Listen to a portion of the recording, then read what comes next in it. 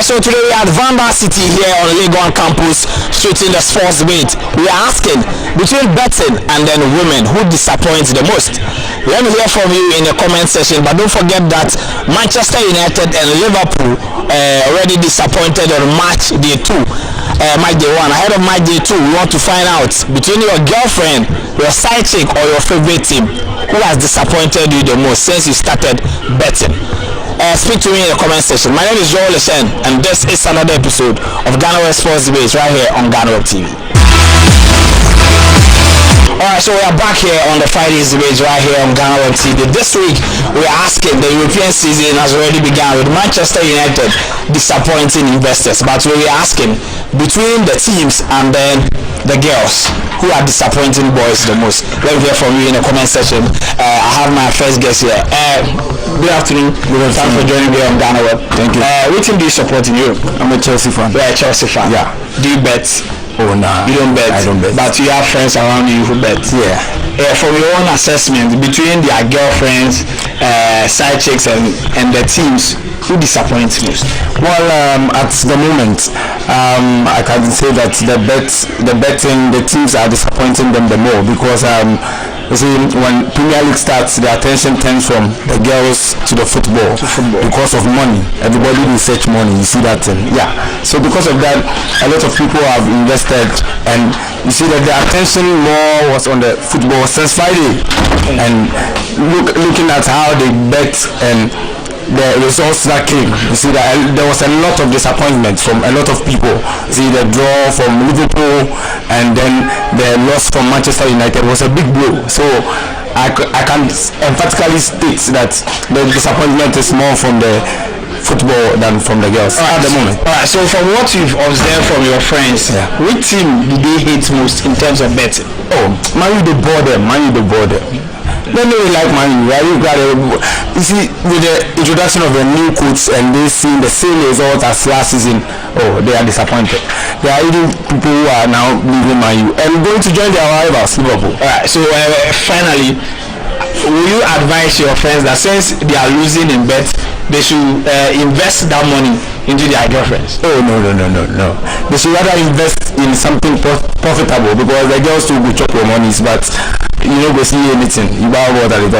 Yeah, so something profitable that will make them get a returns instead of going for betting for them to get disappointed, and also giving it to girls, and the girls will not really show up when they need them. Alright, so it's quite interesting that my guest here, he said he has been dating only one girl since he even got that concept, but he's a Chelsea fan and has also been betting. Let me find out from him, between his girlfriend and then the teams or betting, who has disappointed him the most. Good afternoon, thanks for joining me here. Do you have a girlfriend? Yeah, you have a girlfriend. Which team do you support? Chelsea. And do you bet? Yeah. Between betting and your girlfriend, who has disappointed you the most? Betting. What was the biggest disappointment you got? Barcelona against Celta Vigo. Barcelona against Celta Vigo. I give Barcelona a win and they were leading 3-0. So after first half, Celta Vigo equalized the game to 3-3. Okay. And the best score. I was winning over almost 7K. 7K? Yeah. And then they destroyed everything. Everything got bent. Okay, so if you have to advise the guys who are watching you, since betting has disappointed you more than your girlfriend, will you advise them to invest that betting money into their girlfriends? No, we still invest in the betting. In bet we trust. In bet, one day we're gonna win big money, so we are going to continue betting. Money there is kind of more money back. The bet, you know that your money is supported by bet you. One day you collect your money back. Alright, so he's saying that 5 cities and a big dream, even though betting has disappointed him big time. There is no way he's using that amount to invest in a lady who one day might run away. But if the bet keeps missing out, he knows that either any of the betting companies, they are owing him, and one day he's going to cash out big time. Let's hear from you in the comment section. Alright, so we are still here on the sports page right here on GhanaWeb TV. Betting and then women who disappoint the most. Let me hear from you in the comment section. Good afternoon, thanks for joining me here. Good afternoon. Which team do you support in Europe? Well, unfortunately, Manchester United. Manchester United. You support Manchester United. Do you bet? I used to. You used to bet? Yeah. Have you been in any relationships in the past? Yeah. Broken heart? No. No. So you're a hard guy. I would want. Alright. So if you check the two between the girls and then betting, who disappoint the most? Whoa, that's a hard one. Well, it depends on the dynamic we are talking about, but mostly betting, because betting like 3 times a week. So it was Champions League Tuesday, Wednesday. Then weekend matches will start Friday, then Saturday, then Sunday. That'd be like 5 times in a week. 5 times in a week. It will be easy. But the teams have been disappointing you more than the girls. Oh yeah, maybe if you come to like maybe Monday, then come to Friday. Yeah. Just to come console you for the losses they get during the weekend, you know. Yeah, so like betting, yeah, Charlie, on a constant, cause like if you bet Friday, then you score one team will score. Then the coins you get left Saturday, maybe you go chop the first game. Then maybe late in the evening, Basa or somebody will go draw. Then scatter the Friday one. Then Sunday you go take a last or pit stop. Then still you bleed, Charlie. That be like emotional trauma. Alright, so if you are supposed to advise the guys who said that women or girls disappoint more than betting, what will you tell them? Well, it depends on the type of woman. Okay. Yeah, so if a girl woman wish she will disappoint you on a regular, it depends on what you are offering. If somebody they offer you something better past betting or past the money you get from betting, then if the person disappoints you, it's not a big deal. But if the person will offer you anything will be better than the money you get from betting, then you will disappoint yourself. Alright, finally, which team disappoints you the most since you started betting? United. But I have a principle, because it's my team, I don't bet on my team. You don't bet on them? Yeah. So I don't do that. Alright, so it's betting for him. Let me find out from this gentleman. Which team do you support? Liverpool. You support Liverpool? Yeah. You've been fantastic for the past number of season. Do you bet? Sometimes. Yeah. Do you like women too? Oh no, I don't like women. You don't have a girlfriend? You've never dated before? I have, but I don't have a girlfriend now. You don't have a girlfriend now? Alright, so between betting and then your girlfriend, who used to disappoint the most? Bet, yeah. Used to disappoint you? Yes. I mean, if you want to sports your bets, you can't even sleep. You'll be there thinking about, just one team. Yeah, one team destroying everything. I mean, it's very weird. Okay, so do you have any experience that you had a high amount that you could have won waiting for only one team to win? Do you have such an experience? Oh yeah. What happened? It was I think young boys. Yes, and they even gave me cash out about 500 cedis. 500 cedis. Yes, but it was just that remaining, so I decided to wait for that thing to finish. So I just went to sleep, knowing that everything will go through. So when I wake up, when I went to check, it was 1-1, and I went straight through for young boys. It was big breaking out for me. Alright, so since betting has disappointed you more than your ex-girlfriend, we advise guys who are in a similar situation to just focus on investing in the girls and then stop betting? No, they should continue betting. I see it as an investment. Yes, so one day you might also get some money back than these girls. The girls are more dangerous. Once you are paying and someone who is low-key doing things, so yeah, I will continue betting. I will advise my boys to continue betting. Alright, so two sets of opinions. Where do you also stand as far as this conversation is concerned? Let me hear from you in the comment section. Oh, Barcelona. You support Barca? Yeah, sure. Do you bet? Yeah, sure, I bet. Did you like girls too? I like girls. Alright, so between girls and then betting, who has disappointed you the most? Yeah, I think betting. I think that's because I use high amount of stake bets, and then when I lose, It's painful. it's very very painful. Sure. Okay, so which team that you put on your sleeve and you are not really sure, and then normally they are the ones who disappoint at the end of the match day? That's my own team, Barcelona. Your own team? Yeah, my own team. I think last 3 seasons or so, I stayed, I think 3,000 only on Barcelona. Only on Barcelona? Only on Barcelona, and then it just broke my heart. It broke your heart? Sure. So we spoke to other guys, and they said that since betting is disappointing more than the girls, they will encourage all the guys to invest the money into the girls rather than betting. Do you agree with them? No.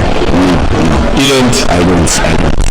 I think it's better for you to try the best every day on betting than just giving your money because you are really disappointed. You are disappointed at any time. But betting, one day, you chop. 5 cities and a dream. 5 cities. Just give 5 cities, 1 city and a dream. 1 city and a dream. For sure. You are the fan. Why should you put your money or take your money for both? Why one day do that? You understand? Alright, so he shouldn't do that. He said that 1 city and a dream. What's your opinion on this subject? Let me hear from you in the comment section. Do you bet? Yes, I do bet. When was the last time you invested? Just this Saturday and Sunday. This Saturday? Yeah. You won or? I lost. You lost. Liverpool didn't really help me. It was a straight win for them, but they drew, so they drew. I had to take it like that. Alright, so if you analyze the disappointments you've had in this investment, and then the one, okay, let me ask, have you ever been disappointed by a girl before, broken hearts, any other? Oh yes, I have. I think last year a girl broke my heart, and it was very disgusting. So okay, so if you compare the two, which one is more like deadly? I will go with betting. Go with betting. Yeah, betting disappoint more than women. Yeah, I remember last year I staked Viadad Casablanca straight win. I think 2 balls with 1,000 Ghana cedis to at least get some coins, and Charlie, they scored them 2-1, and it was very disheartening. Was the 1K your own money or was it my own money? Was your own money? My own money. Alright, so what will you tell the investors out there? So are you telling them that betting disappoints more, so they should invest the small amount of money they have in their girlfriends?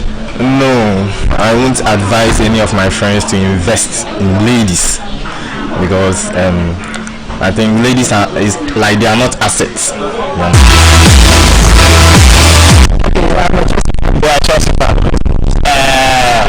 And then you bet? Okay, not really. Not really, but you've done it before. Yeah, I've done it. Do you have a girlfriend now? Yeah, yes, you have a girlfriend now. Between your ex and then betting, who disappointed you the most? Okay, so for me, I would say it's my ex. Your ex? Yes. Your ex disappointed you more than betting. What did she do that you are saying that she did disappointed you more than betting? Okay, so I would say like I really trusted her a lot, but 1 or 2 times like she disappointed me. So you are a Chelsea fan. Among all the big teams in Europe, what team has disappointed you the most? Like this team there, you always spoil your sleep and everything. In terms of betting. In terms of betting. Oh, so like I would say Manchester United. Manchester United. Yeah, because even when the preseason started, they were having a good form, and everyone think that Charlie, they are the best team to bet on. And just recently, they played against Brighton, and they really disappointed boys, especially me. Yeah, they disappointed you. So ahead of match week 2, will you advise boys to take United out of their sleep? Yeah, definitely. You advise them? Yeah, I know definitely they will disappoint them again. Which team do you support in Europe? I'm a Barcelona fan. And which team do you hate in Europe? In Europe, I don't like Chelsea, sincerely speaking. You don't like Chelsea? Yes. But in terms of betting, which team disappoints? Obviously, it's Manchester United. Manchester United. Yes. They disappoint than all the other teams. It's not a prophecy anymore. Okay, so between betting and then the girls, who disappoints the most? I think it's a very dicey question, but then I think I don't bet the, but then I think it's the girls.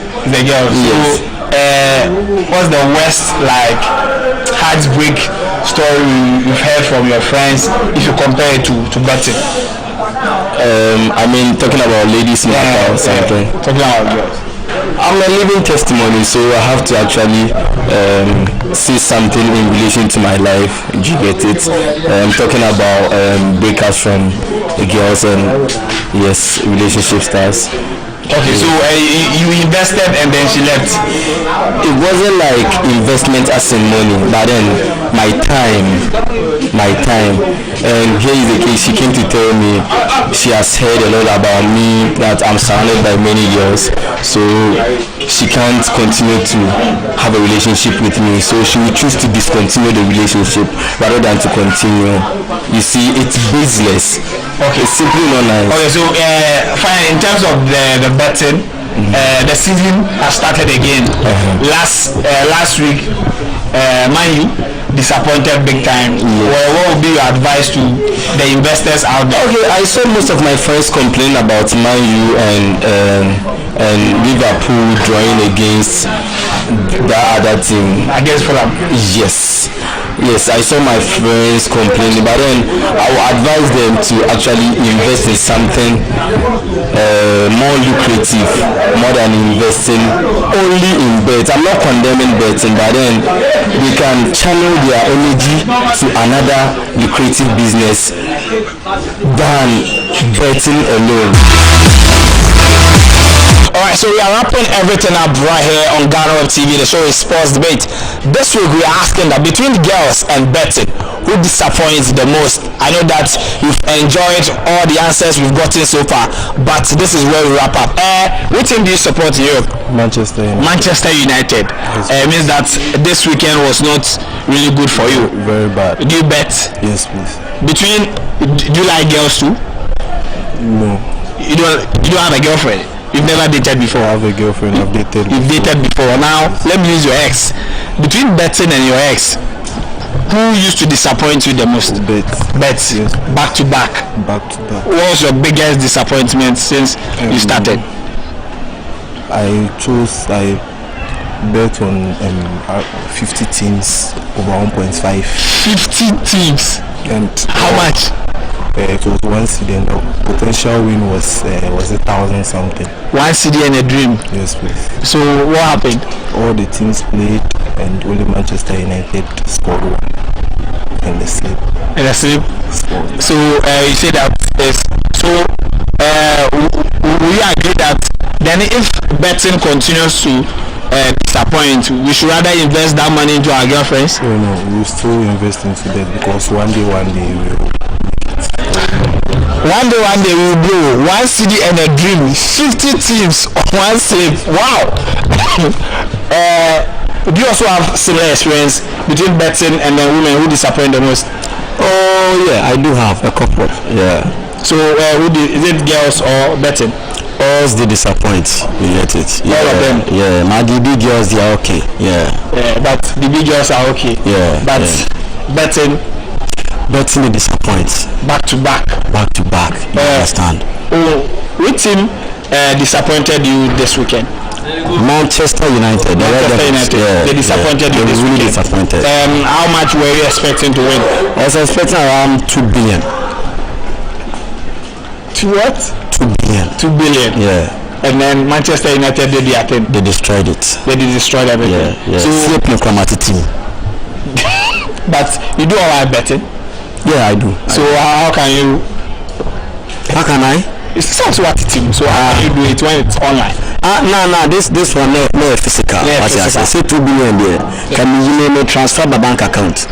Straight away. Okay, so do you agree to what the others say that if betting continue to disappoint, then we should rather invest that amount in the girls? I second that one. I second. If you invest the money in the girls. Yeah. Do you know why? I don't know unless you know. Me, I chase the bees. The bees? Yes. So we say the bee not man. What you say? Now me try bet them in every film they be a heartbreak. You get me? Yeah. But the big girls will just help me.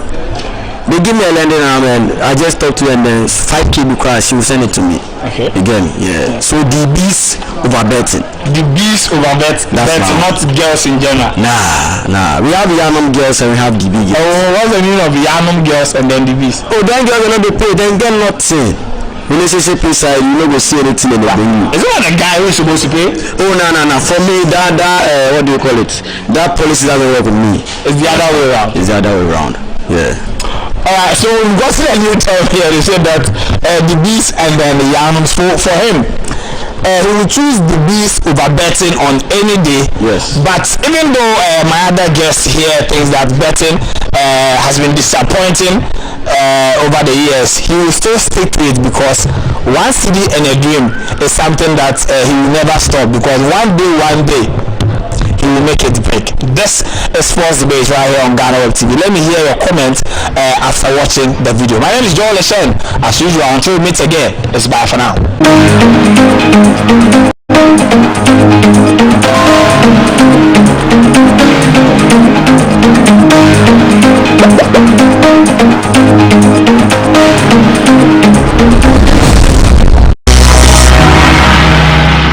In this edition of Bistek, we learn about the various aspects of hacking, dangers associated with hacking, and how to tackle the menace. Kwesi Kofi, Chief Executive Officer of DataWare, takes his turn on Bistek to teach us more. You don't want to miss out. Hacking essentially is a process by which anyone will gain unauthorized access to your identity online and to be able to access your assets. These bad actors or these hackers can be categorized into three main areas. So we have black hats, and then there's white hats, and then there's gray hat. As at this year, it's estimated that the average cost of a data breach decisions with regards to your content. If you don't do all these things, you will end up being just another ordinary content creator. That is something that when I started, I said I didn't want to be like that person. So I just created my own path and did whatever I wanted to do. People are afraid to be different because they feel like society will castigate or ostracize them.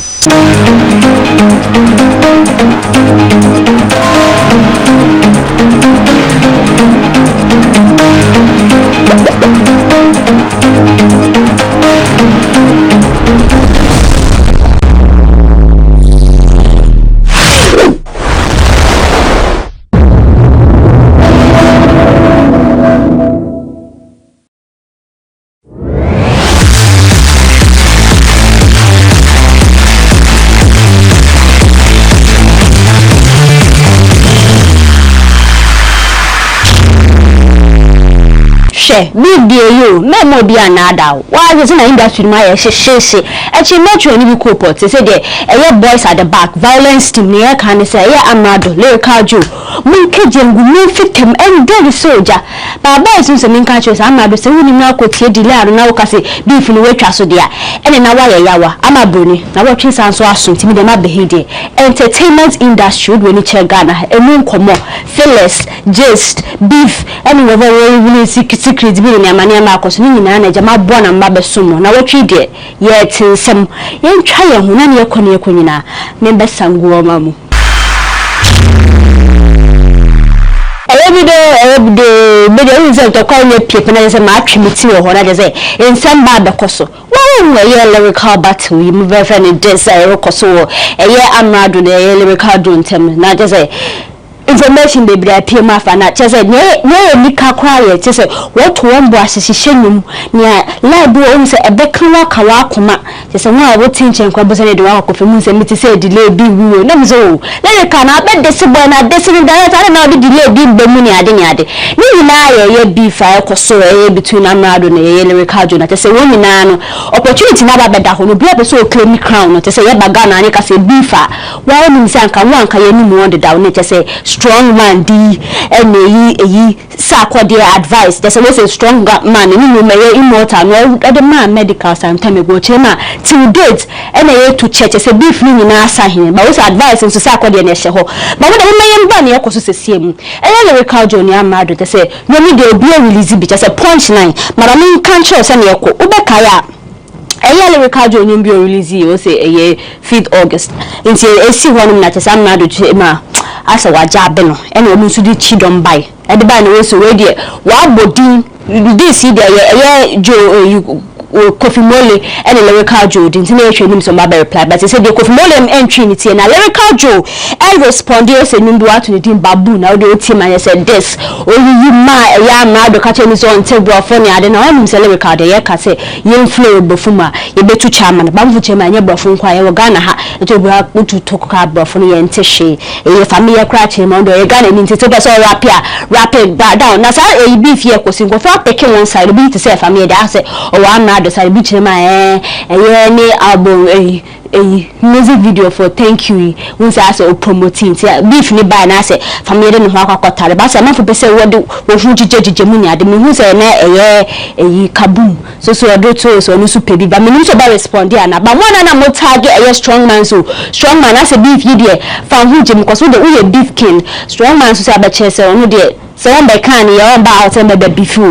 so no so wo hwe ni ba fu chema ayi nsem bi a Lyrical Joe ni Amerado children I say baby strong man job bishop but me so oba respond ya but ori ni huje mu da no say ne be bloody because strong man dey one kind of dey medical na nem say dey hye ni chidom wo ho na fe dey Lyrical so dey buy babu na ya one in say ba ko so betu dwa say mute and so Lyrical Joe dio and the next one so Amerado say say no more na wutie mu nsem na za binim chema ase Amerado wa hye Lyrical Joe ba me dey ntumi nche no amudi manye di beef yechi wa wo hwe hina na ewi ni Lyrical Joe anase Amerado na enso honmo Lyrical Joe so drop e baako be se kwabna numbers na eja or drop e na ye hu se delay a make post bi no chema Amerado ceasefire na say ceasefire there mama anaze oyemba anase uge bi na waka to say ceasefire no ceasefire but Amerado so be respond so what or the need be man ye nim san case wa ye hu say ni say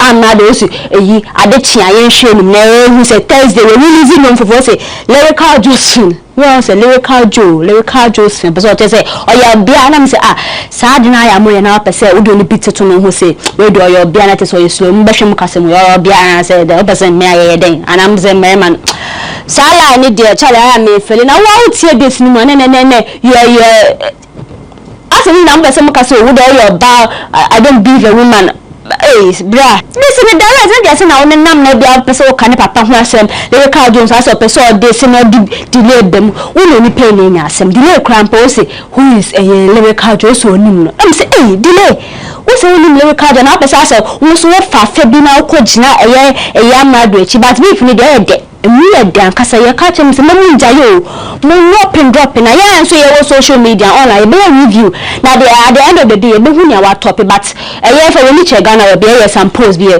hwe nim say Amerado and Lyrical Joe wa wo hwe so far this song mo releasing you know na nim say we ja hin chen say ye ba na ba rap hardcore rapper ye de ba ma no e chifu se na dance ni wa brochi be ka na wo twetwem na me de betu dwa so actress or some sort of television presenter and I'm Mike Brown or the Komobia to Jachemo. She does sees nothing wrong with so be a bit enhance body. Nama for Kase as a statement no kind persuade to Musa why and I'm the catcher Musi on can't to plain place why and because he saw a back candidate men shut down Cassin and number LJ to Miss anybody why enhancing on Nakasa to just say why a liposuction. ayo chirema eyina odidi right nso asa ese ne yefuna asa sage kakra ntina edwan wo hwe so diye gini ode kakra but ne nimbuan nso no afa 1 year oye ne research and ne Dr. Kasai no ankasa de tumsa afa de mena so say ya liposuction ya wo ye bia te se wotwe e fat no onu so be ye bi no no koye bi se won se body no de gam come on now na adina ye say ne ase hanum su bi ahehye no na mafoche you say ase oye no to ase otwe fat no de kwasha na mama brown say wanya ne tu oso no ankasa to no de owo bi bana ne yefno ha say ne yem ne na na sunti na katanya maso be say de entoma ankatanya maso wa hu body na aye fine but o chema say Africa ha say na obi ko ha say body afa de mo de aye kasa na den do say ebi bebe mu suo surgery but o chema so no also no nya abofra obi aware fo kita ne bade ono ade ni ska ono any choice no de koye nti men yet to say bia she did it for you no also no kwa she's not even misleading obia ono ane we to say why but this me betu do tudwa we United Showbiz ono ane show ni so na nkomo bebrebe echi na just na be hwa na do bisa no question back to back A+ no budo go bia de no question betudwa but ye ni na kogu ni na ye A+ de betudwa so won say moisha back kudu for di betudwa so why won say bi kan ye ni na ye kan na no so say na o kan moisha gum say we nya ho ti asese liposuction enya de bia na say tummy tuck sa bibia no ni ade nyina nye ade bia nti ode jantwa na o kan say den chel pad ama say na o kan moisha ho asem ba bi bia ka say ekoye moisha de say na mutugu ni so na kisa bekli reason no so be ka say ni be say mukeka ka banana ma de be kan la asem ka koye hwe but it's about time obi na de ni hu wa wo hwe body ya say you feel like there's something which you don't even like about your body no man kasa we professional you say be on no black market be on ma they do the research and call the right doctors no na so be here it's the person's choice since mama am so enjoy but body need the effect one the man or quiet ba say body na gina so you di jade o boy na you say we be afaye ye nia e be ma Kofi Adoma ma fa ne hotan in Krabeto just say Kofi Adoma also ko check ni project bi okuntunse de no mse sana ma boni no do old assured man just say nipa boni fubi me sana me from what motorbikes we see no be crossing na me say what train bikes we do na fe dey we say some sharp object ni say you blade say there's some sign no oh twa branch e se Nyankopon kwa na ka obesa nka wo san so hye no kwa na Nyankopon trinity aja say ye de no kopi ayare sabe na mafuche ma na is it in line with my work as a journalist ne bia na wakakọ ma report bi na kofo be attack na say na konsem ye de betu dwa say cheating bi ni ade ya say da nnu we but no kware ne sade na mo ye na entwaye. Why would you abuse him? I don't know about that. Into be here, Miss Uncle Bayadana. Maybe some convince so say he deserves it. So when I told and I will be been a tour, and I bet to say he deserves it and I also deserve it. Oh, that's the one in the building. Now today, from our eye, okay, so one see. I wanted to say, Miss, your first stars and Miss Game, your Freddie B, computer, client, he be also baby. Only the Miss Car when you was ordering what I say, chairman, you took him out, no, so you say oban humo de anyum ye twebia onu sese muzama mu streamy skere babu ana na te say na de toto ne hu ne aba zika si na de sort boys out some say hey okay so one in the building ayabu tell engineer say won start no next ka be na baba baby you and I were not there so they be American talk say one say mo just or you cast or your internet first and a thing for say wa free money ade or chat clients be so they be this coming fisa this coming for music streams sa no say na what choose the pictures be tregu fafa kan kwame se fafa ni are no pare one background so we say they have a child together we need na ma catch now ba na we so fafa wa graduate from academic city na she was the best communication student na just say oh yeah then cause first class na fujem so we dey say nye bia cause papa mu say na dream mode on ya de papa ko yo de she requirement senior high school hono no so na efi nzen say yen show fake na ba na just ma for congratulate fafa na wo chema I say o sene ma me sene papa wa she fafa mu say aso wi I no pare kaka sanso wi kwa me se fafa but ni name ni aka ne say fafa kan congratulations. Miami chairman, Miami godfather, Wandon Shatawale, Eddie Eyas, the pace, so na Miss Mefan Koma Felix Afinyajan, Ghanaian footballer, to say, Oboboma AS rumor. We say, introductory season, now just say, what starting at say, what the one who done churches, say, footballers, no more do women.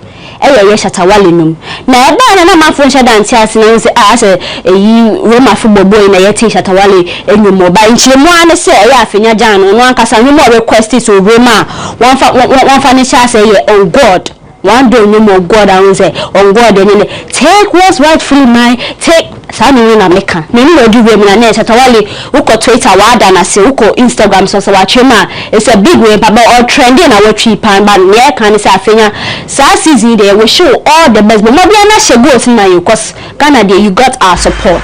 Now what is her name weda e kutie num we there mami bi e friend mami ode won o hyehye otena se tro won o hyehye num ma ye Reverend Obofo no puto otu wadwen ho na ndwe bofo ho puto aha sanu mu mami ode na di ne kwotire ye delay show so na odi nsem bia to down se mami ode ye kan new crow ate se wo ye campaign funu bia ate se oye popular for sa a genre of music na eyo no chema to ebu anko be high kweyase se won kosuma won wa sum se na wote na we dey no martin na me anim se we no se bia me kase tia bia wo de woni che kumase na nsa me nkrofui de na ejejai we na wotumi che se you know the way and proper nkasa wotumi high nkofo ma wo be sum na sa dwuma bi na ye ma me odedi no chema one day wotumi high in 3 days se won be sum na ye ha se obetwia ene wo di sum se wa ene ma budi mi ja hwan yi o ene ese yo mi ni beko nza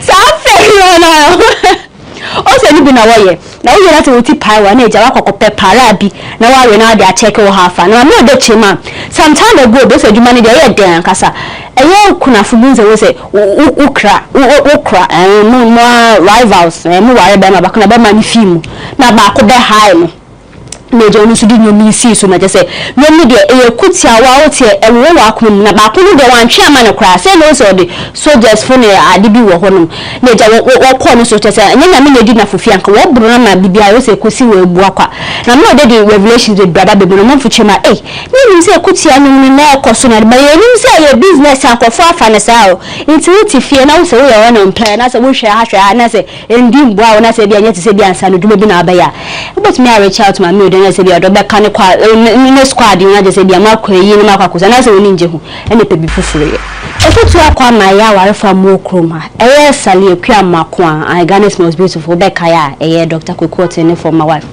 ne ho asem na me be ken o chema so pe se wa ware die pe se ejine moti se ye na nanom dia he be hu bi na enye 6 months 2 months call to glory na ware ne gudia ene bomadi ana twifi social media enye posti asa obe frontier na wo kisi ne kakra ena am holiday bi we show ne ade o se sa de ne de ene ne ekum eye relationship abare ekum ne first class mamfu zuzu kirema sister ya no be say de what champagne kwa mo be say no but every to me tie bi na ho ma munya mu share mu to share kan say o share do what a right is no so o to do ma sa komo ide o to do ma be na say o person mo bi ehu say ne eja akura kirema aya keep kaka ni no be say keep in private o de betu da o say no bi a na no keka bi a secret bi a wa ye o ex boyfriend bi na be mai u ku information na just say wa na kwakọ say mo de akura asemi say mo de mo be fa e be boa mo ba mo mai ngina eye akura mo akon efuto etu awaifu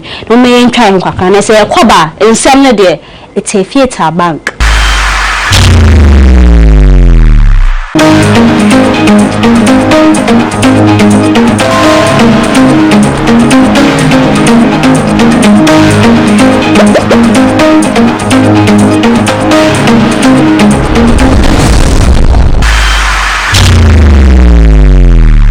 Adafina ma kwa ba nzaza ma adowe ye fe bizane ade na muzi mi ko kan ye ma mi ode hu na nko ko fue anyways I twaso dia won say e Tracy Boache Islegon landlady who say worry dey just say just man be him back to back in some course na me dey abetuja na ntare mu hye ne bibia me dey betuja na watwe so ne ho nkomo apiemu eye na adam fototo mucho Sandy Camel ai ukaya first no worry Kanija sports present dia worry ne begui na me wala mu so ni eye Zion Felix aye interview bi no dey foto akoma na adam so Tracy on so no da worry no akomu bi efim but foto be ma wan say so pesa worry ni gina dia na fufu bi cut them also be scissors one I kasa be so twema twetwem cut sa corrections ni na so pesa worry ni say eh na Sandy na wo hwe so cut but that's not the focus mama yen do mama the first be abeto so o trema sa do ye se be boa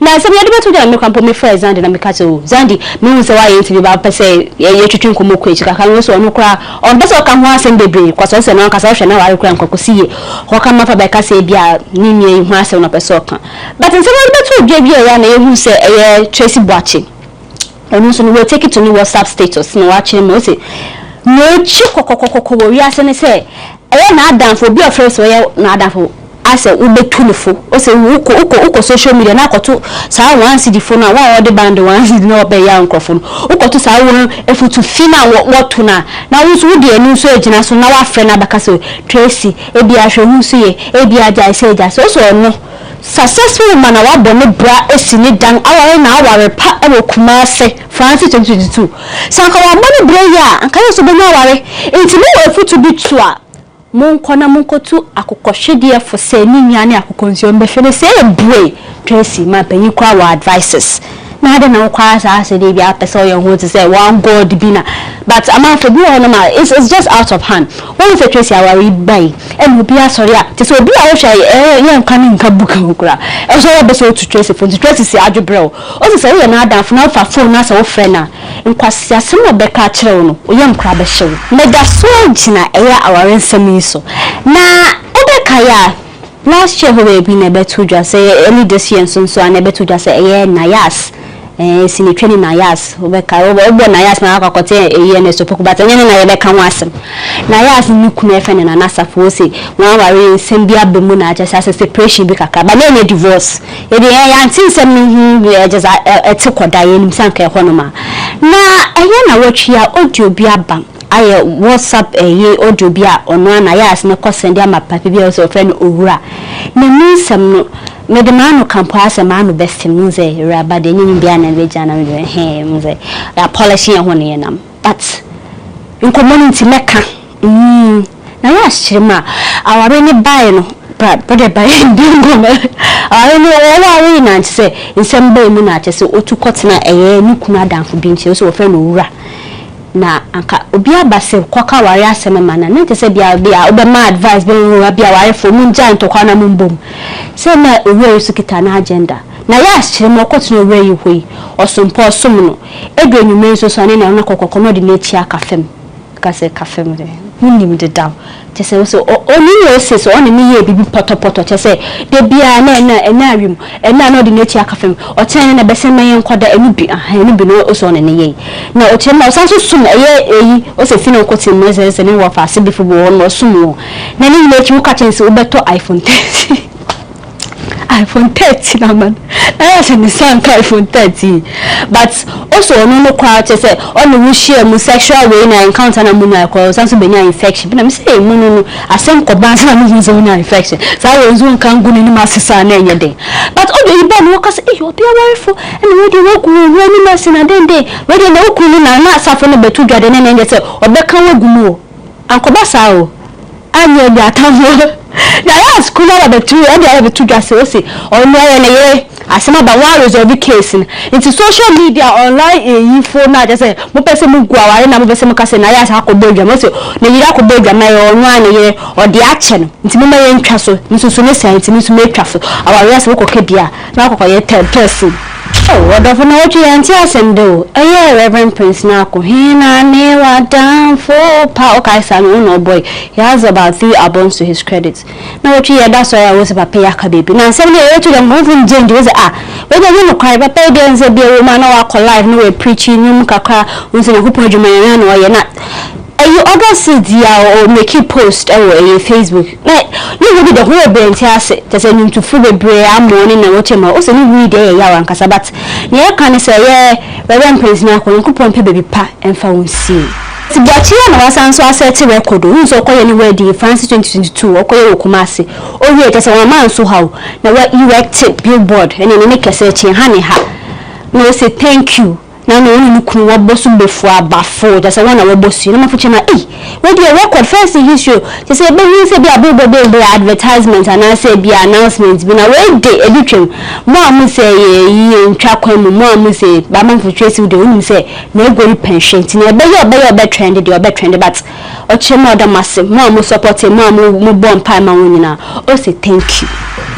So what ya na wunante ye de na me se wo se eye actress Clapping Polo we tuba se se de ni akire nkremu na ni si betu dwa na say Muslim community wo krom ha de ne te we bie no se meje na wa we tu fefe ukoye Instagram be o ya announcement ya wo se we so ne welcome Clapping Polo wa ya de is a good decision na se betu dwa na say Clapping Polo esanso ye video the next day no de betu dwa wo se wan na means the better as we to ban one send your family members my war brochiri and friends say pono we dey so dan tias you e say be won so to be me bisu na pa say to ban na betumi aware na say e dey ntia na police no dey o so no ni bad boy 9 years o so no no ye nkemoni o ye muslim say any papa and ni baby daddy no o ye muslim so ni ntia na ne ba na ye muslim so no kwampo see so o see so na fu be muslim for ti be dey nya di bia bro so no ni any decision but polo dey only say yeah and now say na dey say sister yen na obuni mu kakra to akeka ni na promotion ya product aya marketing on social media platforms so no be say sexy say see how dey say we nkremo ya say na say video ya ko say we gu Maria fi white Maria fi muka ni Maria fi na Maria fi yo Maria fi yo eyin po na mafuche na wo say polo oba say o chemi say dey wu hu be na polo so she is still sexy or say she's got a cute and sexy body so she will continue to be sexy. I'm going to say but that's right we issue disclaimer until you say why should be sexy dress be am make say to buy anything dey polo chemo bokoswa maintaining in the year was known alade brown as a sexy polo no o wi am say kakra the new muslim ni baba attach mo so ni malam no o dey fire ya adisem ni na say she is allowed to do keep her official name na edanason nti polo ni aka say my congratulations na what you dey amaboni say the baby na mediki but yeah ekoso e twende ye Amerado-Lyrical Joe ye kan say Amerado hwe na wan kotie dile anu an ka say we ja beef no say na we say industry mo ye hye ufa ha say to say ye weti at the end of the day the we beef ni na be panti mo mo de na mo keje ngumo violence team no we dey amana Amerado ni makram na what we say no yebesan so ehye mo nkomo ho mo amuhwe nyina yense mo hyehye mi himi nyina make us me damasepa mo nkoso na mo ye adwuma pa no enso so eti until ya yenja cheswa nkomo de se na yakasa ebedi na kasa na watwi bia just trending issues trends mo amode advice ni na na baba bana na mabeso nti na watwi se ne yebesan so ehia.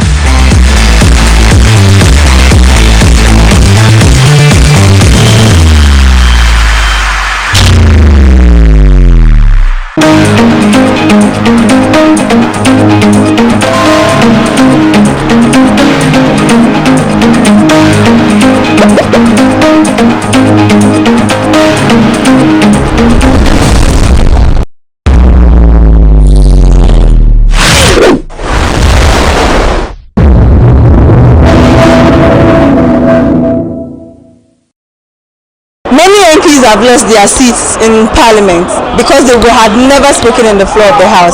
But that has not been the case for Honorable Nasat Muhammad Ture, the Ayawase East MP. This man has never said a word on the floor of the house but has won his seat for 3 consecutive times since 2012. Let's speak to him and find out what has been his secret and what has kept him going on.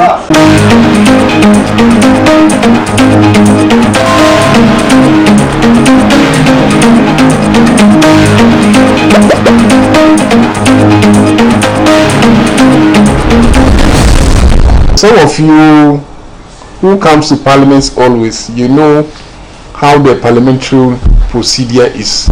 You can't just wake up and start talking. You talk when the matter arise. When there are some reasons to talk, yes, then you wake up and talk. Or most of our talking also is at the committee level. Yes, for as a member of parliament since 2012, and we started working 2013 as an MP. For me, today, all I believe is to make sure I work in my community. Today, people are saying, but the MP doesn't talk, but his people, they like him. They like him because of what? Because they like me because I do the right thing. Because I'm a servant who came to work for them, to make sure I change the life of my people. Today, if you enter my constituency, it's not about just talking. Some people you come to parliament, you see them, they make noise.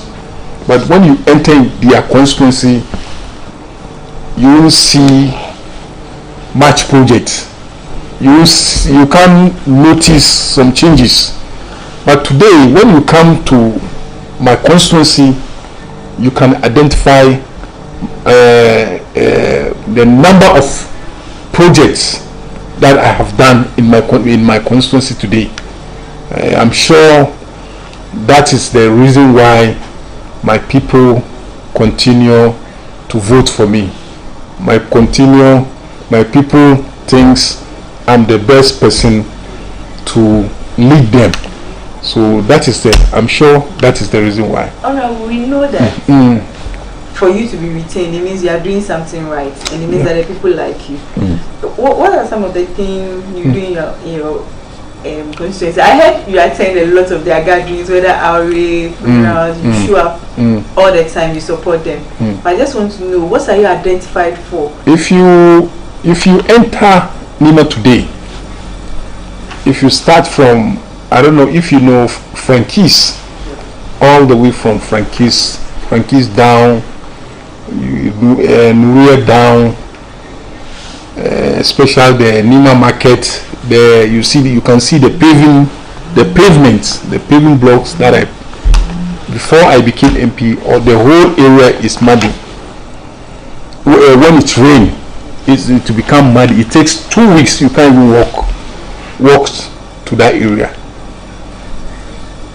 I remember the one pastor at the Roman church said, Saint Kizito said, today, because of the good work that I did there, before when it rained and their members are coming to church, from the station, before they go to the church, they have to put water there.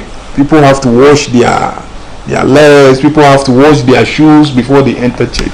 But today, the whole area is paved, is clean.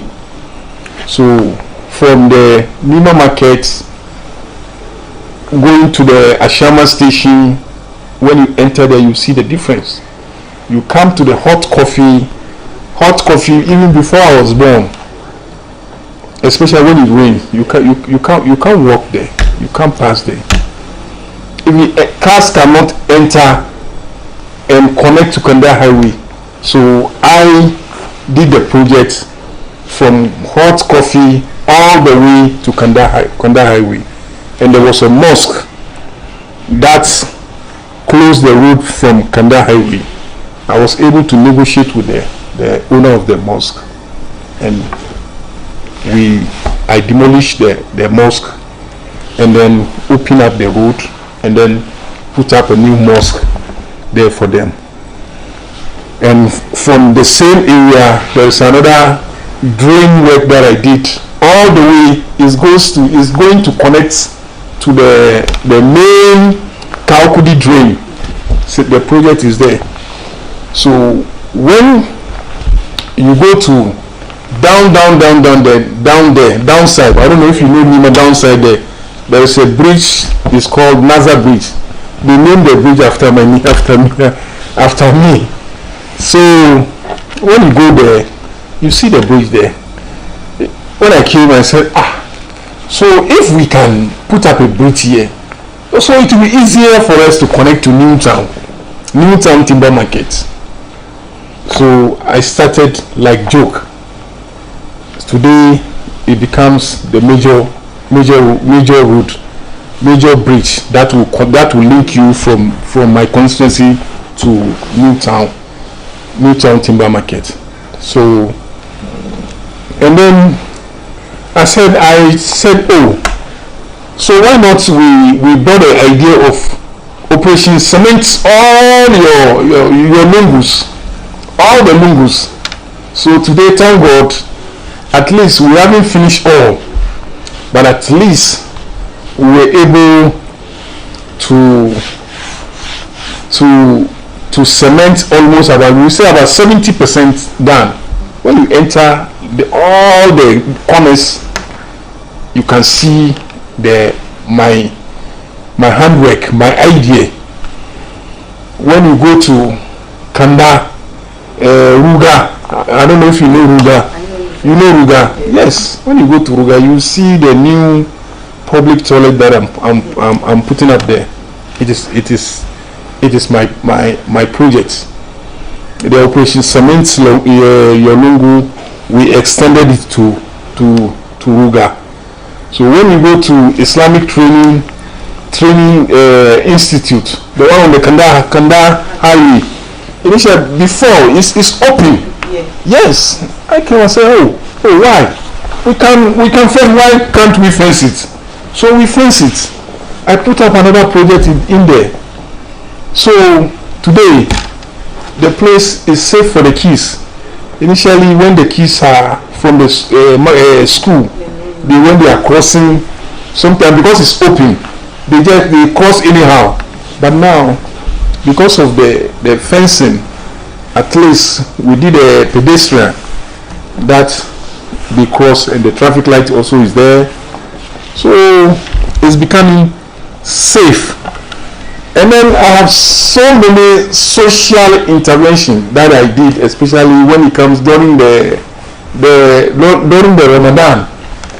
There are so many social interventions that I do help my mothers, my old ladies, my old fathers, my brothers, my sisters, that we do.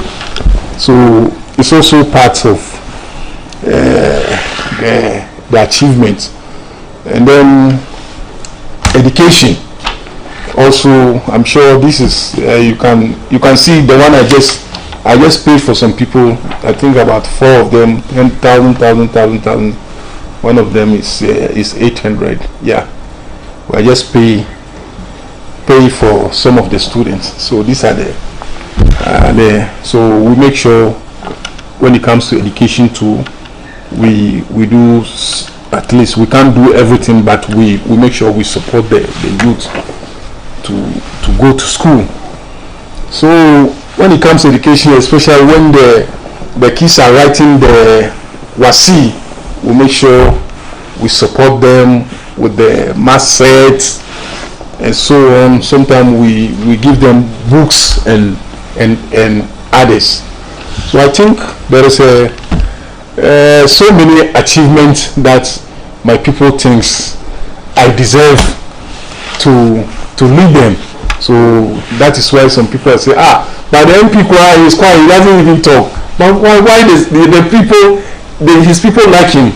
Yes, so they like him because it's not just you come and talk. You don't do anything in your community. You don't do anything to your people. So that alone cannot make your people to like you. They will like you for some reason. How is the feedback? Like how do they call you? Do you have a nickname? Is there a way you mingle with them in the constituency? Oh yes. For I'm always always. You know, even was it last Saturday? I attended funeral at St. Kizito. There's a funeral there. Our former chairman died. Former constituency secretary. I attended the funeral last 2 weeks also. One of my special assistant also lost his mother. I'm talking about when you come my relationship with the, you know, we have Christians, we have Muslims, you understand me, but we judge to each other. So for my constituency, I'm visible, I'm always in my constituency. If I don't attend the program, I make sure I delegate my chairman to attend the program, especially outdoors, passing out, especially the passing out. There are many. So funerals, any program, I make sure I deliver. Yes. Oh, no, that's impressive. But I want to ask you, I know it came to a breaking point for you when there was a violence in Nima in regards to some hoodlums. How did you feel about the whole thing, and what are your comments? Yes, the issue, even though it has been resolved, we all know Nima used to, years back, people say, oh, Nima is a violent area, people this and that. Some people do things so, especially the taxi drivers, those days, years back, when you want to come to Nima, you stop taxi, they don't want to come. But today, Nima is one of the peaceful area, even though the incident that happened the other time. It has been resolved. And then some years back, about 10 years ago, we used to have the watchdog. The watchdog, they are also very, very helpful for the community. But along the line, they don't function again. They stop working. So this time we'll make sure we revive them. With the watchdog, we'll be able to dismantle all the ghettos that we have. The ghettos also, they are part of those who are creating problem. So we make sure all the ghettos have been dismantled, because some of them, they don't live in Nima. They come from far places. Because of when they come to Nima, they say they have some gay bases, some ghettos. So they come there and do some bad things and go back. So people think all those things that are happening, it is in Nima, but it is not from Nima. They are not from Nima, guys. They come and go. So we are trying to make sure this time we work on that, to make sure that we won't allow you to come from far place and then come and spoil our name. So we are making sure that we stop all those things. We make sure that all the ghettos have been no more, doesn't exist anymore, so that you won't come there and get any bad things to smoke or whatever. So we are working on that. Everything in Nima has improved, from roads to education to how did it happen? How did it work? I know you coach for being in parliament for close to almost 12 years. You've been in parliament for next 12 years because how did you resolve? Did you engage people, stakeholders, and how do you? I do hold meetings with the chiefs, because our chiefs also, they are playing a very, very wonderful role. Our chiefs, because most of the intervention that we do in Nima, like forums, we do involve chiefs. They come and they also talk to the mothers, the parents. We do talk to them through the forum or any gathering. We make sure we give the chiefs the advantage some little chance to talk to the parents. I think it has also played a very good role. That's why we are seeing some level of changes in Nima, not like before. Now most of the youth today, I think, they want to go to school. So I remember before the election, I went to house. I went every house. So every house we go, I tell them, I educate them. If you have a daughter or you have a son who wants to go to school and you can't afford it, come to my office. Yes, I will support you to make sure we pay the fees for you. So all those things also, it has been so helpful. So I think most of the kids today, they want to go to school. Those who doesn't or the parents who cannot afford it, that's why we advise them, come, we will help you. Yes, some of them, you can see that the kids want to go to school, but the parents can't afford to pay the fees. So if you are in such situation, come, we will help you. So that is also playing a very good role for us. So I think I would say we are progressing. Inshallah, we are progressing. We've left your constituency. We are now in Parliament. I noticed a member of the committee, part of the committee for mines and energy. Yes. Would you say we are in crisis, looking at our recent fuel hikes and what's going on in this country? I think I don't need to give details, but what's your take on what's happening under the Akufo-Addo-led government in terms of... I don't need to say Akufo-Addo has failed, but everybody, Ghanaians have seen that Akufo-Addo has failed. He can't do anything. They are even confused. They don't know the direction that they are moving.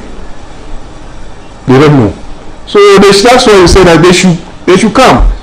I remember JM told them, John Mama told them, His Excellency John Mama, he told them that time that you have never been there. People, you think it's easy. If it is Kufuor or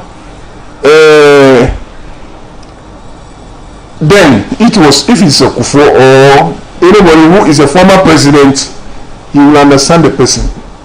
But you people, you have never been there. You can make noise. Today, you are the vice president. Today you are Dr. Mahmoud Bawumia. You are the president today. You are the vice president today. Akufo-Addo, you are the president today. What are we seeing today? No action, no show. Everything is standstill. Honestly, even we MPs, our common funds, third quarter, fourth quarter. Now we are almost end of the first quarter. You haven't paid. So how can the country move forward? How can we develop the nation? So I don't need to talk much. Ghanaians have seen it that MPP government has failed Ghana. That's it.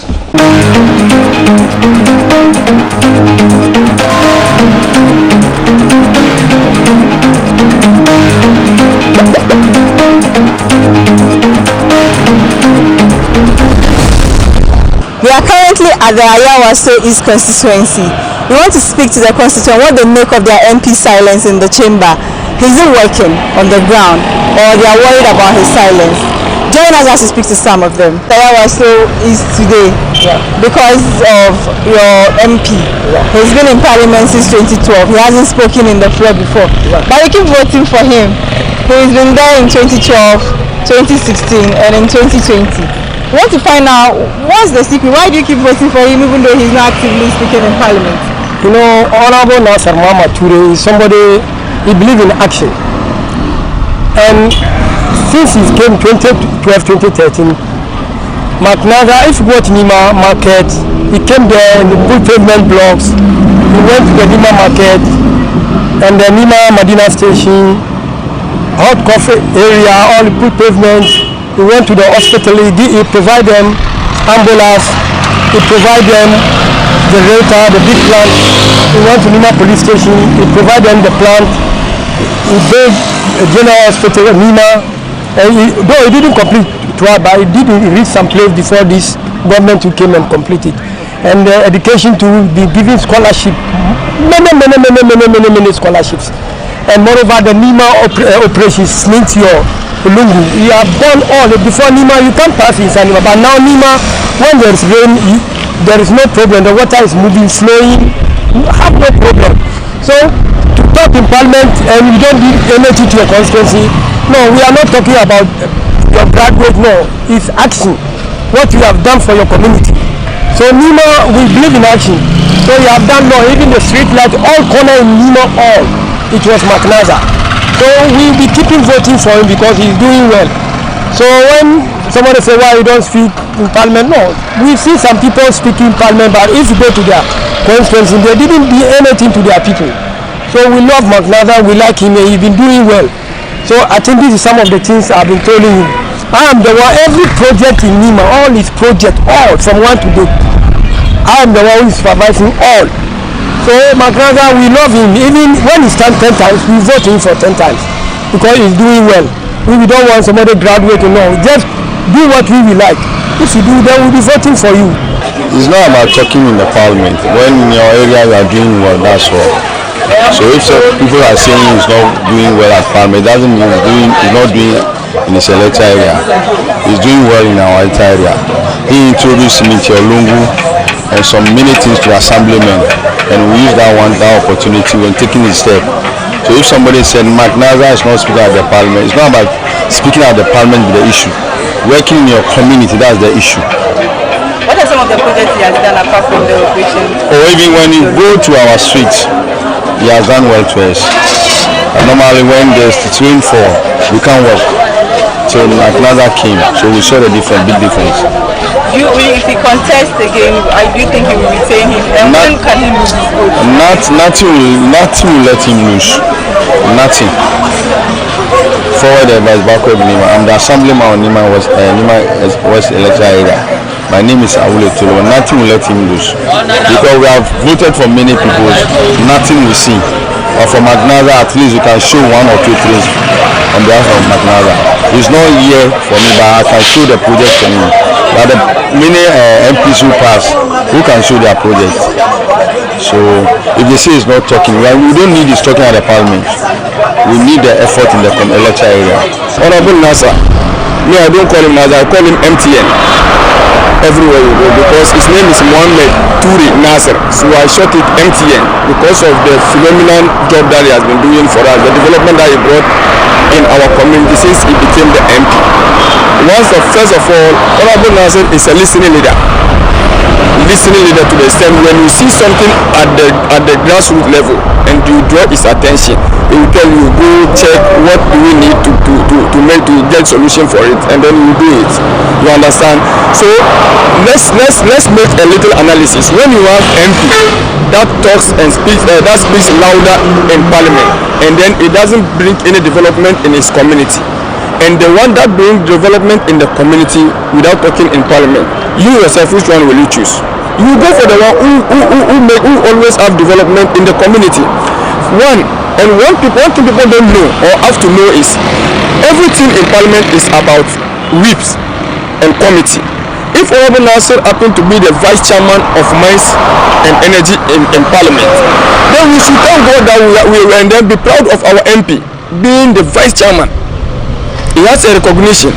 But the fact that we don't talk in Parliament, talking in Parliament, we have sector of people who does it. We have the chief whip, we have the majority leader. So why then do we supposed to see our MP on television talking before we are satisfied with his being MP? Me, I'm okay with his okay, and not me alone. A lot of environs. I'm a youth advocate. I'm into the youth.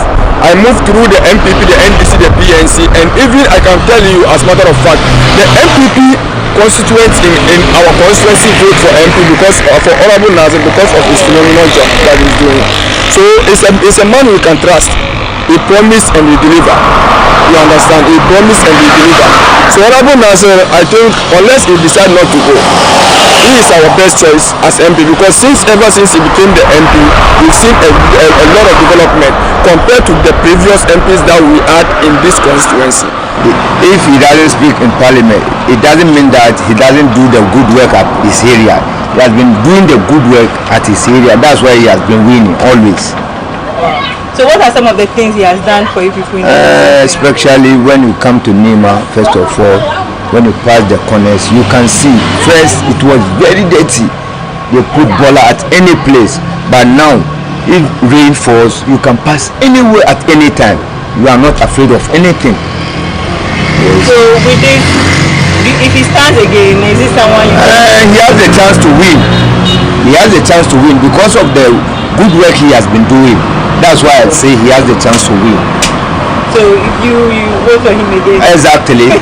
Exactly. I mean, at his back. But when he doesn't do the right thing, I'll say it. He knows me already. Kasa de enipa ye juma na on kasa eno de nkyerɛ sɛ wonye juma. So na juma ntina ye to mano. Because wo bae no, nsisa aba mentemu ha ye fanse nima be bia ono wo ya yi no. Nsisa bem bebre. Because first the kwanwe no na got down into nipa bre ansana cars kura ntimi fa ha.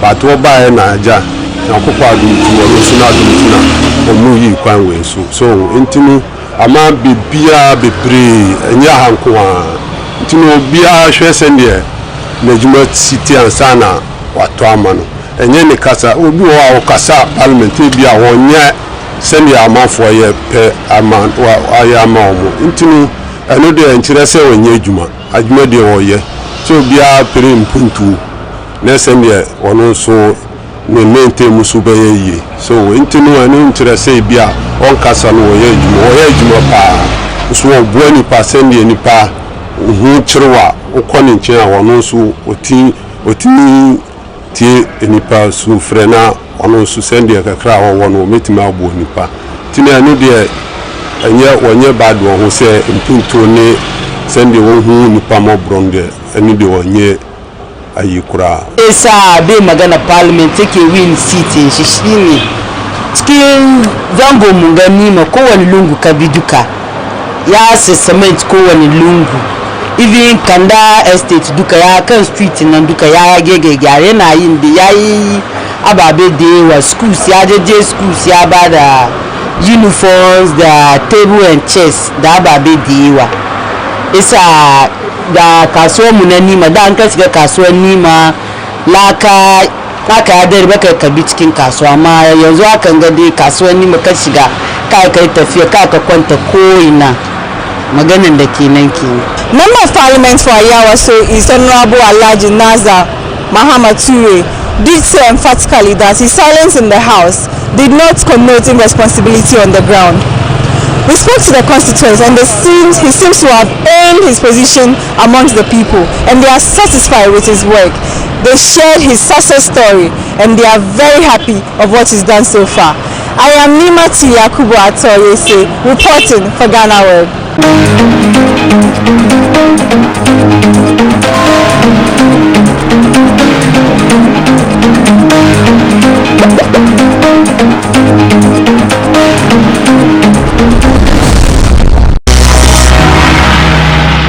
In this edition of Bistek, we learn about the various aspects of hacking, dangers associated with hacking, and how to tackle the menace.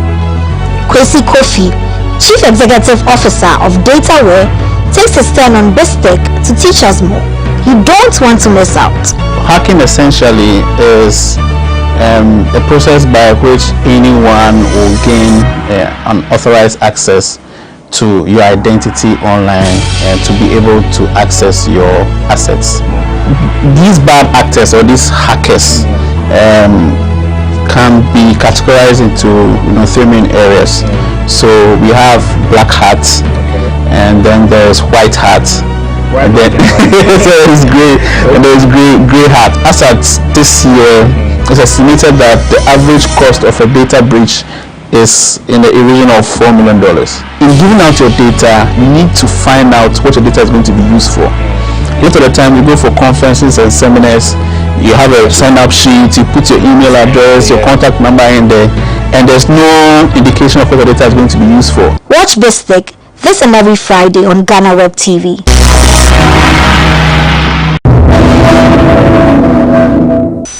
Something also that we do not really like to do, but I've learned the hard way that is very important: acknowledge your mistakes. We all make mistakes. And it's better if you acknowledge your own than if someone points at you and says he or she did a mistake. Anticipate. Even if people don't know, you make a friend forever.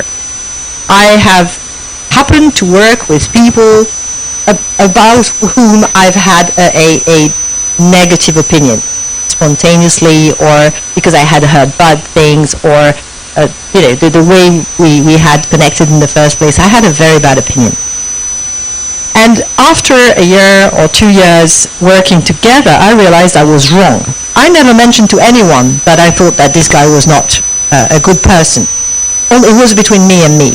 But I've done it twice in my life. In their farewell cocktail, I said, in front of everyone, I said I had a bad opinion and I was wrong.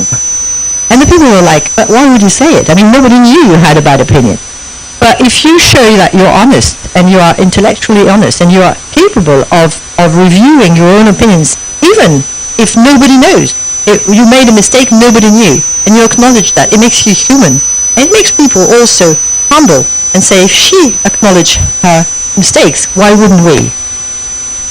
Something that also, especially for we French, because we love to debate, we love polemic, we love the Sunday lunch polemic, where we like to disagree. Never attempt to win an argument, because if you win the argument, a man who is convinced against his will is actually still of the same opinion. He will nod and say, okay, but deep inside, he's still in the same opinion. So you say, well, how do you do? Actually, when you have to debate, you have to, there's the next rule, begin on common grounds. Let's see what we can agree on. And then, whatever the conclusion that the person will go, especially if it's a bit different from if he has shifted, let him think that it's his own conclusion. Don't add up, say, see, I was right. Because he will hate you for that. So, even, it's about saving faces. It's about letting people save faces.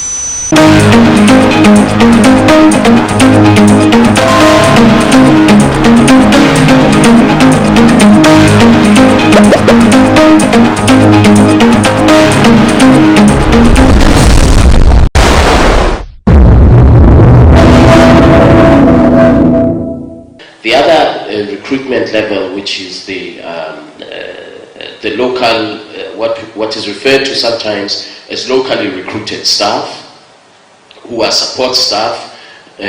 We have drivers, we have assistants, we have people that support the work that we do, very important work, supportive work that they do. And there is no quota. However, there's a requirement to you have a bias towards the locally recruited staff, but you have to advertise in the entire AU system. So even if you want to recruit a driver, you still have to put it on the website of the African Union.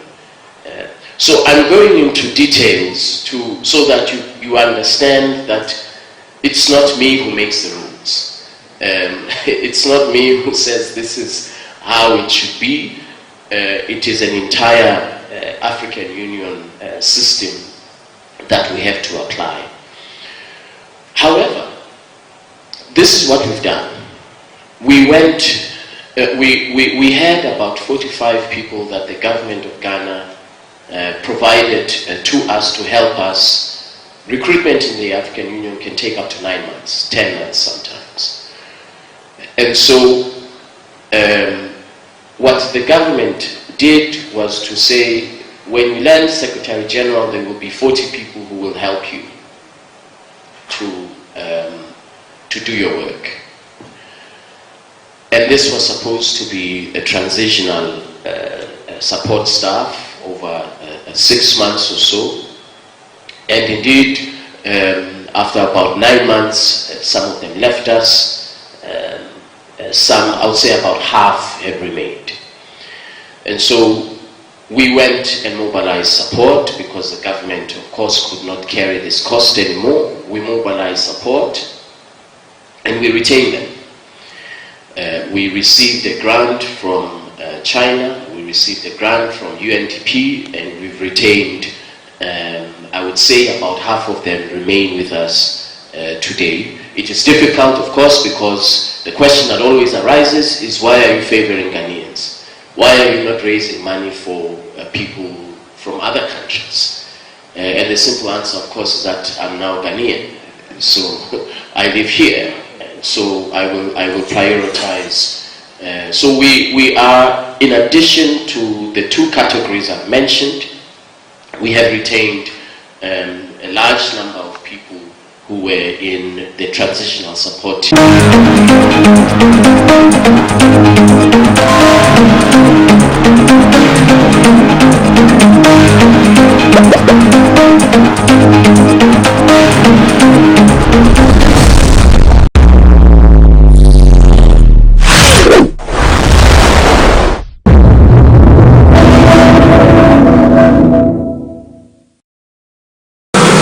Chairman, I would like to ask your permission to stand on existing protocol, because there are so many people here, distinguished, that if I try to acknowledge them all, I am sure I will not be able to do justice to it. I'm here to talk about family. However, Atamil's the family man. Talking about family, there are a few people though that I would like to especially acknowledge. Number one, family. Professor Mills's very close collaborator, who served as his chief of staff, the man responsible for Professor Mills being called President Doolittle. Because I found out that whenever President Mills wanted to do something that Henry John Martin Newman didn't like, he said, Fifi, let's pray over it. But whenever Fifi wanted to do something that John Henry Martin Newman wanted, it was done immediately. So blame him for Fifi not doing that much, at least in his first year. And blame him also for the high achievements that Fifi had in his presidency. I'd be remiss if I didn't recognize another family member called Nana Jane Obukrajiman.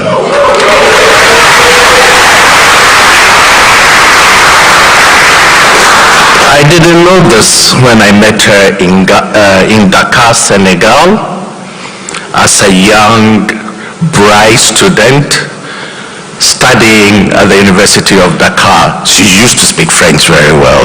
I don't know whether she's forgotten it. It's only later that I found out that she was actually one of my mother's pets.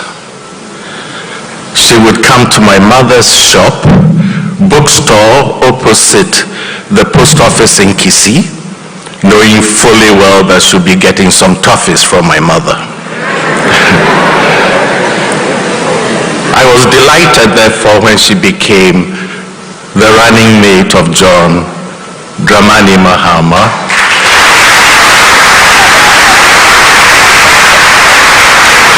She is truly a family member.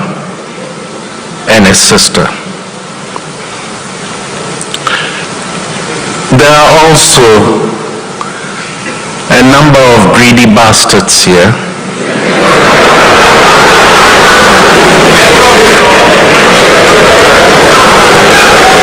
And one that has a special name, the little tweet. I'll be talking about them later. But I would like to thank them, I would like to acknowledge them, because I know that they were very key in Fifi's presidency, good and bad.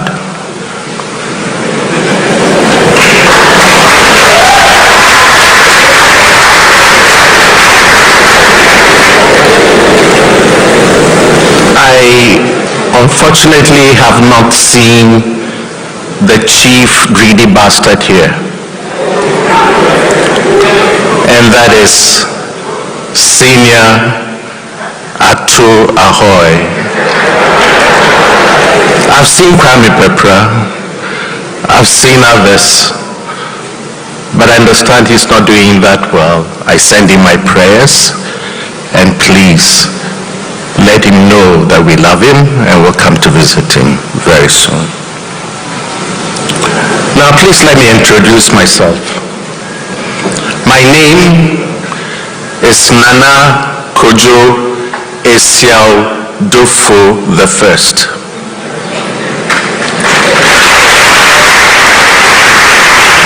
The Ebusia Penyin of the Nkrumah Cherba Trade and Ebusia of Cape Coast. I said it much better than my sister would have said it. I listened to her, she really muffled it up when she gave the vote of thanks the other day. Behind me is the Deputy Ebusia Penyin, Dr. John Atram.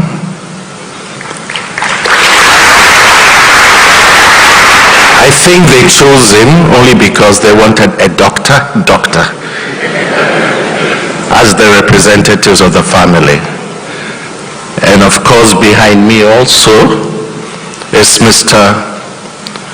Ni Ayi Thompson, who is the chairman of the Nkrumah Cherba Trade and Ebusia. They are standing behind me to make sure that I don't say the wrong thing. If you see that I'm lifting my leg, it's because they've kicked me from behind. But it's all in a normal day work as the chief honcho of the Nkrumah Cherba Trade and Ebusia. Let me tell you something about the illustrious Trade and Ebusia of Cape Coast that have actually produced a number of people who have made contributions to Ghana. You people boast about the sports prowess of John Fifi Atta-Mills. Believe me, he is nothing compared to Africa's #1 goalkeeper, Robert Mensah, of blessed memory. It's a family also that produced the person that I call my nephew with the voice of honey, Amanziba Nat Brew, a great musician. It's a family that produced Ambassador Kwesi Brew, who was not necessarily of the same political persuasion as we are, but was a very prominent person that served Ghana in his role as ambassador. We have in the family also the Adakways, whose claim to fame is that Kofi Annan of United Nations is the direct maternal uncle of the Adekways. More recently, in terms of national service, of course, we have the not so honorable, not so Asomdwehin, the man who has been in the news all over the place in this last week. By the way, I call him not so honorable, not because of him, but Kwame Pienim told us not to call any member of parliament honorable, and therefore he's not unique in that sense. Samuel Atta-Mills, the nemesis of Kuku Ahido.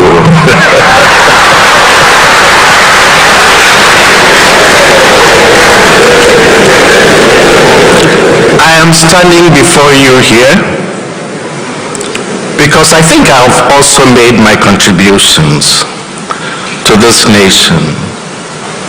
For one, I was a senior presidential economic advisor to President Mills when he was president.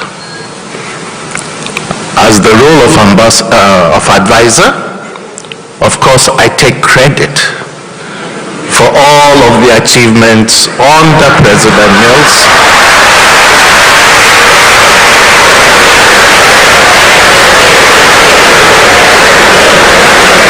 And I refuse credit for all the failures because he didn't listen to me, which was always the case with Fifi. My other titles is that I was almost the Minister of Defense.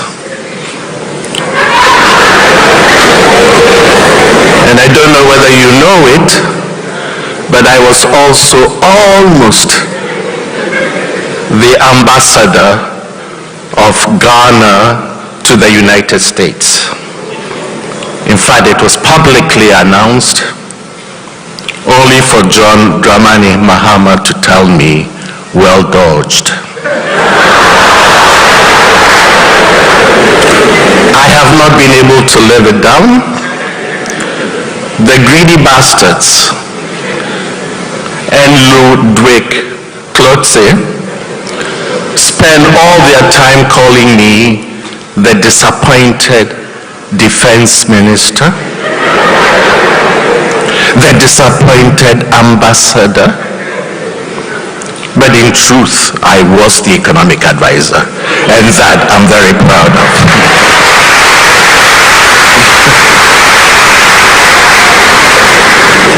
Then finally, of course, the illustrious, my brother, John Evans Atta-Mills, who we are here to celebrate today. So as you can see, it's a family that has made its contributions, and it's a family that I'm really, really, really proud now to be leading.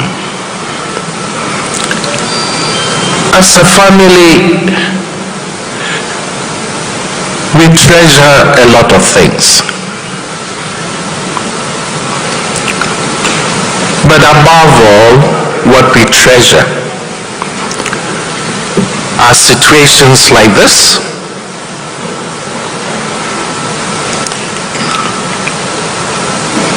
commemorative lectures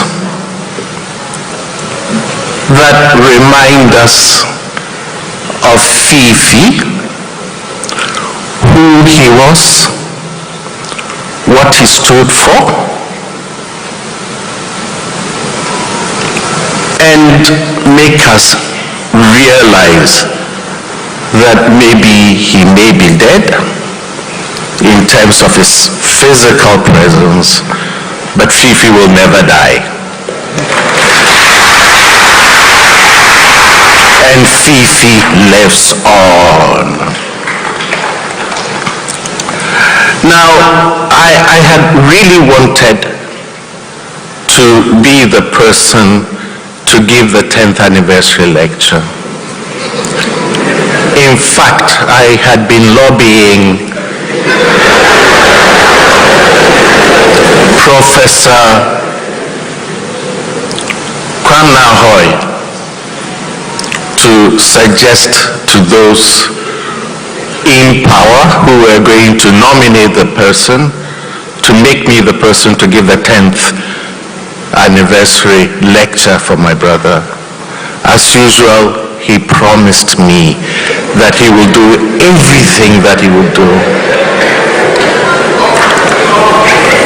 And I had actually prepared my address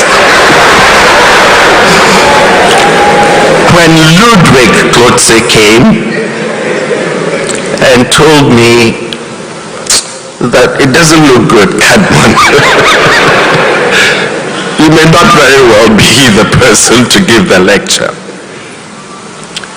And in anticipation of becoming a Busiapening and knowing that I wasn't going to be the one to give the lecture, I was determined that we were going to boycott this lecture if I wasn't the person. Just like we boycotted the other thing, right? And then they told me, we are sorry, but it's Chachu, who doesn't even deserve a second name, who is going to give the lecture.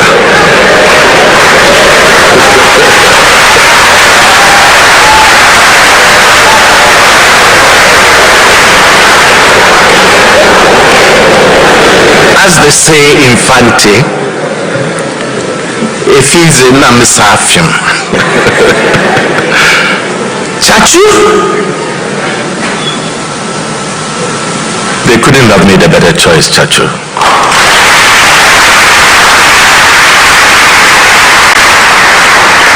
And I had to call off the boycott immediately.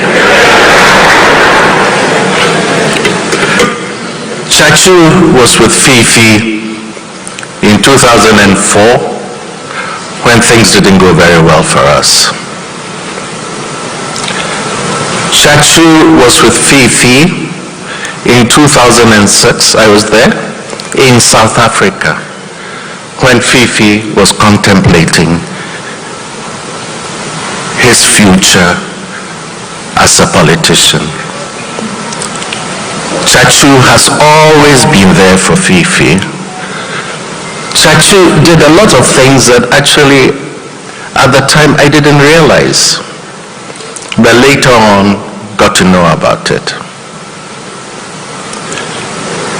If anybody other than me, of course, is to make the commemorative lecture, it should be Chachu.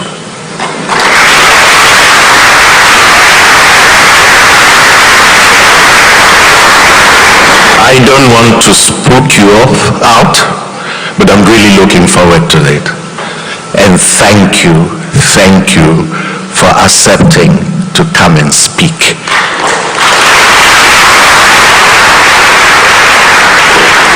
In that same vein, let me thank the John Evans Atta Mills Memorial Heritage. We'll get to that. Why are you so impatient?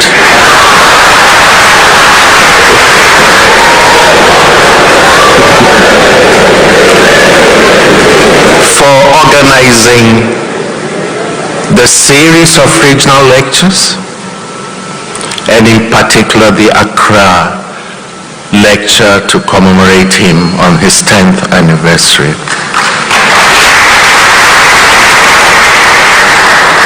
You would note that actually immediately after Fifi died, Mrs. Mills and I got together and very rapidly registered the John Evans Atta Mills Memorial Foundation in order to get a foot in the door and make sure that we use the foundation to raise resources and funds in order to support initiatives such as that which is being done by the Atta Mills Memorial Heritage. Because for Mrs. Mills and I, it was very important to make sure that Fifi's legacy was not bastardized by anybody, and that Fifi's legacy and the custody of the legacy rested in the hands of the people who truly loved him, who were truly committed to him, and who truly wanted to use his name to advance his ideas and his values and his principles. Now, I'm not told, I've become aware of other initiatives, and I will not beat about the bush. The Atta Mills Institute, run by Koku Anidohu, and which was responsible, apparently, in mobilizing support for refurbishing Asumdwe Park. I went there yesterday again because I wanted to be sure that I saw what I really think I saw. The Asumdwe Park and the work that was done there, differences of course in aesthetics being acknowledged, I'm sorry, is obscene, to use a very strong word. I did not recognize Fifi there. It was the very first time that I went to Asumdwe Park that I was not emotional. The place, of course, is called Asumdwe Park. There are his pictures everywhere, some quotations of him. His name doesn't appear in any of the quotations, except, of course, the logo of the Atta Mills Institute. I saw his grave. There his name appeared a little bit, except that it was spelled John Evans Atta Mills with a hyphen between the two, for somebody who claimed to know him very well, even though the person who has the name himself has never put a hyphen in that name. Otherwise, everything was about them. And they used this so-called refurbishing to promote themselves, to promote their institute, and to promote their paymasters. That's not what Fifi stood for.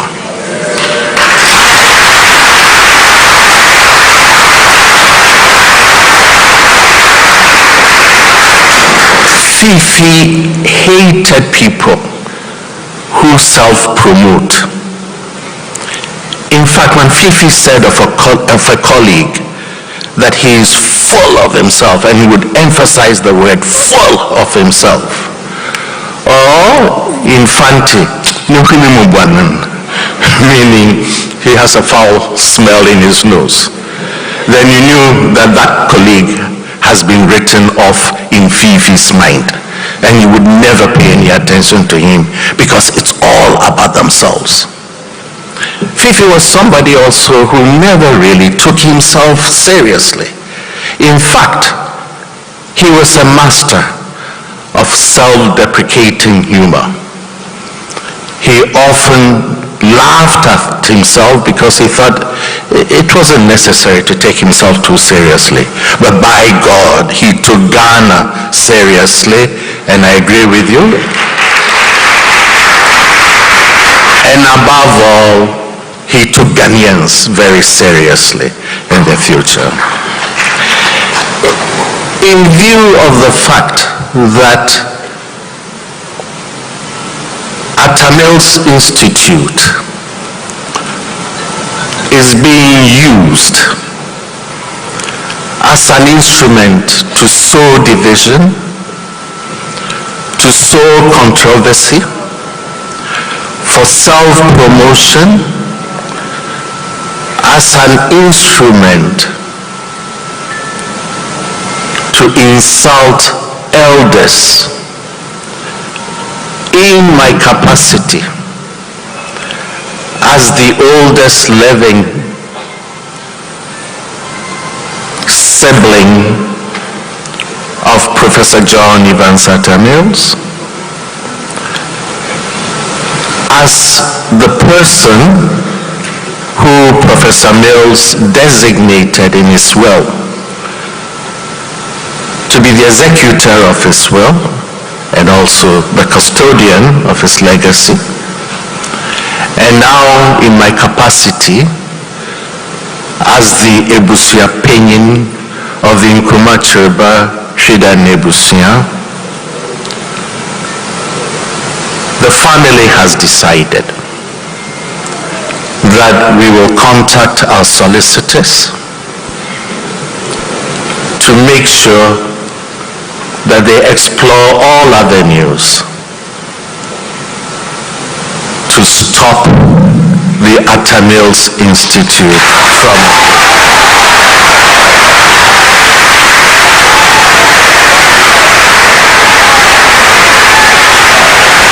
it's not going to be easy. It's not going to be easy. In fact, I thought of making a call to you to be part of the team, but I'm told that your record with the current judiciary is not very good.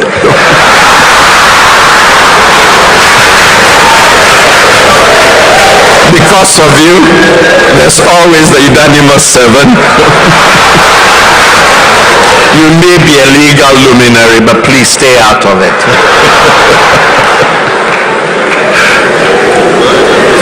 But finally, we will not just simply rely on the courts. I would like, therefore, to make an appeal to the court of public opinion, which I think is the only court worthwhile. I would like Ghanaians to know that the so-called Atta-Mills Institute is unauthorized.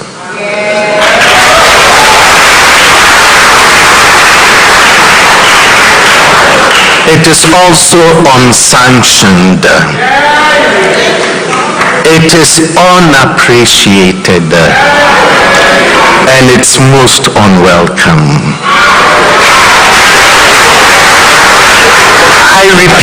I repeat, I know I'm speaking too long, but I think this is important. I want the Ghanaian public to know that the Atta-Mills Institute, so-called, is unauthorized, unsanctioned, unappreciated, unwelcome. May God be with you, my brothers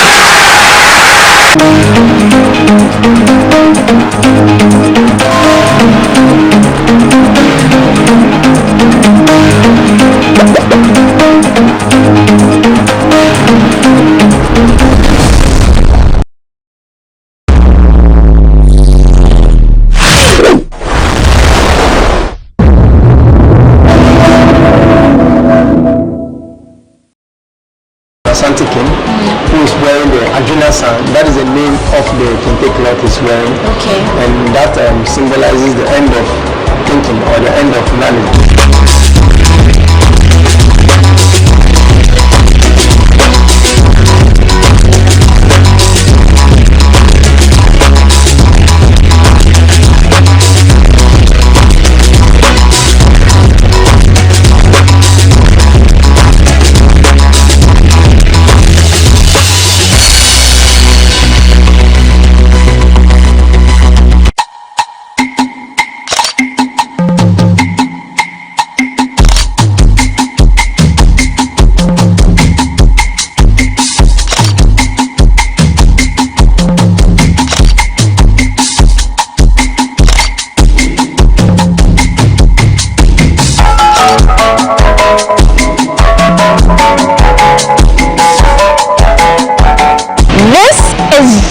a glimpse of everything you get to experience in that beautiful edifice that has served Ghana for over 50 years. In 2015, the National Museum was closed for major renovations and was reopened just last month in June 2022. I'm going to tell you and show you why a visit to this place is a must. Welcome to another season of People and Places here on GhanaWeb TV. We took a little break after the first season, but now we are back.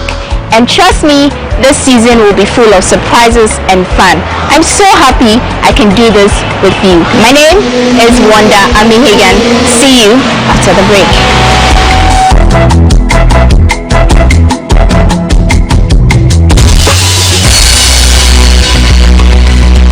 Welcome back from the break and thank you for staying with us. This is still People and Places right here on GhanaWeb TV. Like I told you before, we are taking a tour around the National Museum. And to help us do this, we have Samuel Amega Jr., the gentleman right beside me. He has been here for close to 10 years. And he's the Senior Museums and Monuments Education Officer.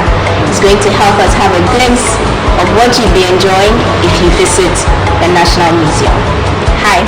Hi. And thanks for having us in your beautiful place. Thank you very much. You're welcome to. Thank you so much. So what are we expecting to see today? Right. So inside the National Museum Gallery, you'll be seeing a lot of artifacts. And what I mean by artifacts has to do with objects of our creation, indigenous Ghanaian origin. And so you have objects that speaks to our history, object that speaks to our culture, object that speaks to our traditions, object that inspires us for the future. And these objects cut across all the geographical areas across the country. And so you have objects coming from the northern part of Ghana, the middle belt, as well as southern Ghana. So some of the regions have been represented here? Yes, most of the regions have been represented here. Right. So where are we starting from? Yes, so we'll begin the tour from the right side.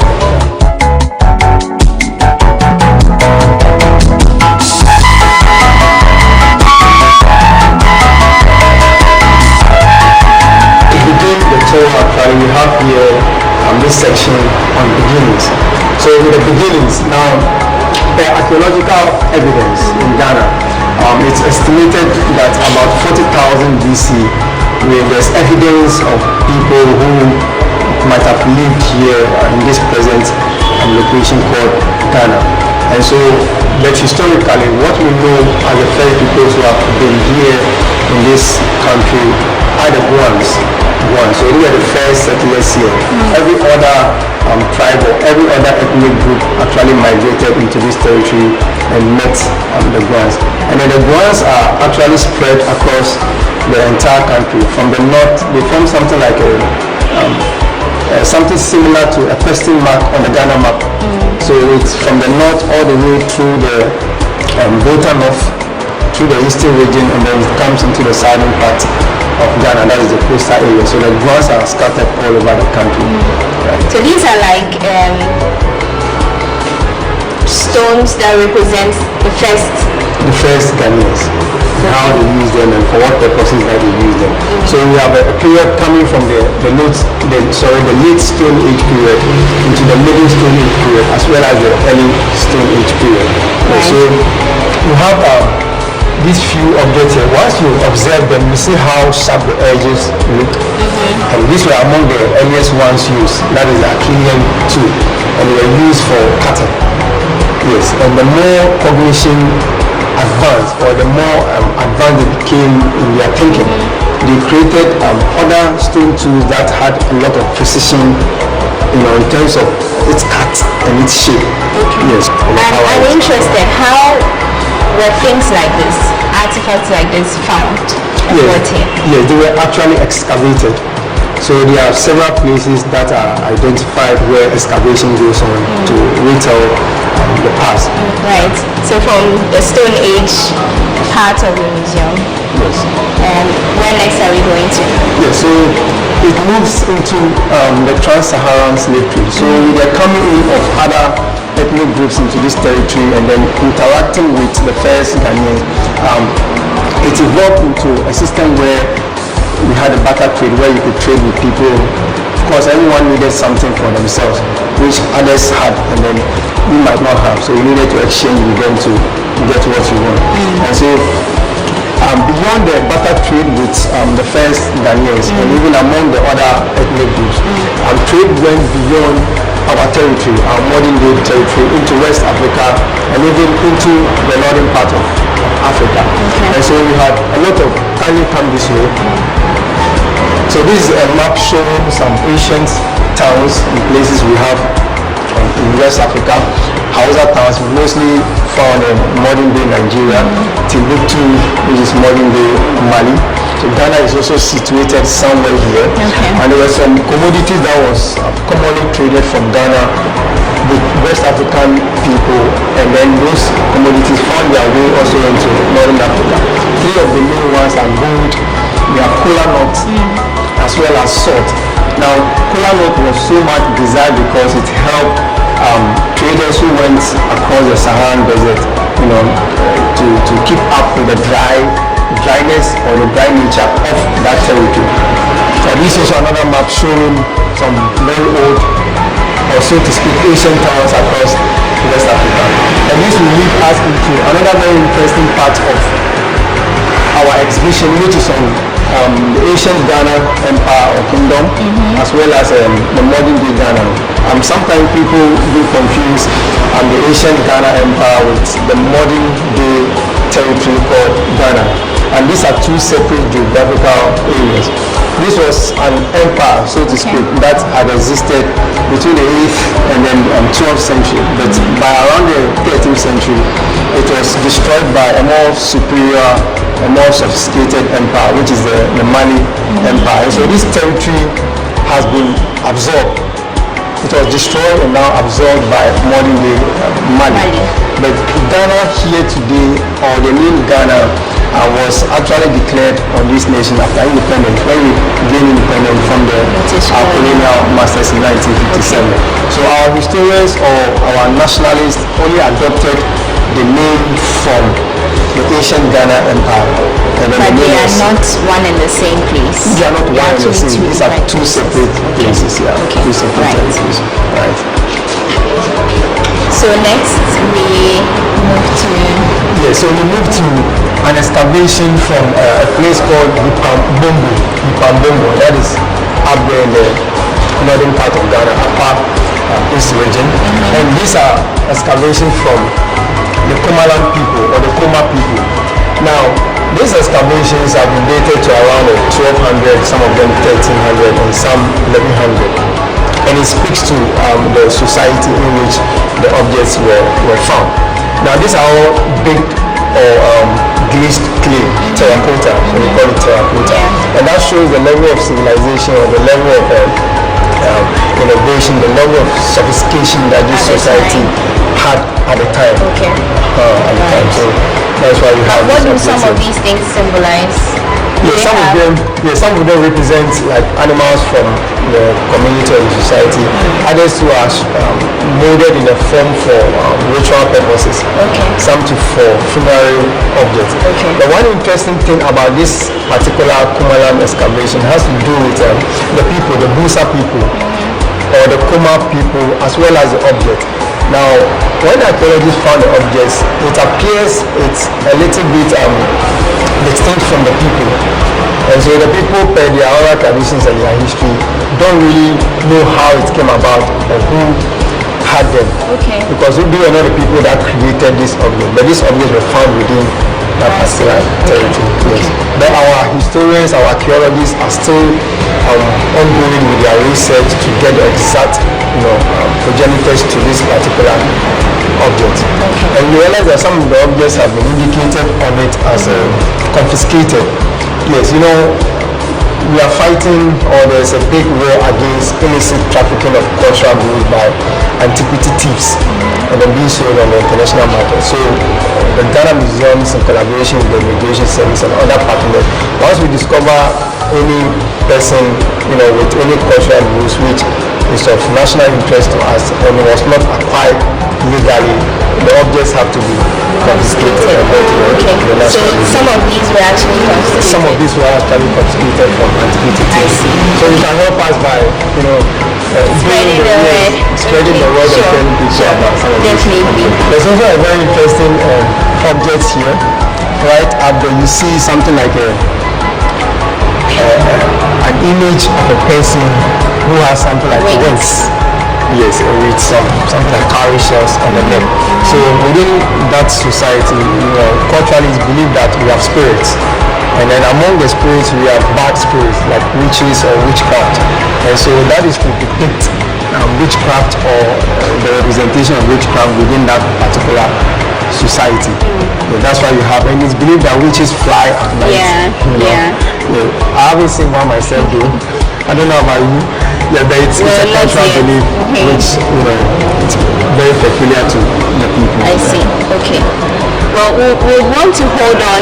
How many more areas or demarcations of the gallery do we have right before we take the break? Yes, we are actually not done with the beginnings. We are still beginnings. We are yet to move to the state formation. Afterwards, we'll go to kingdoms, and then the final section will be on the nation after independence. So you heard from Junior, there's more, there are more areas to explore here in the gallery at the National Museum. We want you to experience the whole thing for yourself. We'll just show you some pictures, more pictures about the beginning category after the break, and then we'll move to the other divisions where he'll tell us more about some of the artifacts and the various things we have here at the museum. But this is still People and Places. We are taking a short break, and Enam will bring us facts about Ghana. We'll be right back.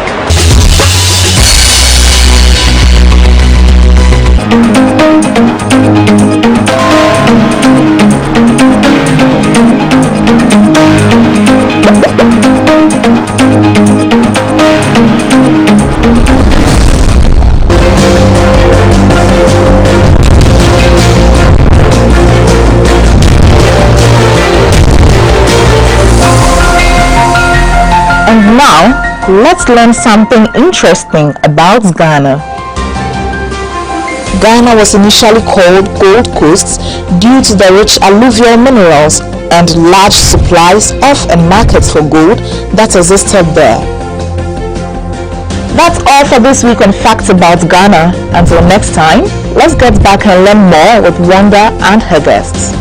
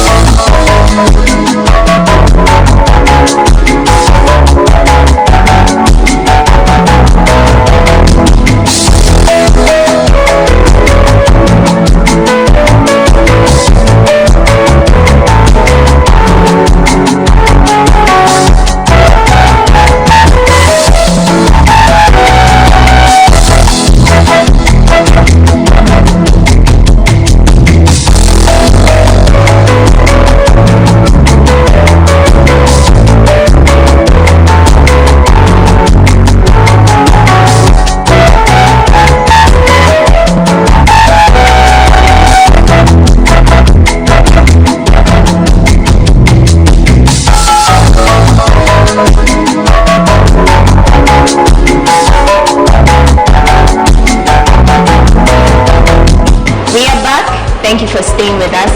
Now, those were a few photos you saw from some of the things we have at the beginning section. Now we are moving to the state formation section, and then we'll move to other sections in the gallery.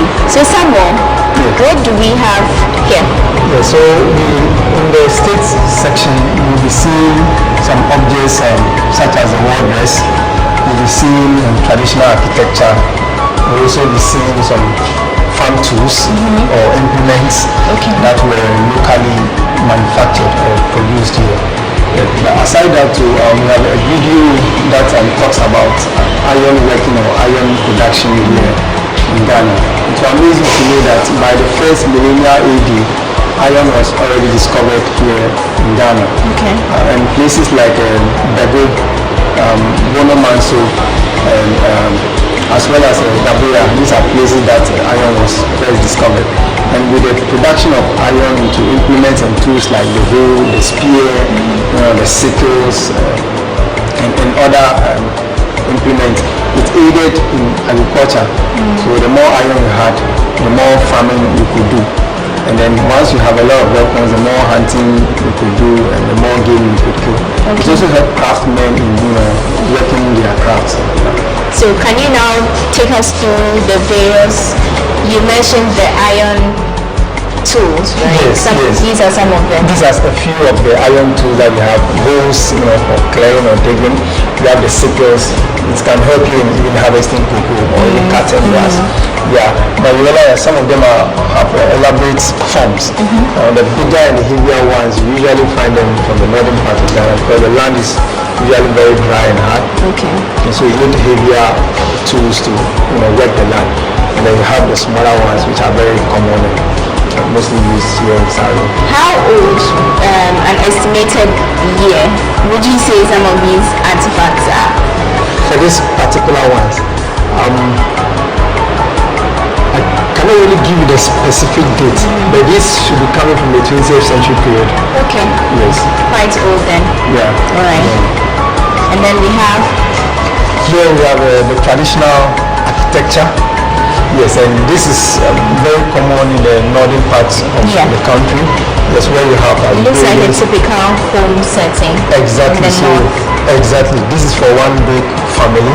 So you have a man, and traditionally the men could marry, have many wives, and then with a lot of children. The more children you have, the more farms you could work in. And that's the farm, I suppose. No, this is animal quarters, a space for animals, and this is the home itself, the living quarter where the family stays together. So the women have their rooms, the head of the family also has his room. Everybody has an activity to do within the house. And usually the women that do the coloring and the painting of the building, and then the men do the setup of the building itself. I now understand when you say almost every region is represented, because we've seen a few items from one or two places. This is the wardress. Yeah, this is the wardress. This is the wardress. Now, in time past when, we are still on state formation by the way, so in time past where people produced iron and then they had iron tools like the spear, the bow and arrow as well as the spear, it led to conquest of other smaller areas. And so warriors that fought, to defend communities had to protect themselves from shots, arrowheads and spears. And so they had a wardress, which is laden with charms. Yeah, so the leather pieces you see on it are laden with charms to protect the warrior, so to speak. So it's believed that it's actually, I've not tried one though. Yes, but it's believed this was very potent, it was very effective, and protected the warriors from being hurt. But you see the difference between the two. Some of them have more of these. More of the leather pieces, but the same function actually. Same function. So the idea is the charms that is laden in the dress, in the costume, is what protects you, and not just the costume itself, and not just the leather. Of course, iron and arrowheads will be pierced with this at any point. And then we have. So before we move to this, over here we have the bows and the arrows you mentioned. And then this brings us into the clan system or the clan, but this specifically is for the fancies. So the fancies, every family here in Ghana belongs to a bigger family, which is the clans.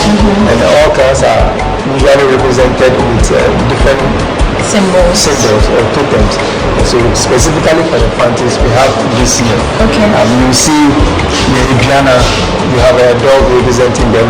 And sometimes it's often said that you are not supposed to eat any animal that represents you or it's your totem, otherwise something evil might happen to you. And aside that too, the totems kind of reflect their character traits or the characteristics of the people. I see. So, like, you know, for the dog, how very loyal a dog is, it shows loyalty. You know, for a parrot, that shows eloquence. You know, the parrot talks a lot. And then they're very persuasive. You have the crow for integrity. You know, the virtue, that is for the leopard. That shows a lot of bravery, a lot of boldness, courage as well. There are several of them representing different. Right. And these flags, what do they represent? Right, so these flags here are for the warriors, the Asafu groups that we have here. And you know, in time past where wars were fought, you needed a warriors organization to protect the chief as well as the community and the people.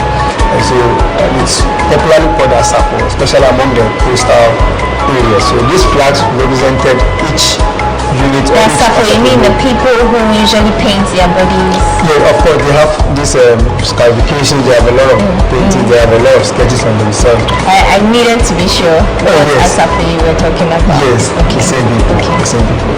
That is so they some fierceness and they hold the flag. You know, before if it's any warfare, they have to do what for.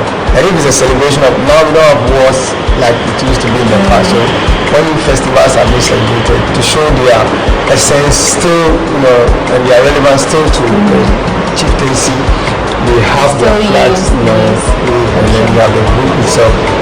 So these two represent the Ashantis? No, these are for Fanti areas.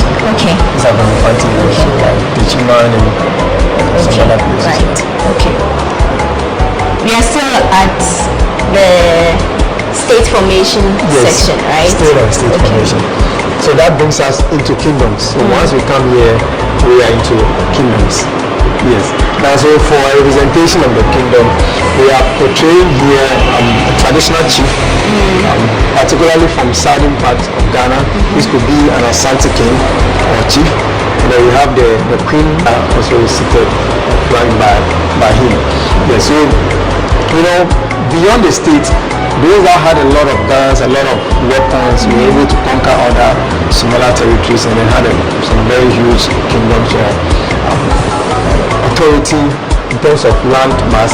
And so this king here is colorfully dressed in his kente fabric. So let's use this for an Asante king who is wearing the Adrenasan. That is the name of the kente cloth he's wearing. Okay. And that symbolizes the end of thinking or the end of knowledge, the end of the mind, neutrally. Yes, so the idea is that the king must Adrenasan. So the idea is that the king must wear the most prized, the most cherished, the most complicated and the most beautiful, elegant fabric at all times compared to other sub-chiefs. Okay. Yes, so that is the idea for the paramount too. Have you always had this structure here? I mean, before the museum was closed down and renovated and reopened. Yes, so we didn't used to have this.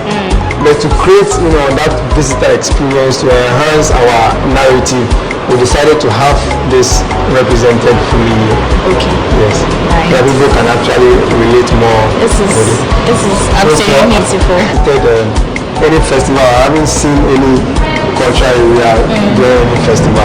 Once you visit the National Gallery, you can have a visual impression about how our chiefs are seated, you know, and our queens as well during any Deba or festival.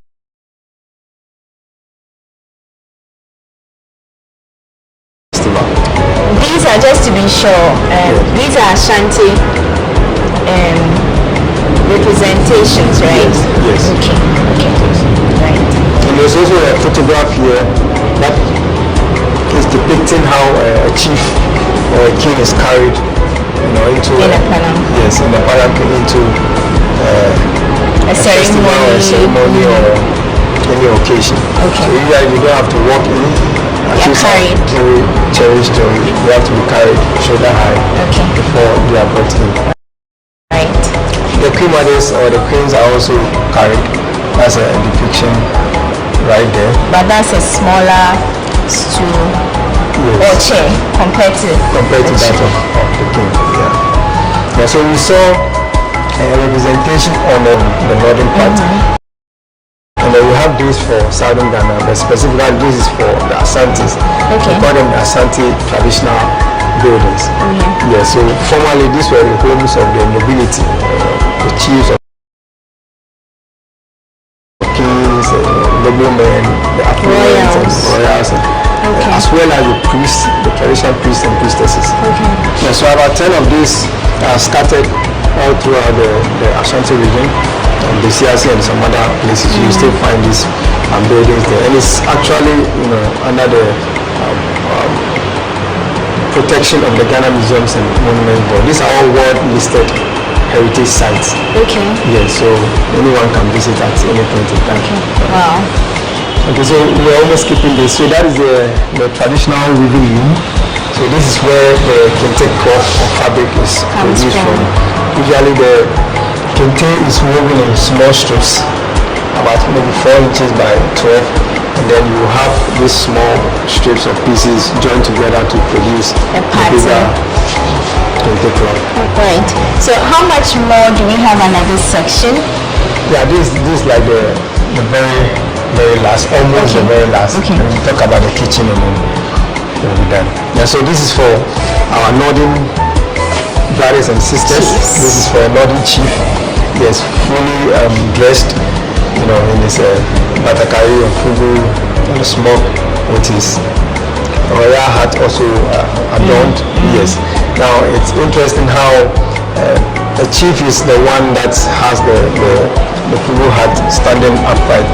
That shows he has the most authority. He's the overlord of the land. But other people too can wear the fugu hat, but you should not be competing. You have to turn it to different places, angles and other places, just to represent other ideas. Aside what the chief has his represented. So when it goes to the back this way, if you go to the back, you see people trading to the back, like to forget about the past. Let's keep our focus mostly on the future. It can go to the side, to the right side or to the left side. That symbolizes peace. I'm actually smiling because we have an episode where we visited a smoke making site, and the guy explained the whole shifting and then the various positions of the smoke and then what they mean. That's interesting. It's actually good to see. We have here the Ipiabados, which the Ashantis usually have the one with the circular hair and the flat body. This is a representation of beauty. The Fantis have the one with the flat head. Other ethnic groups also have DS. Yes. Now, in the past, it was believed that women who could not have children, or those who struggled with barrenness, would usually, visit a shrine, a priest, a priestess. You pour out your heart to them, and then you'll be given a doll to care for like a baby. In the process of doing that, you trust and believe in your gods, and then you are also giving your baby. So that's for fertility. That is for fertility. So this is our fertility doll, popularly called the Ipiabados among the Akan community here. Right. And then once a baby is born, it goes through the naming ceremony. Yes, and this is also very celebrated. Any newborn child is welcome into the world. You are welcome to the family, you are welcome to the community, you are also welcome and presented to our ancestors during the naming ceremony. When a child also matures, especially the ladies, you get to puberty and you are a young adult, you are ready for marriage, there's a special occasion. This depot is for the Adagris, where the lady is trained into womanhood. You are cultured, you are nurtured into all the nitty-gritties about being a female, how to take care of your home, yourself, your family, your husband, and even your business and so many other things. And then after marriage, you have your children, the time comes when you die, and you move into the land of the ancestors, or you move into the other side of life. Yes. And then funerals are performed.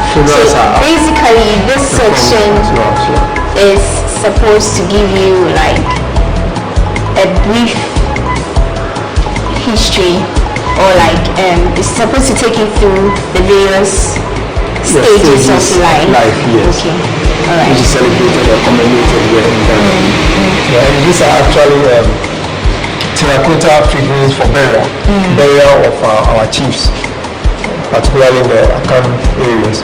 And that is the Ebusia Kunua, which is usually used in containing potions or concoction that is used ritual cleansing of the dead chief or the body of the chief before eventually he's buried. So this will become servant in the grave and in the land of their ancestors. So it accompanies the dead body, and then it's believed that once a king, always a king, or once a chief, always a chief.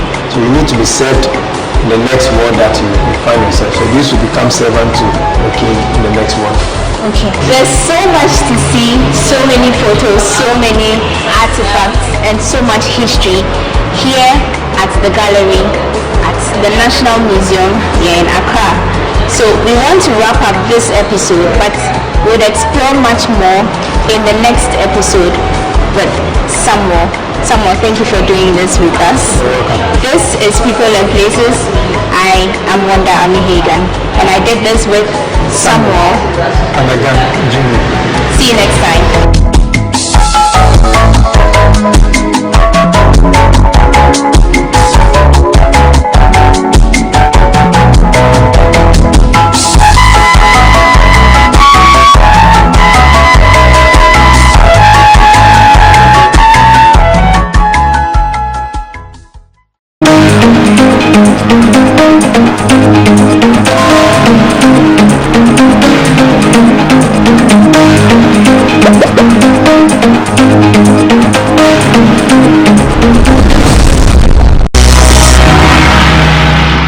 In this edition of BizTech, we learn about the various aspects of hacking, dangers associated with hacking, and how to tackle the menace. Kwesi Kofi, Chief Executive Officer of DataWare, takes his turn on BizTech to teach us more. You don't want to miss out. Hacking essentially is a process by which anyone will gain unauthorized access to your identity online and to be able to access your assets. These bad actors or these hackers can be categorized into three main areas. So we have black hats, and then there's white hats, and then there's gray hat. As at this year, it's estimated that the average cost of a data breach is in the region of $4 million. In giving out your data, you need to find out what your data is going to be used for. Most of the time, you go for conferences and seminars, you have a sign-up sheet, you put your email address, your contact number in there, and there's no indication of what the data is going to be used for. Watch BizTech this and every Friday on GhanaWeb TV. I've ever interviewed Dr. Kwame Nkrumah at the time. Not for writing, but I've had one-to-one with him. Okay. I was dismissed as editor of the Daily Graphic because I said something the government of that day didn't want. So at what point did you decide to live in London? Is that where you lived, London? That was in 1983. Okay. I reported the murder of the judges, 3 judges and a retired army officer. I was called by someone told, be very careful, otherwise we shall even prevent you from sending stories. And I got other hints. One day I was having a pee in a public place in a restaurant. Somebody came there, I don't know who he was. He just looked at me and said, "Come on, are you still in this country?" Those meters, there is no debt on it. They will be removed there and fees prepaid, which means those meters also will pay a debt. Is that something that is? We will not agree for ECG to come and fees prepaid. It's just coming.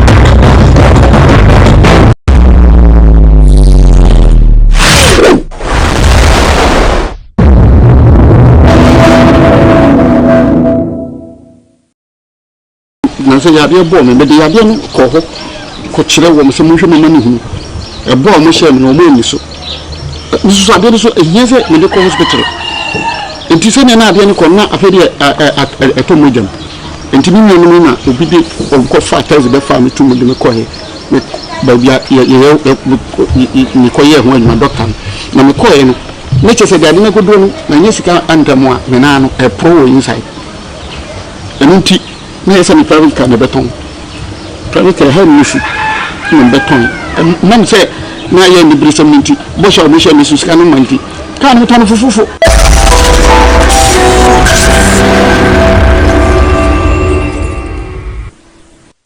Between 2017 and 2020, the Bank of Ghana, in a radical move, conducted what it tagged as a cleanup of the banking sector.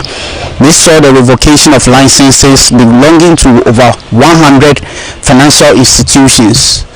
The Bank of Ghana said this was necessitated to safeguard the deposits of customers. In the end, some customers were compensated. However, some customers of the National Trust Holding Company Limited are yet to receive their funds.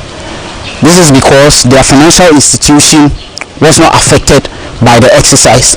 However, their efforts to access their funds has yielded no results for over 2 years. Today we sit with some affected customers to listen to their plight. This is Say Loud on GhanaWeb TV. My name is George Isi.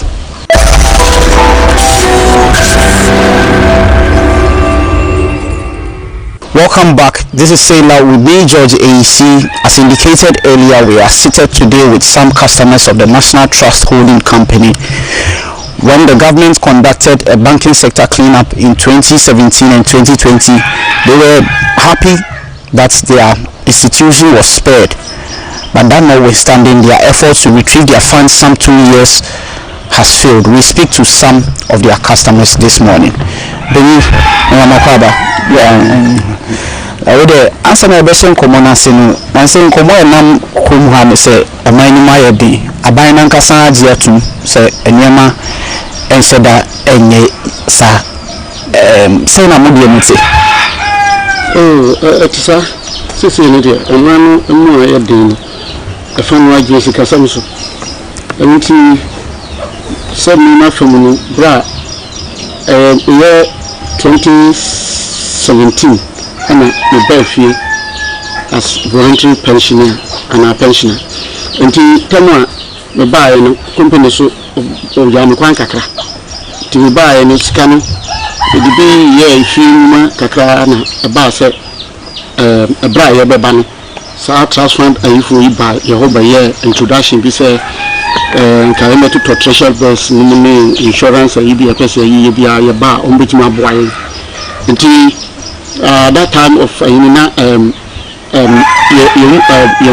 trainer be old training so you be fi sika sam enya basabasa for the gamma the company gamma enti ono so tie nkofo no kasa ne bia enti no cancer investment no hwe nkofo no talk no ne adena se ye pese ye tini ewamu a enya kokodo mu na investment ebe boy na no so bank no and so our team for long and so to me invest here ebe because say it's can work down you do kwa and my you about sa butai so it you know chino some me so me call on office na brand call no the kodam ho di some free travel na no another coffee no interview course wo hon and I say introduction course wo hon na my media ho nti mpesa wo be university nti amuso jemi so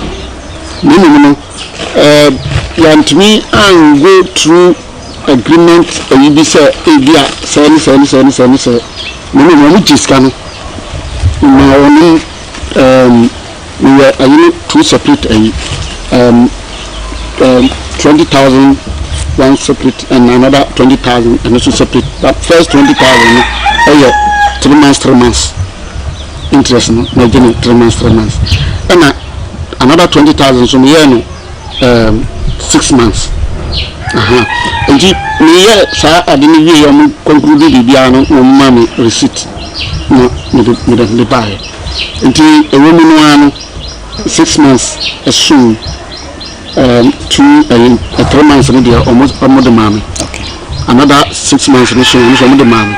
Okay, if you want now, just koya kada okay any bedani but yebeka mpacho eza also medical asetina mo te sense na nyamate wo man sese no asetina me de mu aya bi pa se de ye kan me so me join NTAC 2018 January me to treasure bill me year two different types ni na ye 30,000 nti 2019 ni na said me titi se NMC course no na efa nam one ni na abubo ban any banking clean up exercise no me nti me wa shiko withdraw one part ema omutu ama me nti another part na ekaye no efi hono na interest na eso omutu ano memba se 3 months no so na o konje check ebe delay sana ebe yo kobra sana echile yo modi ama nti onu mo ye sen boso mi sen ansa kobra na start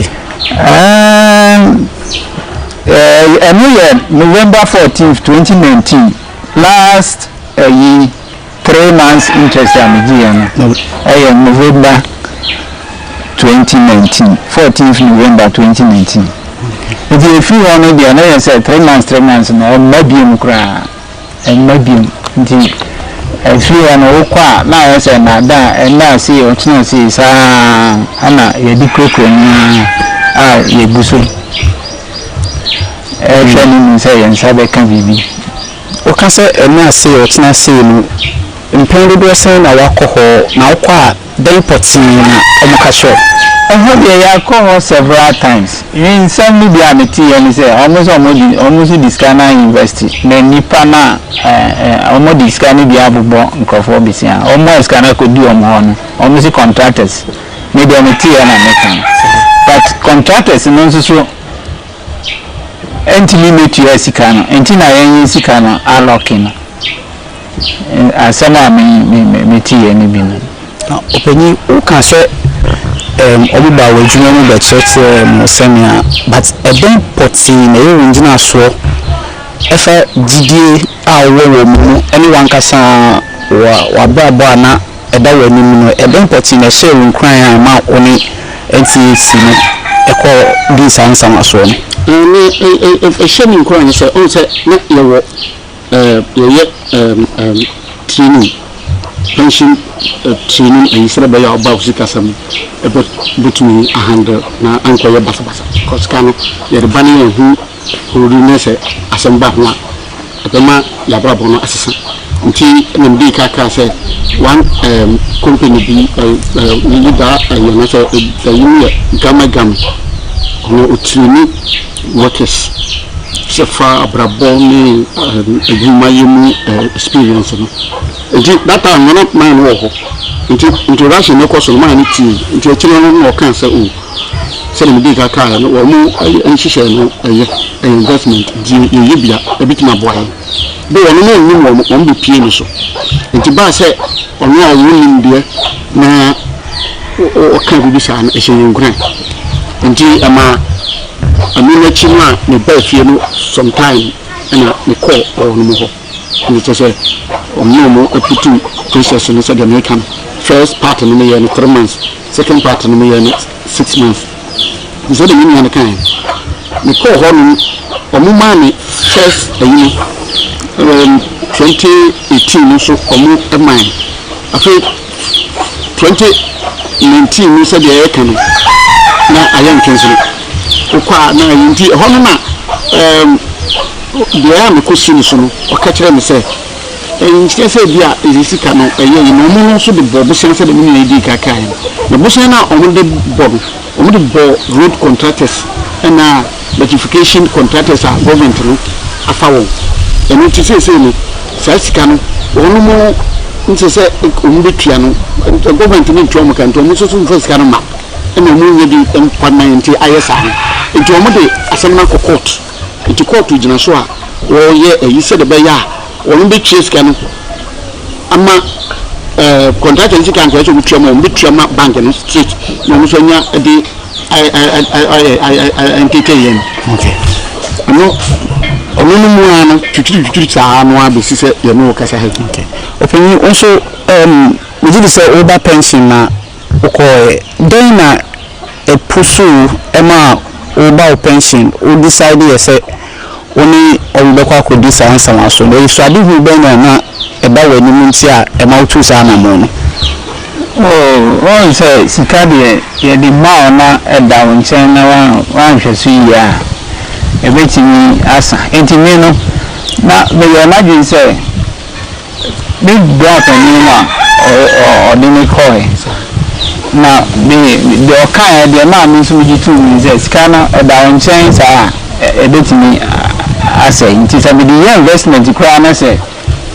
3 months via minya profit na maybe profit no mum ebe to be the necessary sikana e da ho the meeting na ma me e ko dwan ni and secondly NTAC no the word you know no na me hu say a o mo ba ho first na nkofo bi agigi na ayese susu o mo gigi na mo de koto e hon workers ni bi sa na no mo ye no Jantin say me ba fie a me bra so bo mama ne say investment bi o ha e betimi aya every 3 months bi a e benya bi o anything na me join you but so ejuma be na we na o ye ni fie sen na me wa ka bi me ye no 27 years so ye fie o ye ni fie sen ye no 37 years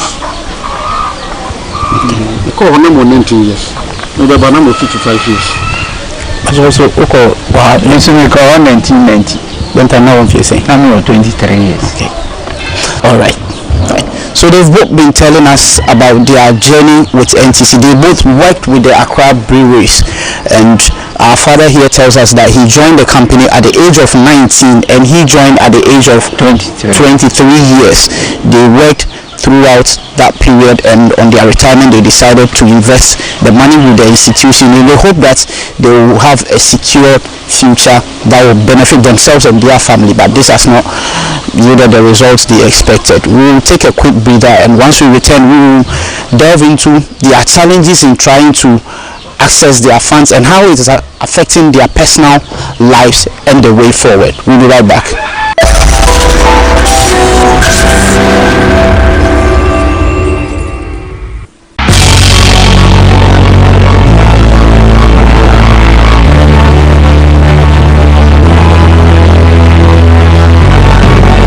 From the dawn of time, people have engaged in several businesses. With the onset of technology and innovation, life has relatively been made easier. By using debit or credit cards, mobile banking. Thank you. And your favorite mobile money? Tech has indeed married business. On BizTech, we spend time with faces behind known and upcoming businesses in the country. Learn more about the new technologies and innovation, as well as find out about the trending issues in the world of business. Join us as we serve you with a variety of compelling interviews, projects, and others right here on GhanaWeb TV.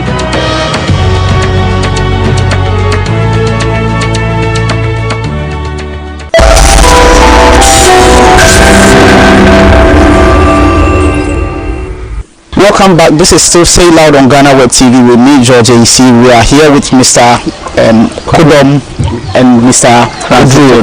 Yes, they've been telling us their journey with NTHC and how for over 2 to 3 years now they've found it very difficult in retrieving their invested funds. Is that after the wako onsanka usika? So na sa development enya wo wankasa wo personal wababo mu.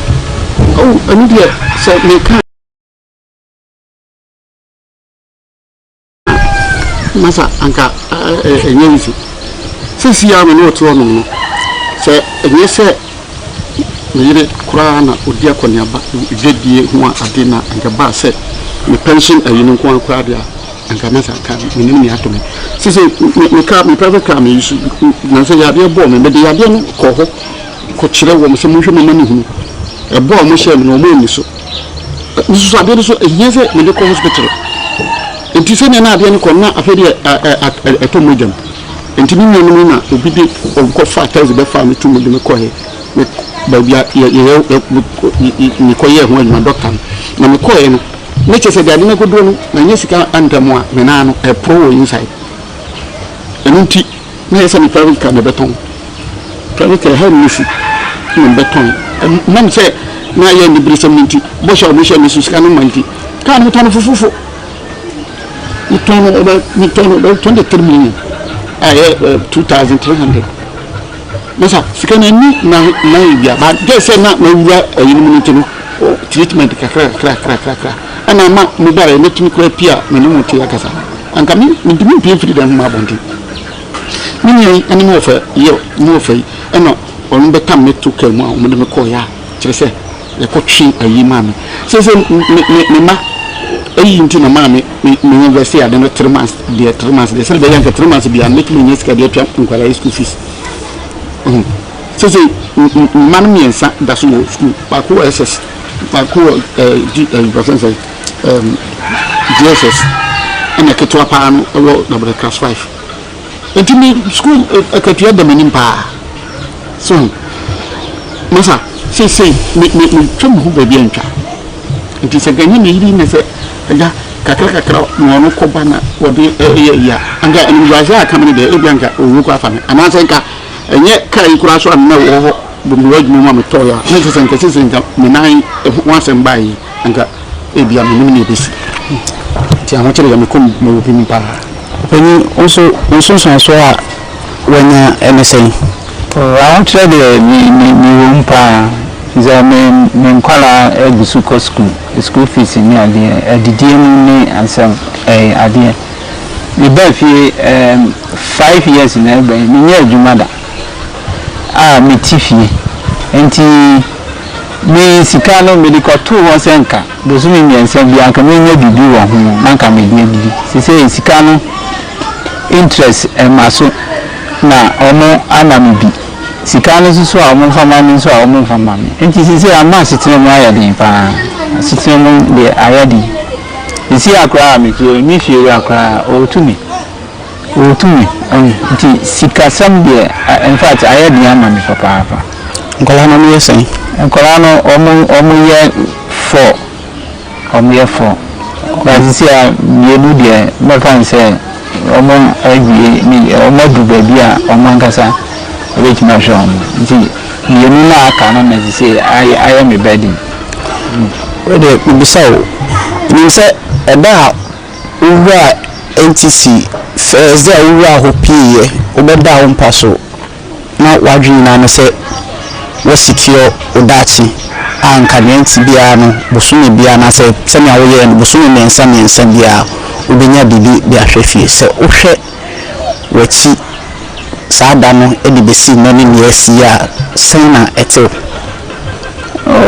in fact I shall see me nanka eye na me yenti na me koyen but I say bi niam ma ya dia ma me papa is can free baby am so me kind 5 years na ebe me nya adwumada ni tifie sikanzi so a me de ko to wa zesenka ho interest ba na me di sikanzi so ma enti asitena mu dia ya bia ma me pa that was beside the same question we are happy yes adam no wadwin say na me wadoma enka na edu anim de we secure bibia but o hwese nyama adani ayeya sena etiwo mu o sese de ebomu wanu ntene ne ma dan ebomu hu pa kire se abesiri wati sami asisi ne wo ma matiasi ni ne mu so ntoto aso ho na sisi yakoba se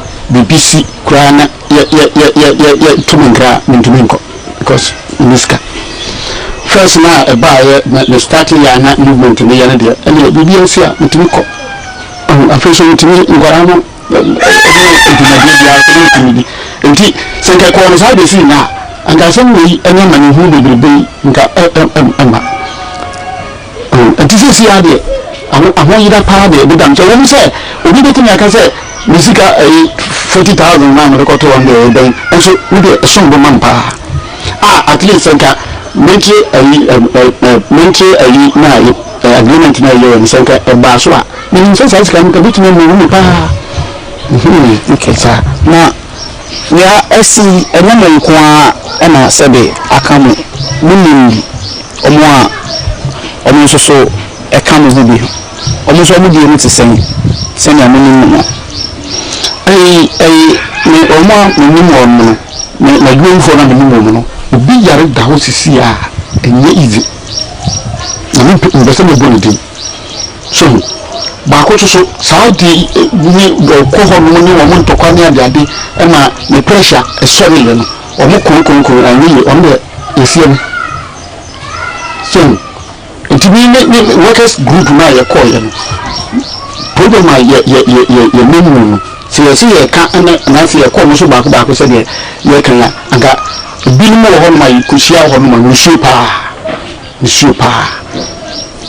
because so me nankopa amwa ana ebi esika nko amede bi ko si dan ewo me ko ma se da tin ko dai ko amanye da bi ada ana me sai sika pudo ni na akoto ho dia anga se se adun nko ekumi goto da o baba no tu bi sa wan kasa mo ho na adwin ni hu kwa na fa so na sika so makasa mo da mo family interest man na from sika mami nka bi anga sa no hu kwa na fa so na mali sika so at that time of me ban more but me problem and then 440,000 at that time ko over the crown the toya nke dia barista matika nka ebo mi nso hemeye so really need the can one oh the mechanic say nebra ni kan nipa no de ye dosu pa ye dosu ye call office wa ye nipa bebe ebi kura ya doctors ebi ya lawyers ni police for any other day you see the people be almost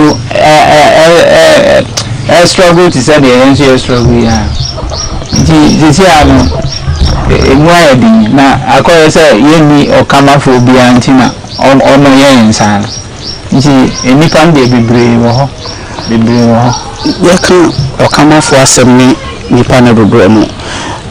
How far are you willing to go to ensure say wawa dia odia kwakuja obinu onsa beka anamombe na sisi amonhwe nim se mubetu ama monsa aka musika sisi ya de anamoni de eno ane senke yesori ay ko dan yeka na so eka dan wo kwa na dan semma omuka no ama sisi de yenini da so eniti se bese mo bisa ya numu asemi ne senka ebeto aban na su ninka aban no ama nkofo a mo hwe ankoranko yiye dim hu se asema ye kan dadwe a wo hono badwe ninka ono mo ahwe nkofo na kasa na ye di amiasa no mo de sika man agaba mo man nim kura so asa aye ha gozo si amitoi senye senyi ni menyi na me sori na menyi nam saa no bi hia no obeka tem se mpa adwuma enso so nyamia hwese sika ida wi anya adwuma mfamfa so bi amra me mfama de mam so mfama me na we de owu asem entisa aban no betie na oma won mu a omo ankonkro yie die no omo di ho dwuma no akọ nkrofo no ho no makoka na se won no no pepe buse bi kura de twetwe ka na ye mogo fu kura yeso yetimi de nyan de be yo mponji ne de be yo ye nanke ye hu anwa anka mfin se ere na oman no ana ye ya bra bomu no so aka adwedwe kakra so do so said ye kan isi ya ni mukase se empani 40 ye bese o so mu mamodia na o muntu ana mo boy if say ko hono kwa titi say NTAC no kwa Bank of Ghana hu ya ti say sinitin so hu enti up to now no ye hu anamon bia omuntu even though artisam ne titi enti say ye no krese Bank of Ghana ne siniti for ehu wo mu dia ene endimoni ha ya ye sre o mu a kwan bia o mefa so a ọmọdé yẹn sika bẹ man ọmọ nfa so na say ye bre eja ye de sia no na ansa na me bisa wonu asem no twa to no on say before we nyina be si no aban ye clean up e make sure say omo nan engineer baby pa no onyi mu fi ho e ma omo customers ne kwampo no aban chia otua omo ka time a woti ye say wo de baby a osika da no anka omo no jidie be na ba omu odo toto ne asi hu a jidie be na ba omu na afi de wasem atwa to no na abra abane kan sa no ehwemi obumu ama no sa ko ho na mo kan se sisi ne ekosu mo so se ti se o so wo mo de o mo yino o mo me abane wi na wo mo ewo lansisa o mo de adwuma ni sika nge enwira kwa bia so yensa beka ena eno so makoma to ne yem kakra adba yensa beka no achi a me ko ho di akwadua pa me yari ye America ho asema o mo da da wi nyina achi ni nti ni ni se abano nye hwehwemu na obi mama let say obi ko ye hwehwemu o bank of Ghana ho ama me say nti mo ni din say won me yin en she bank of Ghana say ani ti yen che kura na ani me no kase ani ti say na no ma bi ni asa ye he kire say ani ne che say ma wi because fa ho se de nti kan mi de wo bia no eso me bo pa nti se no se yam pa se o mpanifo be boy e dia na se mpanifo sipi so be boy e dia o mo nyi hwehwe mo se ngofo na ye registered for Bank of Ghana na Mr. Joe asemi si ye no motu ho anamo mpempen so be na mo de mo ase mo kodu a sila mo nti ho hwe ye de meka ni se enu de office wa na de bia yeko office wa na yeko nti yeko a de bia old store na muka mun train bibi o pipeline sa de bia sa se penimu bi se ye hu penimu pa se last time bi ne call ya maybe you pray na ye tam no to come ye call managing director na office anu ye call ye and they gidi say see a mo fa from mo be shi a so be man sika no bi anu ko anan ni na mo ka say on be man me bra 10,000 na ka me so mama me 5,000 and so no ko ano later 5,000 on the man me bra na me so mama me 3,000 say ye China sika ni wonti na chire o mo guso nti e chire on be sa man balance na kan that was SARS kaya American kwa mo my 20th June 2022 ya no mo de my nti ne kwakra no ma de so bi mo pa ba mo de to omo mo da ko na jumai ko na no ene aban ene regulators no nti ahụ de meka ni se best aban ni se omo na ye sika sam no onhwe na onye mu bibi man ani NTAC for na kazanzu de mu ye bia so de ne so mu ye bia mu so nyiro mu na nye na fe ni sika no omo ma ye sanka because sika no down to say no more stop investment no we say sika no enyi se more stop no so na esesa mo di sika ma na se mo fa ma yan dia na se sika ya da ho over 2 years enyi biem enti en sika no de kwa bia so no mo fa no omo di sika ma enti e be se aban no se on twa na ni hwe na nka omo aye na yen sanka sika. So it has been another episode of Say Loud on GhanaWeb TV with me, George AC. My guests today were Mr. Francis Odro and Mr. Kojo Kudom. And they are two pensioners who invested with the National Trust Holding Company Limited in the hopes that their interest and their principal will help them in their time of need and in this time of their retirement. Unfortunately, that has not succeeded, as for the past 2 years they've been struggling to access their funds. They've been sharing their plight with me and telling me how life has been very difficult for them over the years, and they have appealed to the managers of the institution as well as the government and regulators of the fund management area to look into the matter and ensure that their funds are paid them. This has been another episode of Say Loud on GhanaWeb TV with me, George AC, once again, and until we meet for our next episode, it's bye.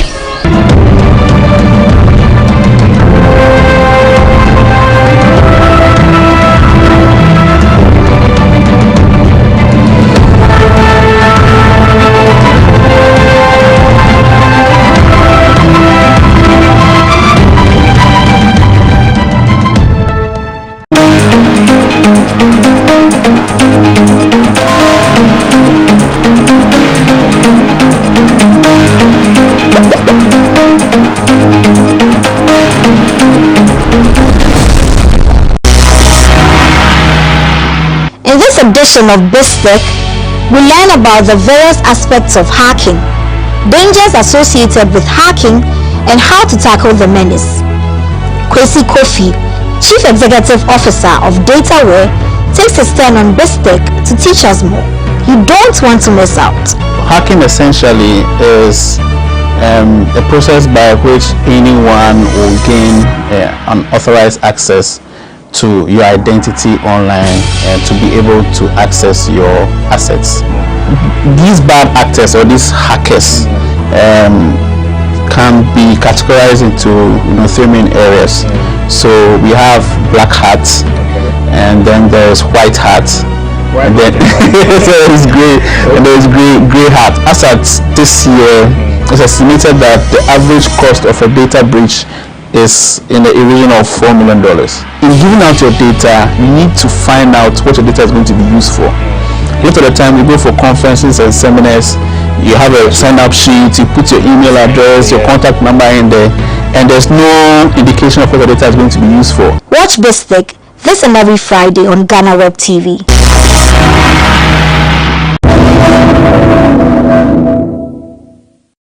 Be no division among you, but that you be perfectly joined together in the same mind and in the same judgment. Paul was a scholar. Paul was a very articulate in the things of God. He established the church in Corinth. He was a powerful man of God. But at a period, it came to mind that there was contention, conflict, and all kinds of things grumbling and murmuring in the church. Therefore, Paul decided to write to them, causing them to understand where they are. The key word of just 3 verses that the vice president read, the key word is that. What is a key word? A key word is a word that repeats itself in a passage. When you leave it out, it makes the passage devoid in meaning. There are key words in our lives, in our institution, in our party. What is the key word? If we don't know, we will run the whole thing. But Paul said, hey, I plead is a different word in Greek, paraklos or parakalos, which is, I want to come beside you.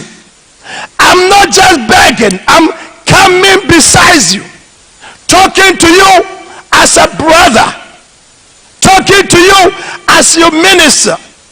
Paul was speaking for the peace of the land of Corinth, so that the church will be strong. So he was not saying, I'm begging you, I'm beside you, talking to you, my people.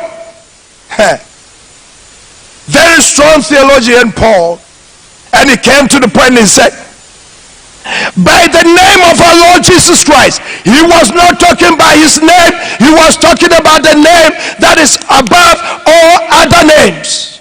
The name of the Lord Jesus Christ. That you all speak the same thing. If there's no unity in the party, Ghana can never be united. Unity starts from the home. The family, when the family is not united, the community will never be united. When the community is not united, the nation will never be united. And chaos will be the name of that sort. So Paul said, speak the same language. What language do you have? Is it a selfish language or language that will develop the nation Ghana? If our focus is for ourselves, only I, me, myself, at the end of the day, we will fail and the nation will fail. Selfish interest is too high.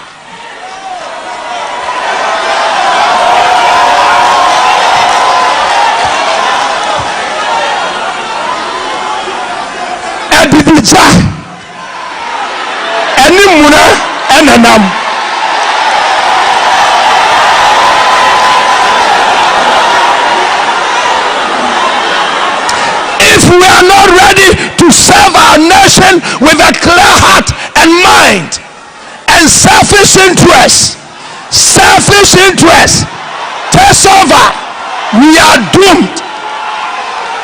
We are doomed.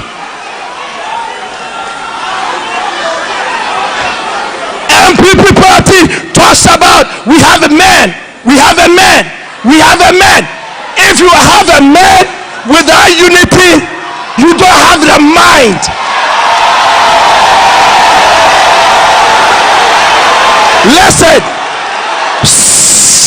Listen, because if the men are there and they are not united, they will not give you their brains. The party will suffer and the nation will suffer. The brainy people who can help the nation are in the party, and when they are not united, they will sit down and watch. They want someone to fail for them to take the baton, but you don't want to. Let me tell you, if the group fail, if the nation fail, you have failed.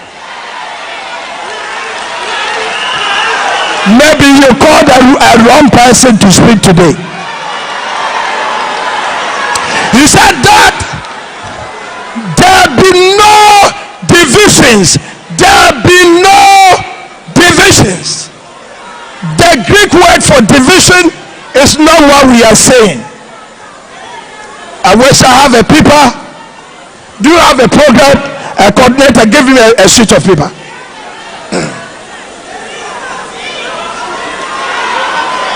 Are you with me?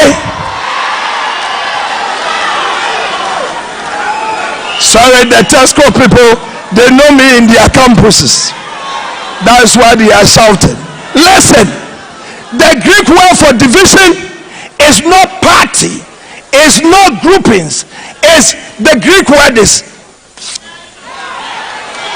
you tear apart. Paul was talking about tearing apart. Why is it that the party which is in power is not united?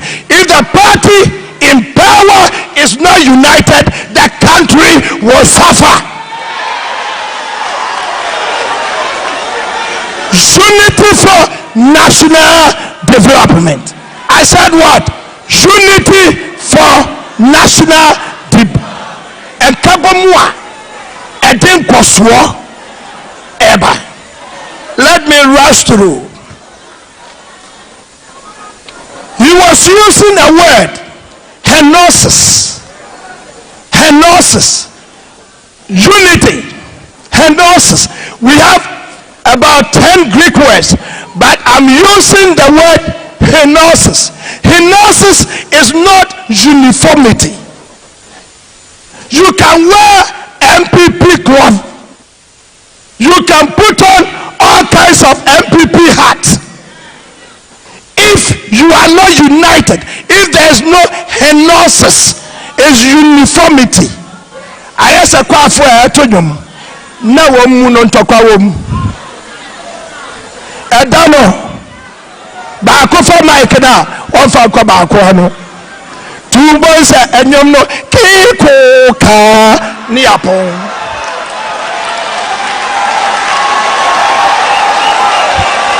We have one Ghana. We have one Ghana. We have one Ghana.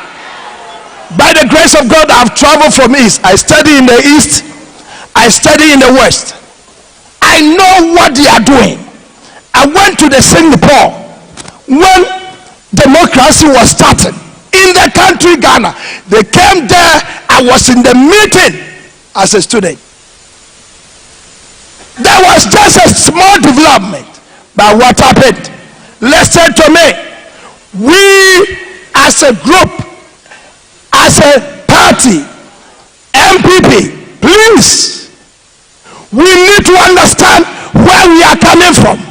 Where you are coming from is not for your selfish gain, it's for the nation Ghana.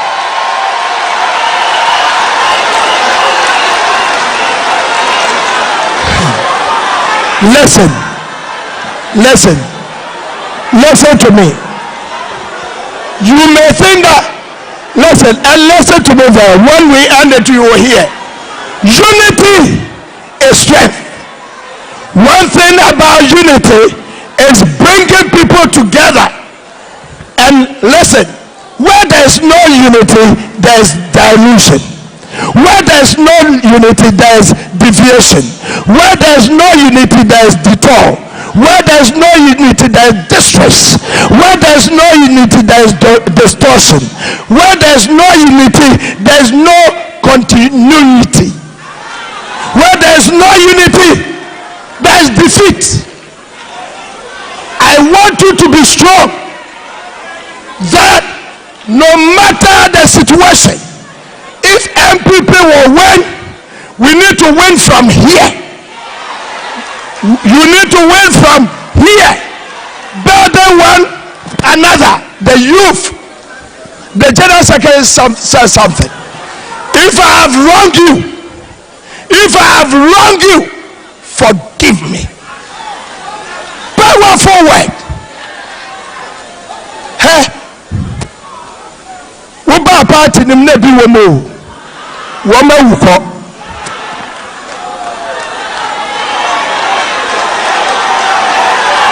Ana empayifo pa bia ye de ebe ewuko. Amerado bia ye de ebe ewuko. So what are you trying to do? What I'm trying to say is come together. Whether you lost the election is not the end of the earth. Enjoy with those on the seat. Give your ideas, not for yourself, but for the betterment of the nation Ghana. Let me just rush into one or two things. First Corinthians chapter number 1 verse 11 to 13. He said, for it has been declared to me concerning you, my brethren, that by let's jump it, contention among you. Now I say this, that each of you says, I'm Paul, and some says I'm Apollos, and some say I'm Cephas, some say I'm Christ. The moment there's a lot of fashions, there's a division. There must be a goal. and there must be a contention. Contention will come. Friction is part of life. We are there metia now so kakra. Bauka we are no makasa sorry. Nanya enye no an. Would you tia we now so kakra. Confusion will create no. Annual day. 30th anniversary is the beginning of life. In the Aaronic time, when they were 30, they started the journey. During Jesus' time, Jesus was 30, he started the race. Joseph started the race at 30. And David started the race at 30. So 30 is a specific and we call it spiritual number for beginning, for loyalty, for dedication, for strength, and for victory. Oh, you are not hearing me. I say it's for what? Victory. And always before 30 and 30 there's a battle. Before 30 and within 30 there's a battle. But immediately after 30 Jesus came out. And people saw Jesus as a special person altogether. He started moving and people were following. But before 30 and 30, there was a struggling. Yes, the world is in chaos. There's a difficult times in the world. But I have a good news for you. I have a good news for you. I have a good news for you. The wind will come and blow this hardship off in the name of Jesus. If the righteous will stand and begin to pray, hey, there will be a change. There will be a change. Our president started for a long time chanting.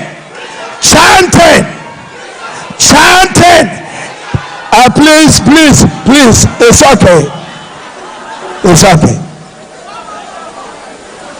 The battle is of the Lord. We shouldn't leave that word. We need to find a time. At this time of celebration, spend a prayer time and for us to pray for our nation, Ghana.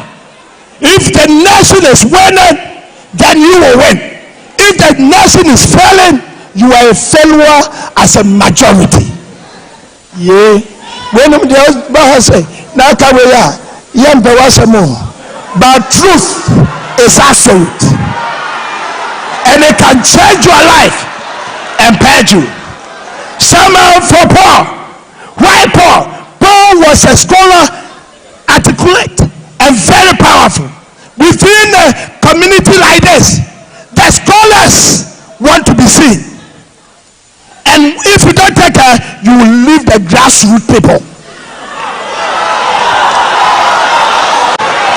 I am Apollos. Some say, I am Apollos.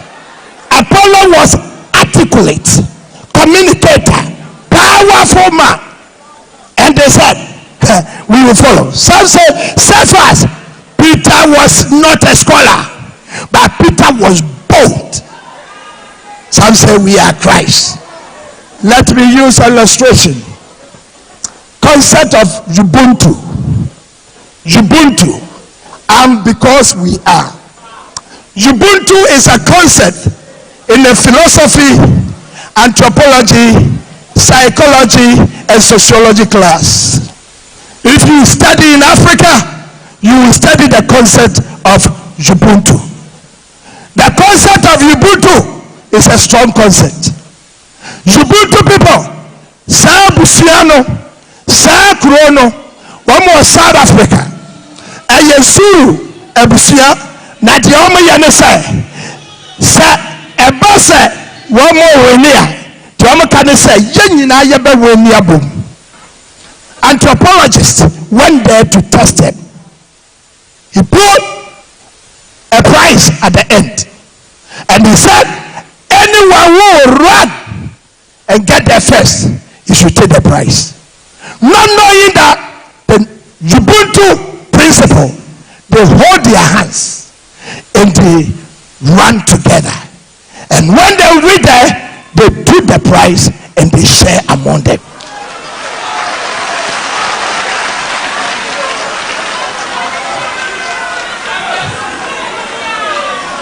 Concept of Ubuntu is a powerful concept. He said, I am because we are. Shout, I am because we are. Shout, I am because we are. Individualism is not part of Ubuntu. Individualism is not part of Ubuntu. The same principle is what Archbishop Desmond Tutu used to address the appetite of South Africa. If there's any appetite in the system, use Ubuntu and change the appetite for it to be a good one. Shout hallelujah, somebody.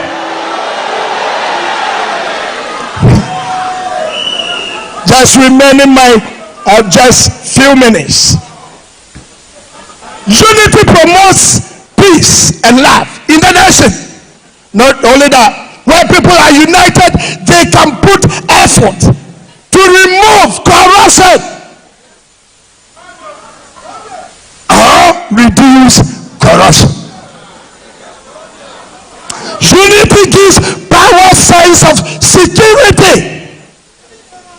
When the new elected executive will be united, there will be a security for the party and for the nation. Unity promotes cooperation and opens opportunity.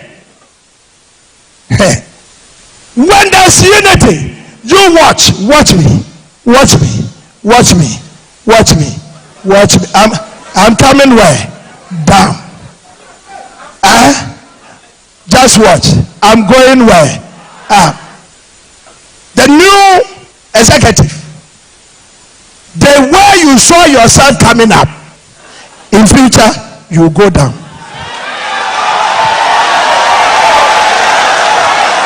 So the way that you will handle those who are down will be a seed and a seedling and a plant and a fruit for you in future. Handle them well.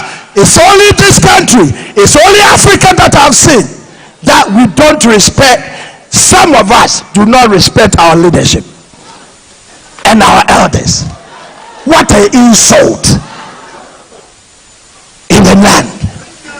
What an insult in the environment. And it started from the home. Unity provides an equal opportunity for all citizens. Let me give you 5 people that you will meet. Those in charge today. 5. 1. Note it. 5 people you should handle very well. First one is called VRP. Very resourceful people. When we talk about very resourceful people, we are talking about the educated and non-educated. Those people will fire your passion. Chairman, they will fire your passion.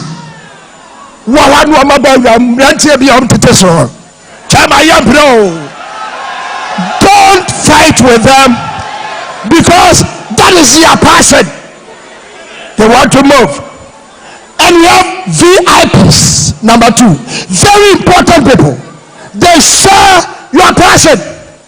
They will share your passion because of unity. They are very important. And such a way in your poem. But the pacho and your pet. One more yam paying for. We are dying. One year paying for. Nothing. Equality is a myth. Sociology says equality is a myth. yɛyɛpɛ no yɛnyɛ pɛ saa yɛbaayɛ no hwɛ president Akunya sɛ nti yɛyɛpɛ a ɛka wo so tena bi so yɛnyɛ pɛ. If you come to the knowledge of that, you will prepare yourself wherever you are. You will brighten the corner where you are. Watch out the third person. VTP. Very teachable people. There are some people who are cool. USM. They are cool. When they come cool, but they are dangerous. They catch your person. They will what? Catch your person and sit down cool. The medical students who are harsh. When we were in school, I was in medical side, and when they come to classroom cool, but I tell you, they are too powerful.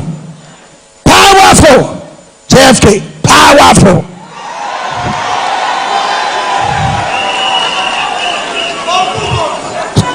Handle that person well. He will catch your vision because he is teachable and run with it. Number 4, VMP. Very nice people. They concur. They are very nice. And sometimes they are sycophants. They are not going to be muko meeting na ubanso ohunu so okasa say I'm seconded. That person, what that person, and let that person motivate you. Somewhere you are there, now the all can the last one is VDP. Very draining people. They will drain you.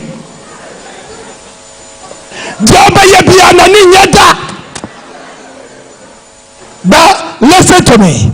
They will drain you. Hold up in this 30th anniversary. Make sure you hold those people with wisdom. And you put one business a day.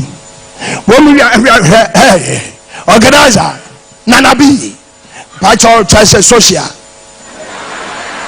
Oma Jennifer, because why Nana, what was to see a child? Let me end with this. We need to know that unity is powerful. In Genesis chapter 11 they said, we will build a tower. And they were building it. It took God to change their mind. Hey, it took God. Let me tell you, friends, if there is no emotional intelligent scholar among us, let's go and seek for emotional intelligent scholar. Are you hearing what I'm talking about? Emotional intelligence is one area of leadership that some of us have studied to the highest. Emotional intelligence is ability to manage both your own emotions and understand the emotions of people around you. Emotional intelligence. Take home one lesson throughout. I'm giving you 3 take-homes. God loves unity and hates division. Number 2, Satan understands power of unity and is always working to bring division. Note it. He's always there. Take home. Number 3, unity never occurs by accident. It is the result of hard work and dedication. Friends, I said to you now, they gave me 30 minutes. I have covered 27. I'll give you 3 for you to take home. If you rely on God, you will make it. If you fail God, you will not make it. But trusting God and putting things together, putting brains together, I believe your life will never be the same. A good surgeon bone surgeon is the one who can assemble all the bones on the table before he touches the patient and put the bones together and bring the patient's bone back. Therefore, please, let's join hands. Let's work together. Not for anything, but for the development of the nation. My goal is one for the nation. And if you will do it, God will bless you. Bow down your heads and let's pray.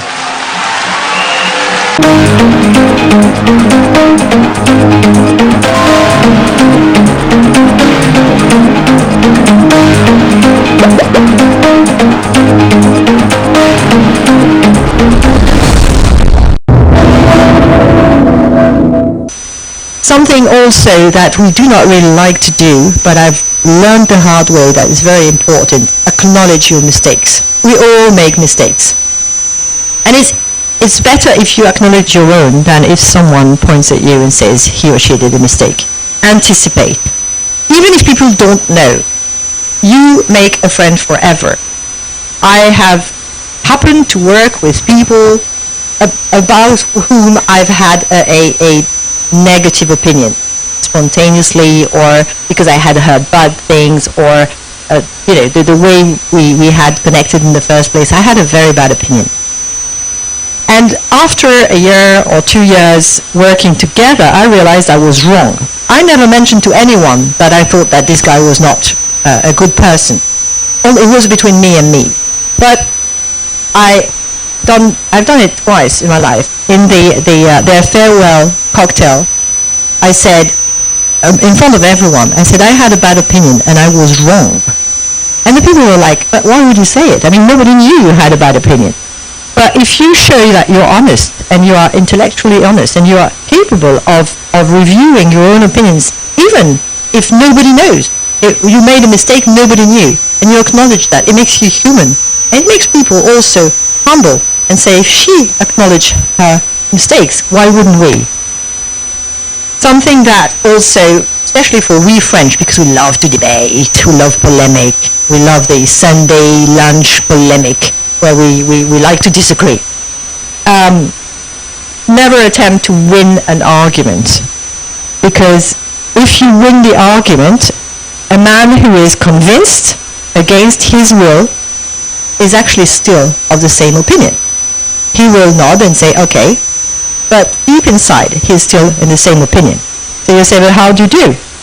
Actually, when you have to debate, you have to, there's the next rule, begin on common grounds. Let's see what we can agree on. And then, whatever the conclusion that the person will go, especially if it's a bit different from if he has shifted, let him think that it's his own conclusion. Don't add up, say, see, I was right. Because he will hate you for that. So, even, it's about saving faces. It's about letting people save faces.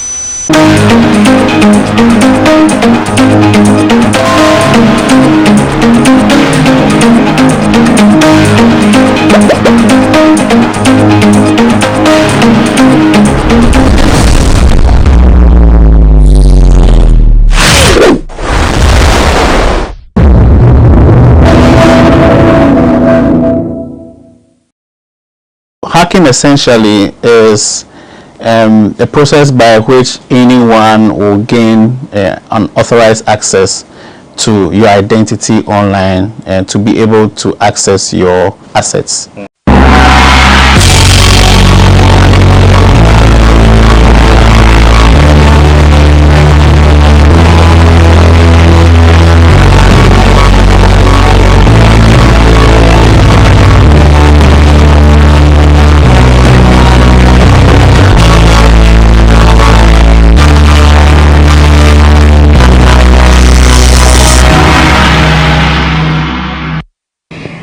And thanks for joining us on today's edition of BizTech on GhanaWeb TV. I am Ernestina Sewa Asante. If you use a computer or a mobile device, then you are prone to internet predators, or what we call the hackers. These hackers use unauthorized means to access information on our devices. But the question is, how do we prevent these hackers from having access to our information? My colleague Maoli Aholumega sits with a data protection expert as he educates us on how to protect our data on the internet.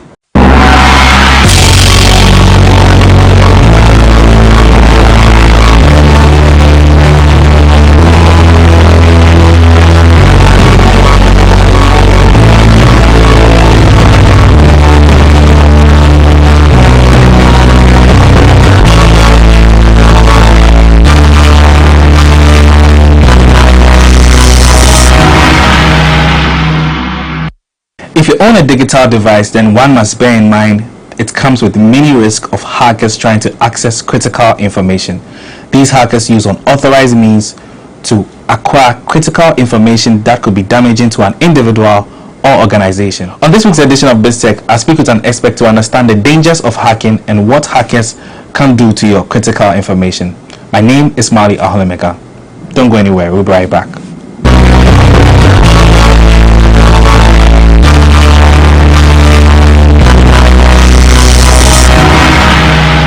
Welcome back from that break. On this week's edition of BizTech, my guest is Kwesi Kofi from DataWare, and we're going to be talking about the dangers of hacking and how to tackle the issue. Kofi, welcome to BizTech. How are you? Thank you. I'm good. How are you? Good to see you. Thank you. I'm happy to be here. Great. Yeah, so for those who don't really know what hacking is, can you briefly explain what exactly internet hacking is? Okay. So for any person, you would traditionally have a presence online. So it could be a social media presence, it could be accessing your bank details or your bank account over the internet. So a lot of people exist online, right? Even though there's a large segment of the organization, of society that's outside of the internet. So hacking essentially is a process by which anyone will gain unauthorized access to your identity online and to be able to access your assets. So assets is one of identity is one of your assets. It could be a bank account, it could be an email, account. For businesses, it could be their digital environment, so their servers, office computers, or their documents as well. So any undue or unauthorized access to any of these assets can be termed as hacking.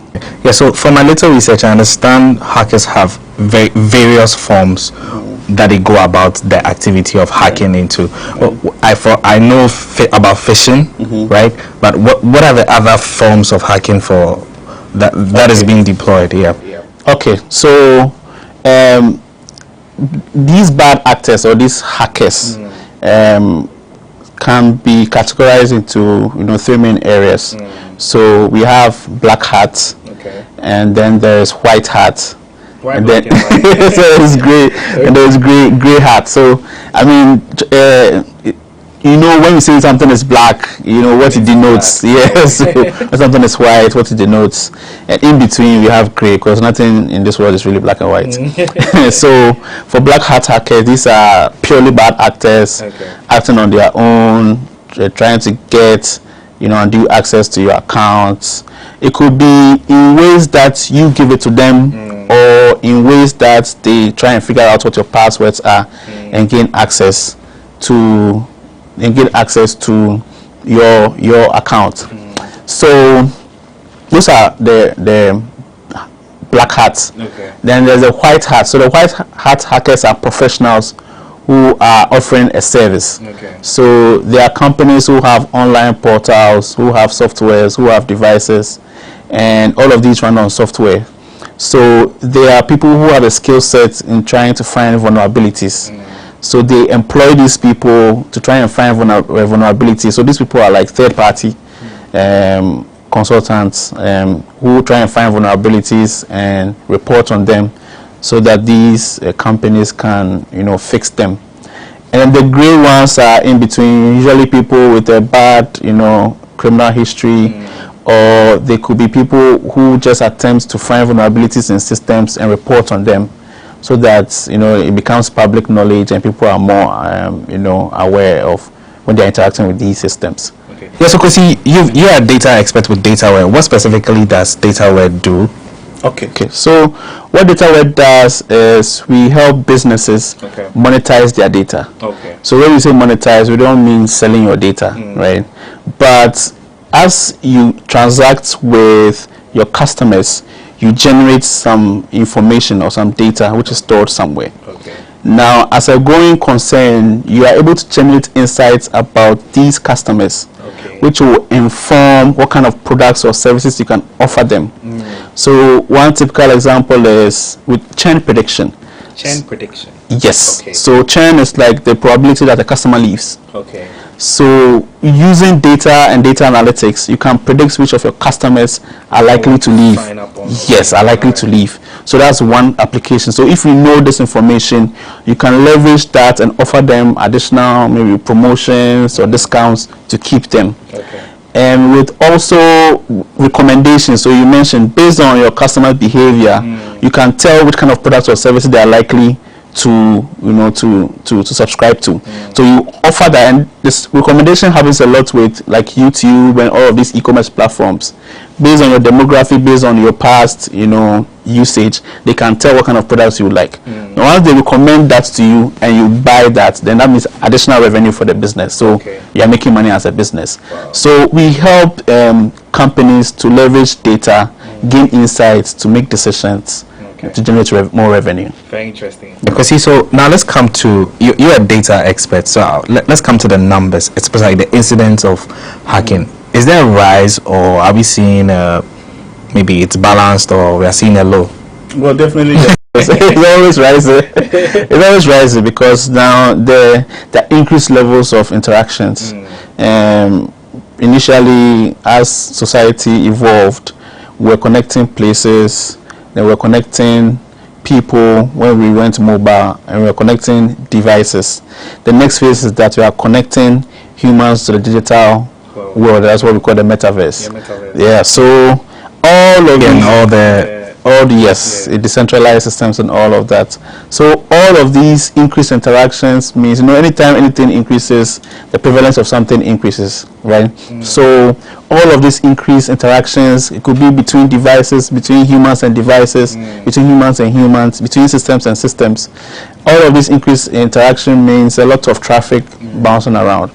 So depending on the skill set of the organization in terms of developing those systems, vulnerabilities may arise, and people attempt to find these vulnerabilities and take undue advantage. So as at this year, it's estimated that the average cost of a data breach is in the region of $4 million. Wow. That's a lot of money. Yeah, that's annually, or just a year per data breach. Okay. So on average, when you take all organizations in the world, and this was reported by IBM, that is a lot of money. That's a lot. So what went into the computation of this average is the cost, of the data breach. Like, for example, if somebody hacks through a ransomware, so ransomware is essentially like they hack into your system, they encrypt your data, and they say, pay me this amount, and let me give you the access to it, back to it.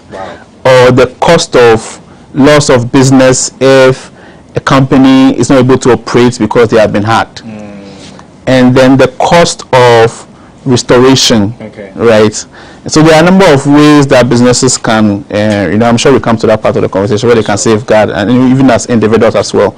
So that's what the number look like. Interesting revelation that you made about. I'll take a quick break and then we'll be right back. I've been speaking with Kwesi Kofi from DataWare, and we've been talking about hacking and the dangers of hacking and how to tackle the issue. Don't go anywhere, we'll be right back.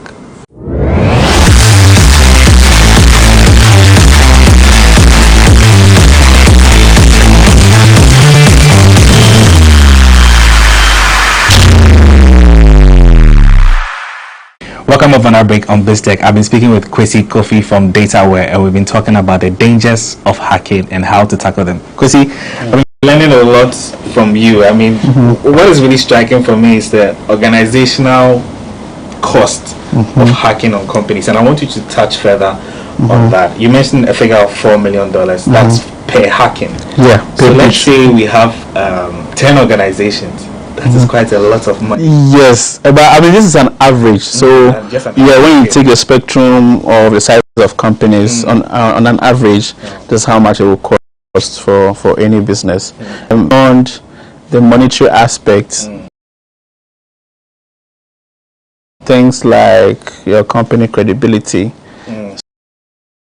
So if, let's say, somebody you operate an e-commerce platform, let me not mention e-commerce platform there, but let's say something.com, and you sell stuff, and somebody comes and they put in their credit card information or their card details, and that card details is used to transact somewhere. I mean, the loss in confidence alone, you can't quantify that, because you don't know what will be out there saying about your brand or things like that. So in terms of organization, from the perspective of organizations, the cost sometimes goes beyond the monetary aspect.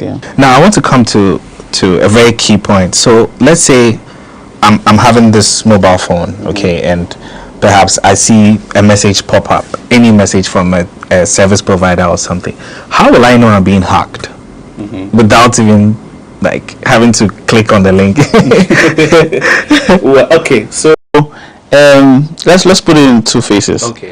When you know there's an attempt, ongoing attempt to gain access to your account, and then when your account has actually been compromised. So let's say the first one. So when attempts are ongoing, let's say, for example, let's use a bank, your bank account, right? Online banking accounts. Some of these platforms, once an attempt is made, you get a notification. So you can get an email notification that your account was. Usually happens with a Gmail. Yes, you get So even when if you're not the one who did it, and then you get a notification that somebody is trying to, or it sends it to the spam. Yes, you like, hey, the fire on the mouth. So when you get those notifications and you're not the one that initiated those activities, then you know that there's something going on. Sometimes as well, you have, like you said, you receive a link, say click on it, and this can be through your email or even to your WhatsApp. So you have to be very careful what links. Very enticing mails too as well. Yes, you're like, hey, you won $100,000. Which is not real. Yes, so money out nowhere. So you won $100,000. Click on this link there, hey. Because what happens is that when those are phishing emails. Once you click on those on that link, there can be a script in the background that will install something on your computer. Then you've given access to somebody without realizing it. Sometimes you click on it and they load on some strange web page, and then they ask you to enter some details. Just about some months back, a bank sent out information.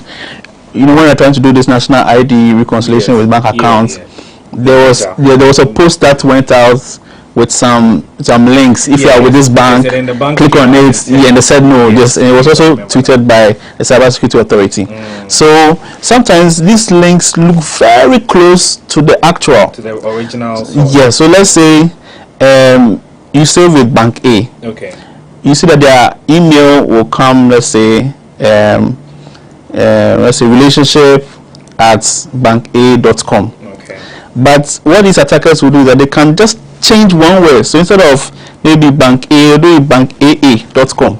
They will have that domain, and then they will send it. And if you are not very observant, you click on it, you think, oh, you're attached to your bank, and then you put in your details, and so that's how it works. So now, how are organizations going to solve this issue? Because it keeps coming up almost every single day. We keep seeing the incidents coming in. Sometimes you open your mail, you see so many spam messages. You ask, how did this person get my mail?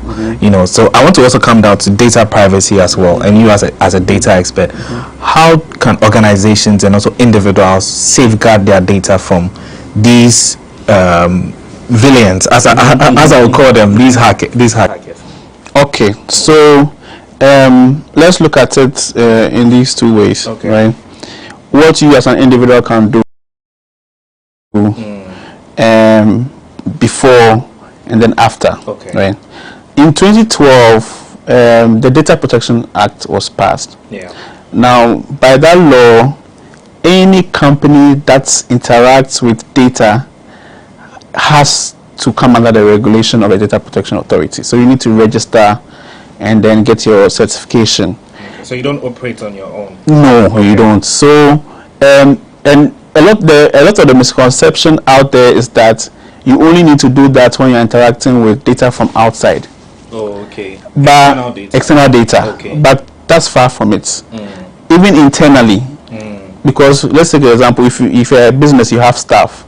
Now all of these staff will give you their banking information for payment of salaries and things. So you have their contact numbers.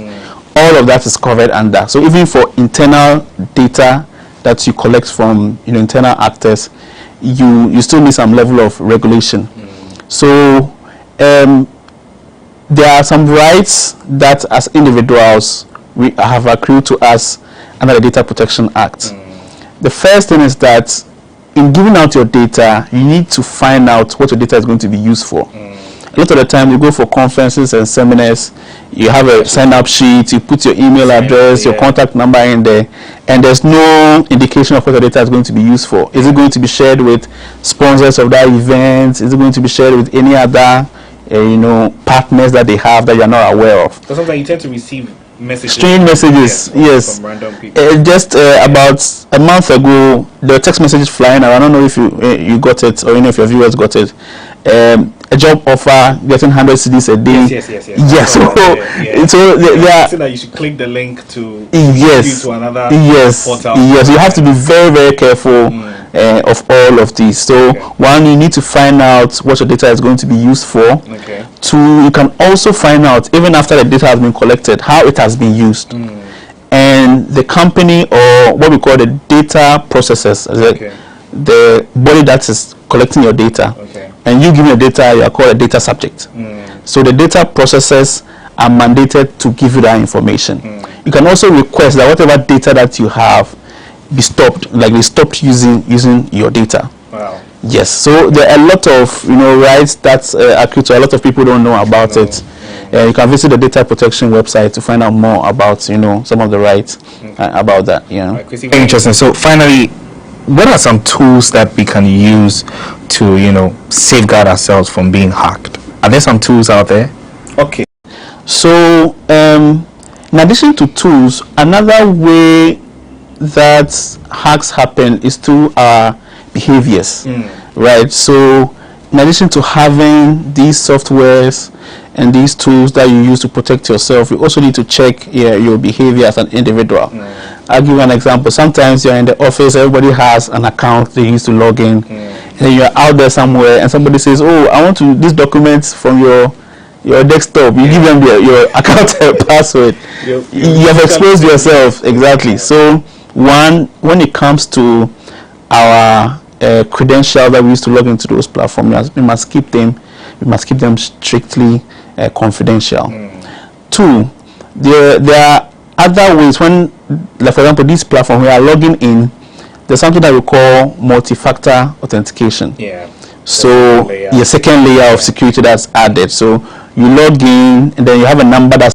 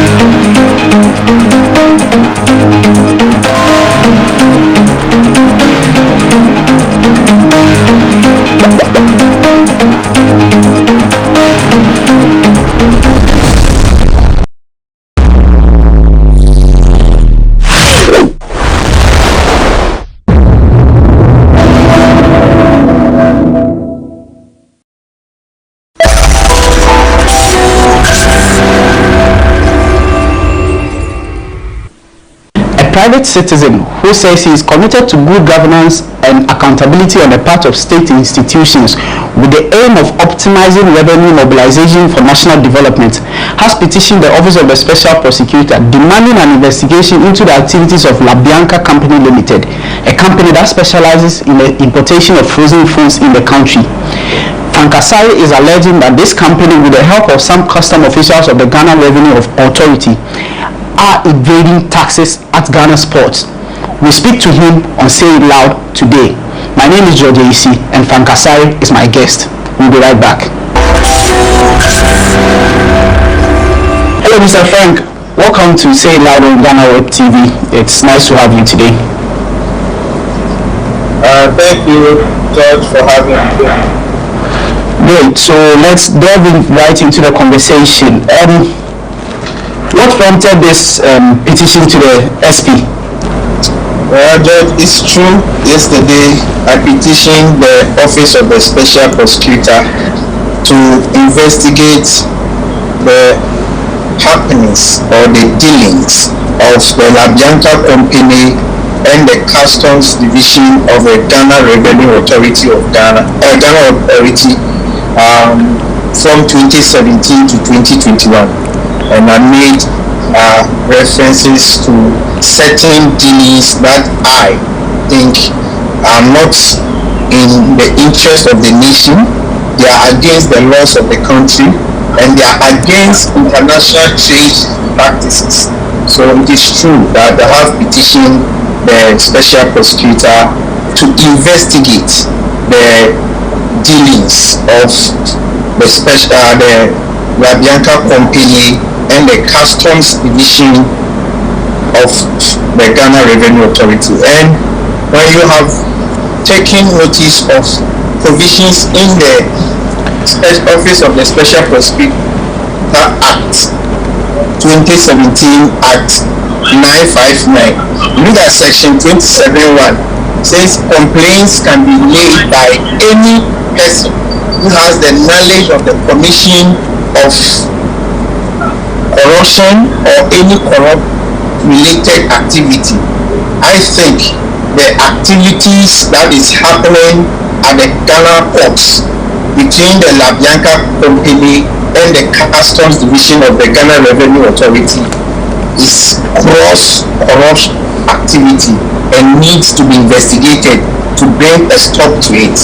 So the particulars of or the details of it, I make mention of what happened in just last month, October 2021, where the La Bianca Company, owned by Madam Eunice Henel Asoma, we all know her to be a member of the Council of State and also a member of the governing board of the Ghana Revenue Authority.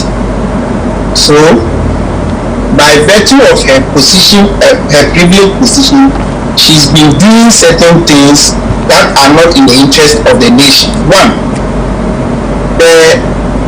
she's into importation of frozen goods, and on 21st October 2021, she applied for consideration of the import value of an imported goods that she had already brought into the country. The Deputy Director of Operations of the Customs Division of the Ghana Revenue Authority, in replying or responding to her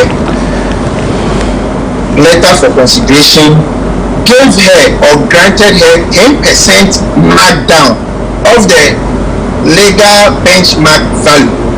And by that, and you see, he quoted Section 12 of the Customs Act 2015 Act, and you realize that even the act or the section that he quoted to support the markdown is even against the markdown that was given. Let me explain. We look at Section 6 and 7, it stipulates and it is in my petition, so I would not like to waste time to mention them, but it stipulates how it can be granted. And also, it cannot be given in vacuum, so it must be specific. But when you look at what has been given now, it is from 26th October to 31st December. What it means is that all the products that has been listed in the Exhibit A that I posted in the letter for consideration, all those products within that stipulated period, she could bring in the product and she will be given 10% markdown. That is illegal. That cannot be done. That is against international best practice, and in fact against the GRA protocols that have been used over the years. It must be specific. You see, when you are granting the markdown, you have to look at the invoice, the product that is being imported. It is a pre-shipment thing, so you don't give it in vacuum. Now LaBianca, when she's giving this markdown, the 10% that I'm saying it is illegal, gives her an advantage over all competitors. So my reason for petitioning the special prosecutor are in three folds. One, for the fact that the nation has been crying that we are losing resources. Other people who import such frozen products are paying the actuals. They are paying the correct import duty on their products. But she is paying a 10% markdown, which is a revenue loss to the state. And by virtue of that, she gets an advantage over her other competitors. What it means is that she can sell a product below certain threshold, of which the other competitors cannot do so because they are paying the actual import duty. And another thing is that the frozen products that she is bringing, we produce the same year, poultry, chicken, and what have you. So it is also going to kill, and it is killing our local industry. Right. So to me, it is very, very pertinent that the special prosecutor investigates the dealings of the LaBianca company and the customs division of the Ghana Revenue Authority in order to stop the corrupt dealings, and it will help the country to get the needed revenue. It will also take away the advantage she has over other competitors. So it is in good faith, it is in the name of good governance and accountability that I bring this petition to the special prosecutor. Right. So your petition focuses on one person, and we understand this company is a limited liability company. So now you are supposed to isolate the owner from the company in some way, but then you somehow try to draw a connection between your allegation and Madam Hine. How, on what basis are you able to come to this conclusion? So I state that the company is a limited liability, but it is owned. And yes, when you look at the company law, the company itself is a person, and the individual who owns it is also different.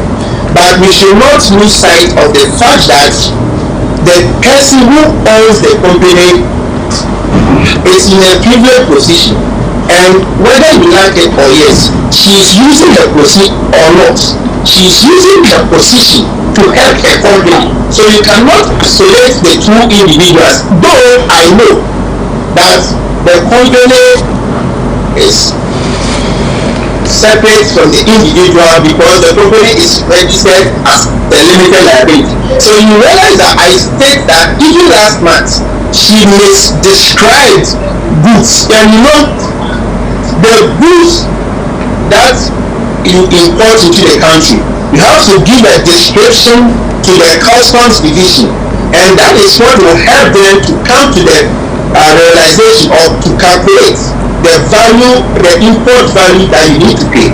She misdescribed the goods, and the customs division of Ghana Revenue Authority investigation reveals that, you know what they did? when you do that, you are supposed to pay 300% as penalty. By virtue of her position, her privileged position, she just ran away from her liability and she paid nothing and took away her goods.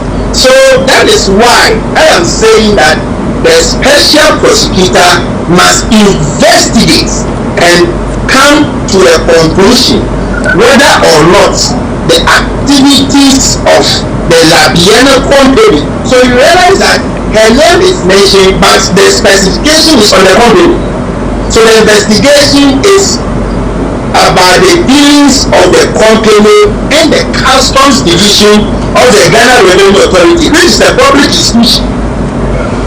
So George, you realize that we are not targeting her as a person. No, I will never do that. I have nothing against her. I have never met her in person, and I will never go for her. It will not be, like I told you, it is in the name of good governance and accountability. So it is not against the person of Mother Eunice Hina Ashina. No, I will never do that. It is against the backdrop that the dealings of the Labianca company is causing financial loss to the state, and it is giving the company an undue advantage over other competitors. That is all. Okay, so let me ask you this question. Do you own a company, or do you happen to in any way be related to a company that is doing something similar to what Labianca does? Not at all. You see, that is the interesting thing. I have no company that is doing same business. I have no family relative that is doing same business. But as a concerned Ghanaian, I think that you don't need to have a vested interest in a particular thing before you bring it to the attention of the powers that be. You need to take interest in something just as a citizen to help the country raise revenue, to help other competitors. You don't need to have an interest, but the interest I have is that I'm a consumer of frozen food products. Okay, I ask because pursuant to your petition, the managing director of the company has responded in an interview with Asase, and I'm talking of Mr. Gadbeku. He says, we strongly deny the allegation of corruption and import duties evasion. Labianca company went through all the legal and proper application process before the discount was given.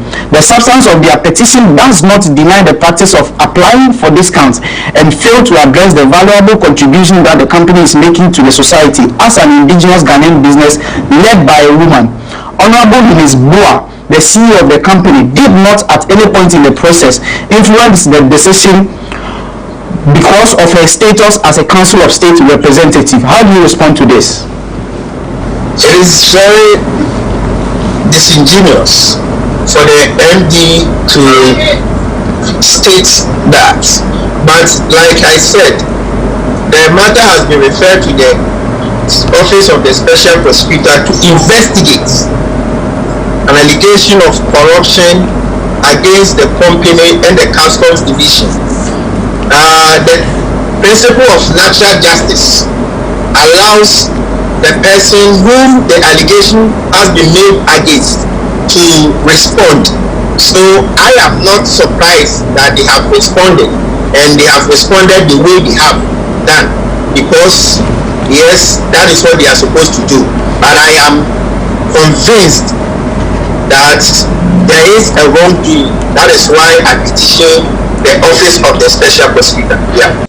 You underscore the fact that they are entitled to a response, and that is actually right. But then the MD actually tries to link this to some competition related to the upcoming end of year shopping season. He says it is a tactic by some competition to affect their businesses in this upcoming Christmas shopping season.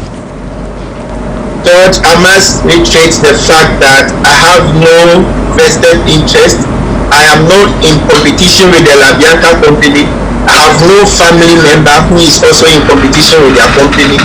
What I have done is just to bring to fore the happenings at the Customs division of the Ghana Revenue Authority, the activities of the LaBianca company, which I think is against the laws of the country, which I think is in contravention with the Customs Act 2015. So let's allow the Office of the Special Prosecutor to investigate. I have nothing against her person, I have nothing against her company, but I think they flouted the rules. The Deputy Operations Director who granted the markdown violated the laws of the country, and I think that it is a corrupt action. And I also believe that it is by virtue of her privileged position or the privileged position he has as a member of the governing board of the Ghana Port and Harbors Authority and as a member of the Council of State that has given her that opportunity, to the extent that she could misdescribe even goods and yet go away with it without paying any penalty, without facing the consequences of it. And this is not the first markdown that was granted to the company. In April this year, same was granted, and that was 5% markdown. So if she thinks that by virtue of that markdown and her paying lesser import duty, she's being given an undue advantage over her other competitors, that is her own cup of tea. That is her own problem to solve. But I am not saying that I have a competition or I have something against it. What I'm saying is that by her getting that 10% markdown, not following international best practice, GRA's own existing protocols, violating the Customs Act, it is something that needs to be investigated and a stop must be brought to it. That is all. Right, so this remains saying loud on GhanaWeb TV. My guest today is Mr. Frank Asari. He has petitioned the Office of the Special Prosecutor demanding an investigation into the activities of LaBianca Company Limited, a company that specializes in the importation of frozen products. He alleges that this company has been evading tax. We speak to him further to find out what exactly he seeks to get out of this petition when we return from this break. My name is Joe. We'll be right back.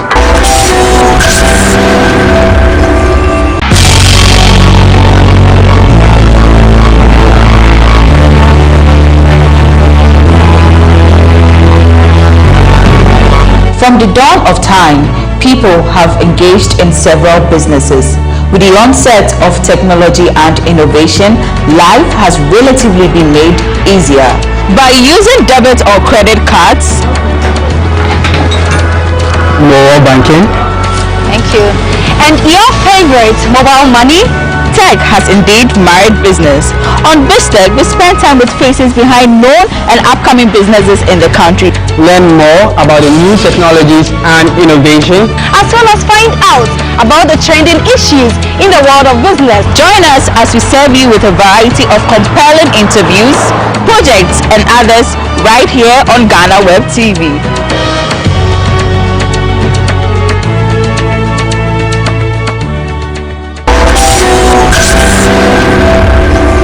Welcome back. This is still Say Loud on GhanaWeb TV. My name is George AC, and today I have with me Mr. Frank Asari. He has petitioned the Office of the Special Prosecutor asking that an investigation be conducted into the activities of LaBianca Company Limited, a company that specializes in the importation of frozen foods. He alleges that this company is involved in tax evasion with the aid of some officials at the Customs Division of the Ghana Revenue Authority. Mr. Frank, so you petitioned the Special Prosecutor, and you in some portion relate this to the Customs Division. To be specific, what has been the role of the Customs Division? Yes, I can hear you.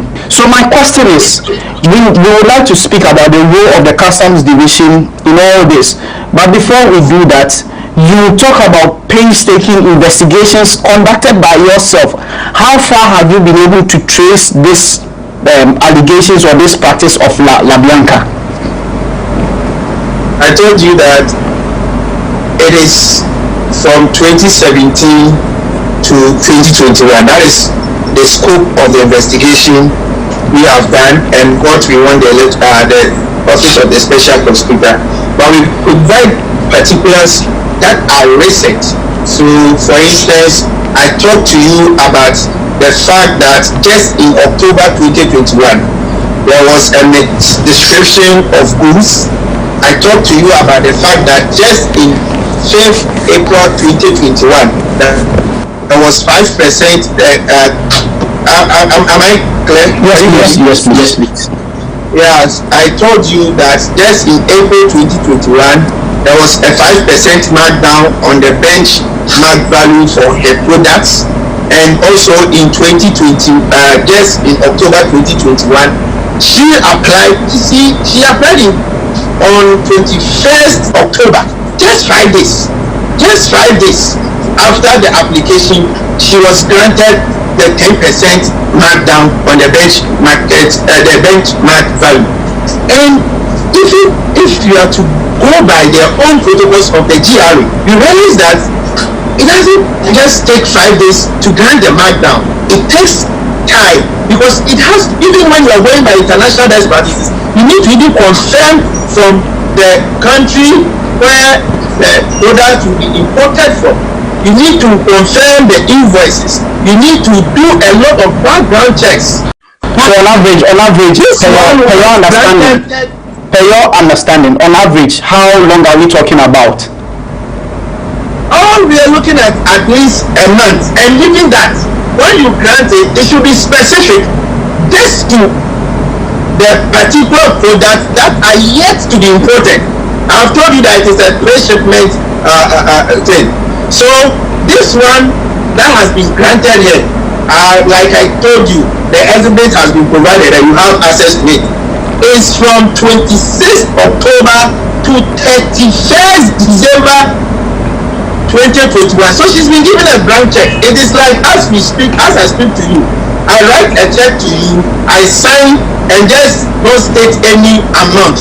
You can write any amount that you want, and that is against the law. It should be specific. So even if you are granting her a markdown, it should be specific. But this time round, she has given you a listed product from chicken, leg, butter, whatever, about 20 products. And she says that she needs consideration on the customs import value.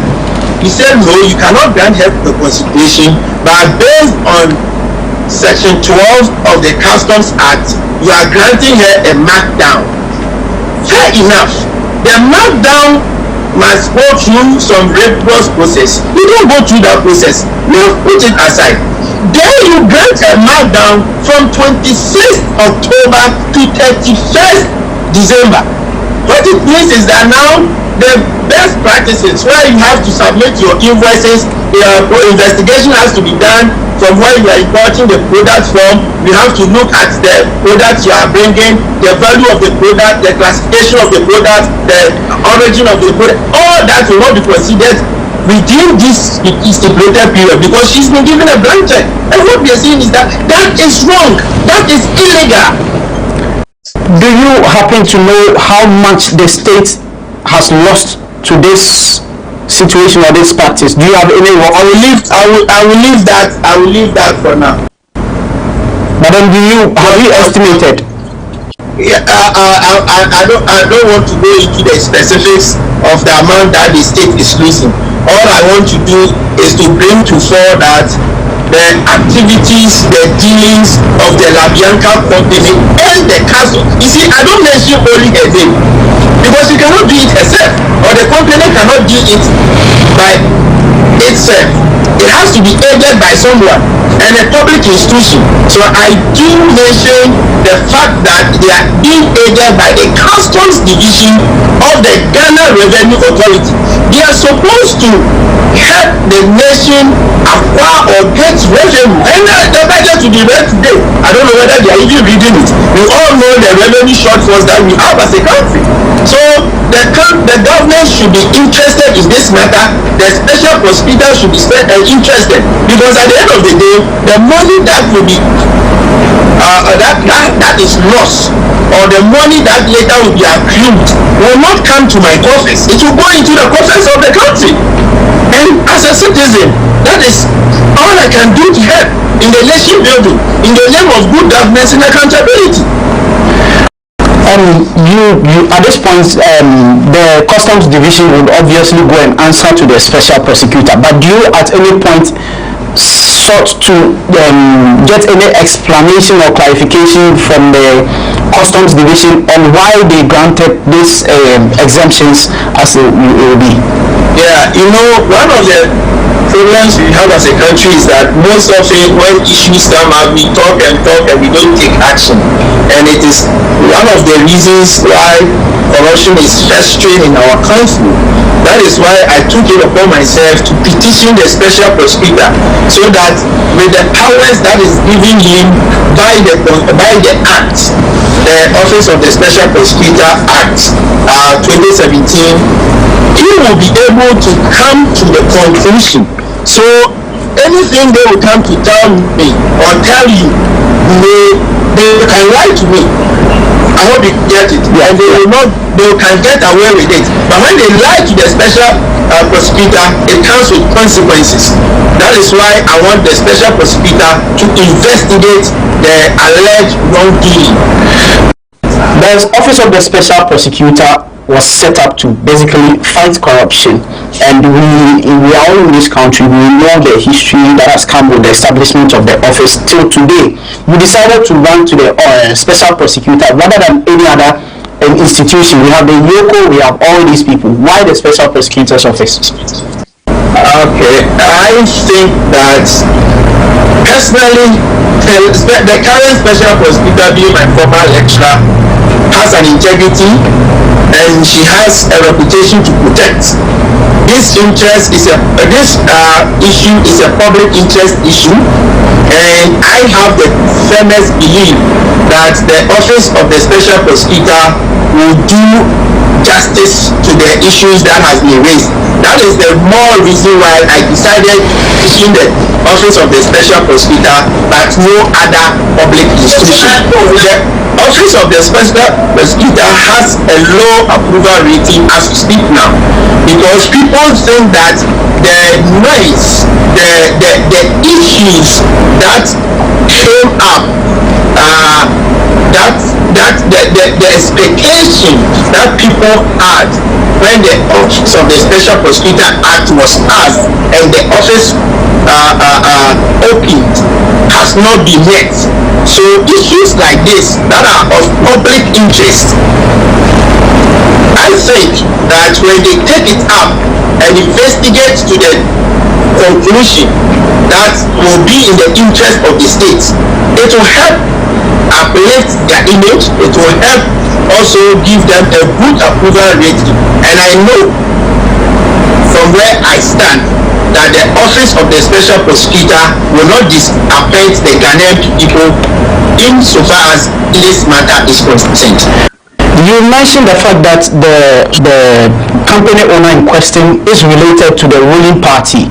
Would you be surprised if somebody links your petition to politics, and what would be your response or reaction to such claims? You have the petition. My particulars are stated. The details to be investigated are stated. I will rather be surprised that somebody will link it to politics, because it will then mean that the person is not even interested in the issues at stake. The fact that a Ghanaian has petitioned that a state is losing an amount of money through the dealings of an individual company and a state institution. Why would you want to link it to the political affiliation of the person in question? Even if I belong to MPP or NDC, to me it is moot. It doesn't come in because it is immaterial. The issues that I have raised are cogent, they are legitimate. I have raised issues about the violation of provisions of our own statutes, that is the Customs Act. I've raised issues about markdown that has been granted arbitrarily, that was not followed, due process was not followed. I've raised issues about the state losing money. I've raised issue about competitive advantage of the company over other competitors. I've raised issue about the state company local companies losing revenue, local company not being competitive as a result of this. I think that should be what matters, and that should be what the people who want to respond or people who want to have something to do with this matter should be interested in, not the political affiliation of the petitioner. Have you received any response from the Office of the Special Prosecutor? Probably a preliminary response yet. Yesterday, the Office of the Special Prosecutor received my petition. I'm waiting to have a copy of their response. I know they will respond. Like I told you, I personally have believed in the current Special Prosecutor that he will rise up to the occasion and he will live up to expectation and he will bring to conclusion the dealings, the alleged corrupt dealings of the Labianca company and the Customs Division of the Ghana Revenue Authority. Okay, viewers, this has been another edition of Say It Loud on GhanaWeb TV with me, George AC. Today I had as my guest Mr. Frank Asare, who has petitioned the Office of the Special Prosecutor demanding an investigation into the activities of Labianca, the company limited, a company that specializes in the importation of frozen foods in the country. He alleges that documents are available, and based on his own investigations, this company is involved in the evasion of tax with the help of officials at the Customs Division of the Ghana Revenue Authority. So we meet again for our next episode of Say It Loud. It's bye for now.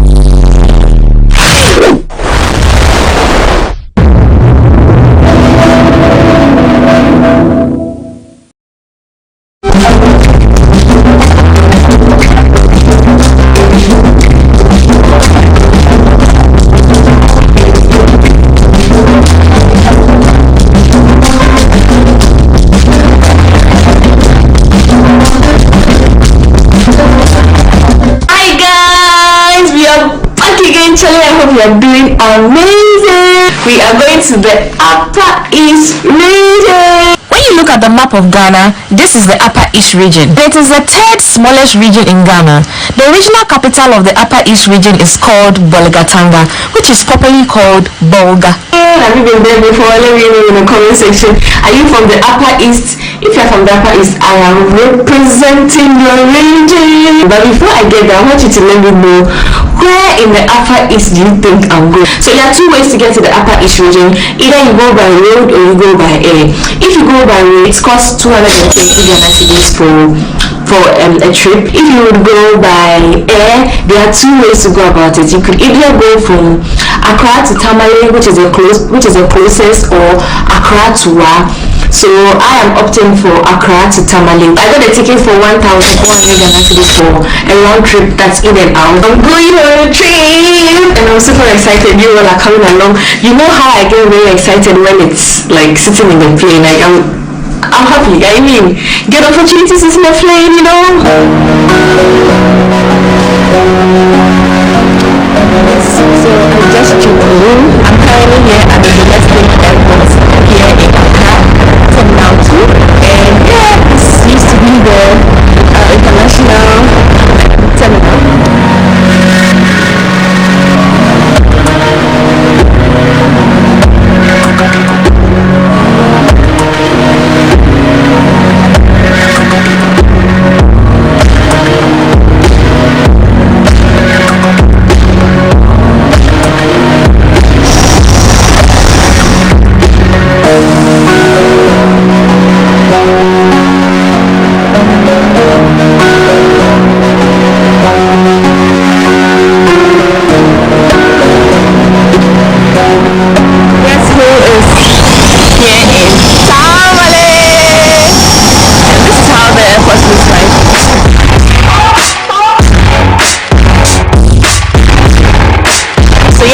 on my backpack, yeah, and I am in Tamale.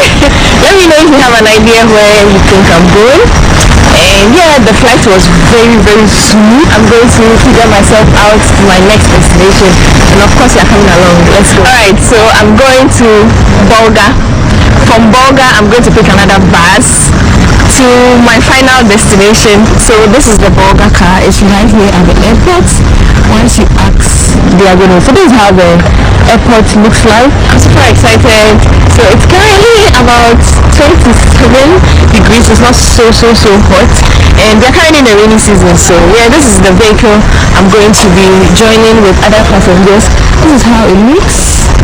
I was really hoping to sit in front, but somebody else is there, so this is where I'm going to sit my backpack and my bag is very secure, waiting for the vehicle to be full before they leave. Like, most people come here and always get car from here, so you don't have a problem when it comes to transportation. There are lots of motorbikes, there are lots of yellow, okay, there's no yellow here, but there are motorbikes and private vehicles you can just join. It's safe. So yeah, I'm going to Volga. And I've been to Tamale. How many times have I been to Tamale? I think 4 times. The last time I vlogged my entire experience. If you missed that video, please go back and check out my experience in Tamale. But today I'm not going to Tamale. The only option was to come through Tamale because there were 2 options. It's either I come from Accra to Wa or Accra to Tamale, and I decided to come to Accra to Tamale. So I'm here, and I really like the sun in the clouds. They've moved us to a small car because we are all 4. So joining with other passengers.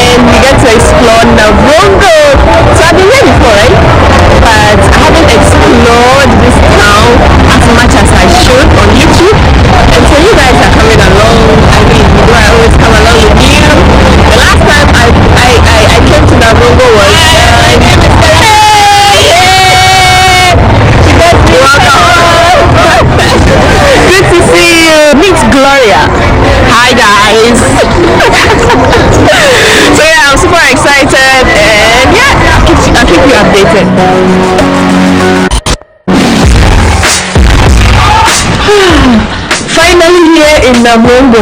Welcome to Namongo. Thank you so much. This is where I'm going to be, and for the next how many days? Few days. Gloria is going to be showing me around. This is how the shea nut looks like, but you get the shea nut from the shea fruit. So I'm about to try the shea fruit for the first time. They saw me buying it in town, so obviously you have to see me eat. Show me how do you eat it? So you just take it like this and you bite. Just so this one looks harder. So this is how it looks like. It just means it will be less sweeter, so you just buy the same way. No, let me get a softer one. So yeah, so you eat everything until you get the nut out. It tastes like sweet avocado. Guys, do you know dates? The fruits Muslims use to break their fast. Dates. It tastes like avocado, but the sweetener is like dates. Yeah. I think it's very natural. It's very sweet. Amazing. And you won't really clean your hands because you can eat it all. This is the end product. So this is what they use to get the shea butter. I have to move you. I'll move you. No.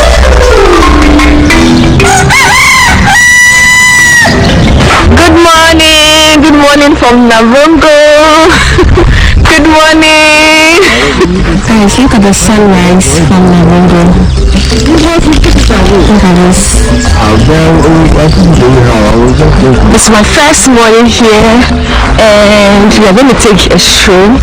In fact, we are going for a walk. I have my sneakers on with the family. Hi. So where are you going to this morning? We're just taking a walk towards the canal. Okay. So we are going to pass some farmland. Okay. Find a lot of interesting things on the way. Okay.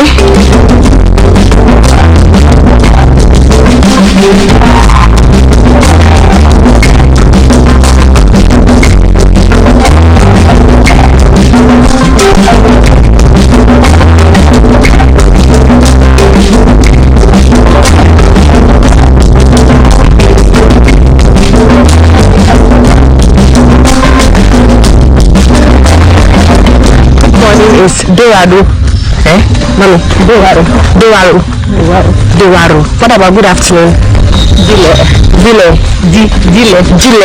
Hey. So Dorado. Hey. I got someone to respond. Yeah, I'm doing well. What about good evening? We still say Dile. Oh, okay. What language is it? What's Kasim? That's a common language here in Navongo. But not the only one. Oh, okay. So this is a rice farm. This is how the rice plant looks like. This is how it looks like. What is doing for me?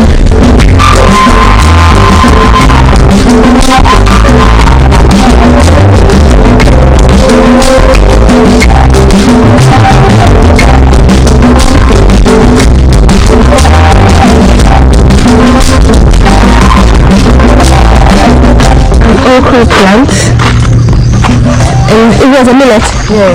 Oh, I haven't seen a millet plant. This is a millet. Okay. Almost every family has a farm close to their house, so you can see okra, millet. I saw rice. What did you see? There's maize, granuts. Yeah, basically. Okay, maybe sorghum. I don't know. Let's see that. Yeah. So remember I told you in my other videos that we are currently in the rainy season. So this is the best time for farmers to actually plant. Yeah, because there are rains here. Like, does it rain here like in Accra? We have a rainy season. I think it starts somewhere in July. Yeah, it's the same July in Accra. September. Accra, I think during the latter part of the year, we still have rain. This place, Hamatan will start. And once that happens, it dries out, and when it dries, this whole place changes. It's so brown, and you will see it will. Yeah, I think that the last time I came to Tamale, that's what I experienced. Okay. So we've seen some baobab trees, and of course you can't come to the northern region and not see a baobab tree. So you are getting closer for you to have a look at. Yeah, the baobab tree. So let's go, guys. So this is a baby baobab, also a baby baobab which hasn't started flying yet. I see this a lot since I came, this particular plant.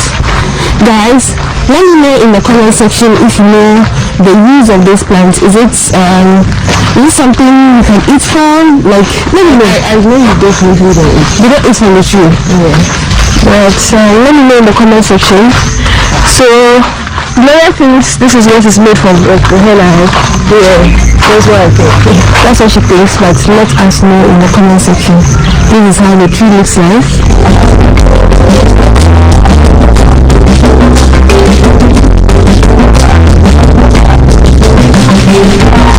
Come up here. These ones are about to cut off. These little ones. They will crack over here. Okay. And then they will spit out the flower. The flower. This is how the flower looks like. And this is a matured baobab tree. Yeah.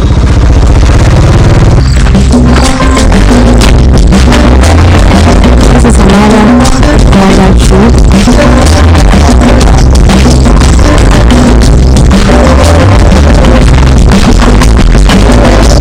So this is the granite plant, and it's not flower. Personally, I haven't seen a granite plant before, so I was going to see one for the first time. You know, there is this perception that the north, in fact, the north has like dry lands, it's like a desert, the lands are not fertile. Guys, this is why they say travel and see. I am seeing the place is green, and it's only dry during the dry season. We are currently in the rainy season, so this is how it looks. And let me know in the comment section if you also thought the same, if you also think the north is just full of dry lands. So I'm wondering, like Mommy and Gloria, does the food, like the food they planted, does it sustain them for the whole year? Since like December is the dry season and all. Yeah, so actually there are people who don't have cash throughout the year, like constant supply of income. So what they do is they get the harvest. When they finish harvesting their rice, their maize, whatever, they would sell that from time to time and also eat that from time to time. And they survive. Yeah, so they make good use of their fertile season, which is the rainy season. Exactly, because in addition to what you are saying, this is their, you can regard them as gardens. Okay, they still can have farms somewhere further and now farm for commercial use. This one they farm what they eat, but they have more land because the land, as you see, is available here. Yes, the land is available. I'm sure they're not so expensive too. The shea tree looks like, as you can see, there's fruits. You guys remember I had one yesterday. This is how the fruit looks like. I had some yesterday, which was very tasty. And this is how it looks like. It has a very rough. What is it? Look at this. Yeah, very rough. I also found a sheer net here. Yeah, look at it. When it dries, this is how it looks like. Yeah. Let me know in the comment section, have you had shea fruit before? I had it yesterday and it was really nice. I had to turn this way because of the sun. It tasted like a bit of dates, sweet dates, you know, the fruit dates, and avocado. It looks like avocado, but it tastes like dates. Yeah. Good morning. Good morning. How are you? I'm fine, and you? Better than you. Hey! Share butter. Oh, okay. Okay, later. Let's go to my farm to go do the work and see. Let you show me here. No, the farm, go to the farm there. The farm there. Yeah, let's go. You come. Okay, come. Come. Wow, Wara. Waka. Okay, the man here. I said I was going to help one. Now she says I should come and I really like to. You will be telling me, say me the man. I'm not the man. I'm the old lady. You talk. All of you talk. So this is Mari's house. This is how it looks like. Interesting. So we are about to remove the weeds from the rice. But she used to teach us which is which, because the rice moves closer to the weed. And this is fun. This is what they do like every day. Wow. They're really trying. Put some respect on their names.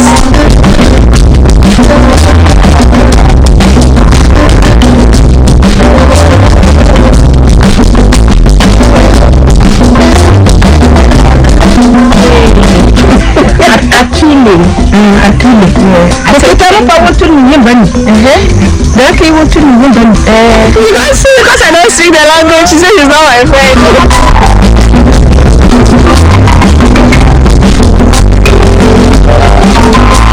We're finally especially here at the canal. This is how the canal gets water from a place called the Tuno Dam, and the Tuno Dam basically is like the Akusumu Dam or something. It has a huge reservoir of water. Whenever it rains, it stores water, and it is responsible for most of the irrigation of the Navrongo activity. So initially, most farmers used to do like a lot of tomatoes. I'm sure you've heard of Navrongo tomatoes. Yeah.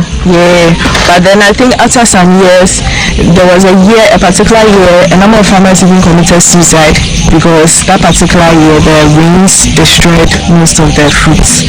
So they made a loss. So now they've turned more into more safer crops like rice and maize, because those ones, and pepper, those ones don't spoil too easily. So that's why when we were coming, we saw a lot of farms. They actually have pumps that you could put in the water and pump. So they serve as like sprinklers that you can irrigate your farm with. So those ones, even when it's dry, they still have some kind of water supply, and then they can still keep planting. But for now, all what we saw mostly depends on the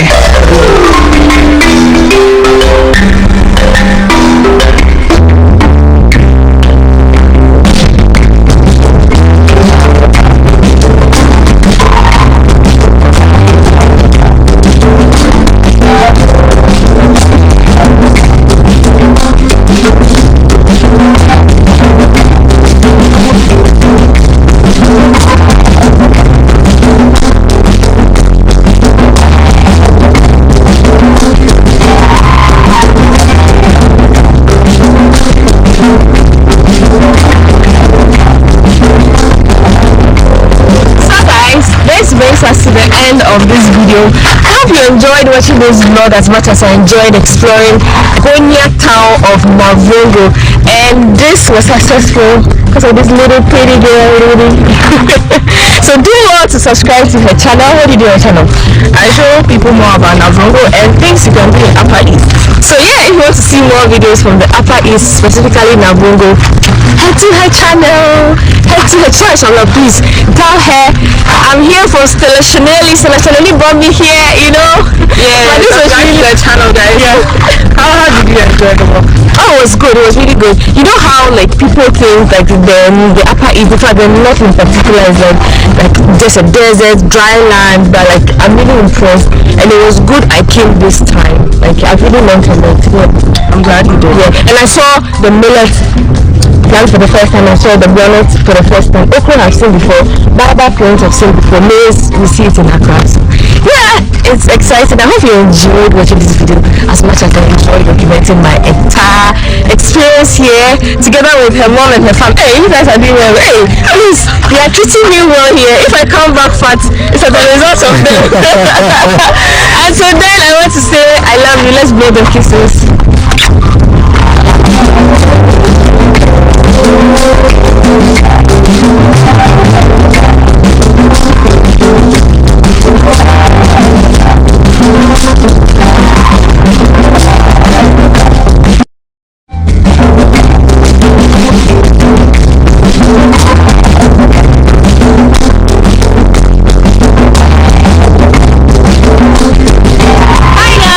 We are back again, Charlie. I hope you are doing amazing. Still in the Upper East region, currently at a place called Sirigu Pottery and Art. And one interesting thing about this place is the fact that this art, every pattern has its meaning. So we're here to see what they have. Here they have amazing art, and it's one of the popular tourist attraction places to see in the Upper East. So I'm here to see it for myself, and you guys are coming along with me. So let's go. Let's explore the town. I mean, this is one of the things you should see when you're in the Upper East region. So let's go. You know me, I always take you along. So come on.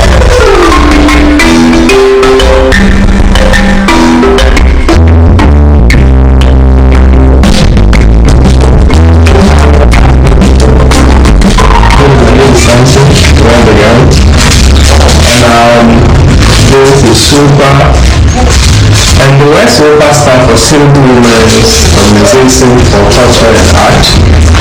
And this place was founded in the year 1997 by ladies from this community. by Living Kasisi, since the family of the place. And because they benefited a lot from pottery, because her mother was a potter. But then those who were doing the pottery, there were not many. Mostly they were doing to feed the families. But the farmers also doing it also to sell so as they can gather some money to cater for her daughter to go to school. And when she was able to make it, she was able to cater for her to go to school. So once she complete, she became a teacher. So she taught for some years, then she retired. So once she retired, she also became a manager of all the Catholic schools in India. And later, she came back into the community where she benefited from. So once they came back, so now we had the people who were doing the pottery by them. And it was the first building. This was the first building here. So they were meeting here all the time, sharing ideas on how to continue doing the pottery, also how to bring the youth. So they can also train them. The three colors, the black stands for divinity, the red one, danger, then the white one, pure. Yeah. Our former secretary, Mr. Kufema, late. You will see whether it is one or two. So we put a statue there to remember him. And the painting you see on it. Always we have this type on top, which stands for leadership. Leadership. Follow that this one. This is a local village for storing calabashes. That's why we started to calabash. Because this one, this stands for breaking calabash. This stands down here. Breaking calabash. So does it have a meaning like broken calabash? So the broken calabash, those are doing the pottery. Without the breaking piece of the calabash, they can't do a pottery. It's a tool they use for soapnet also, for smoothing. And this one, that one stands for togetherness.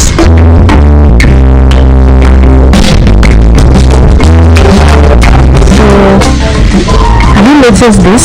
This is the original color. And to acquire this color, it has to be dyed. So these women are dyeing some. This color looks, is it green or blue? Blue. Blue. How long does it take to dye? It may take 30 minutes or 45 minutes to dye.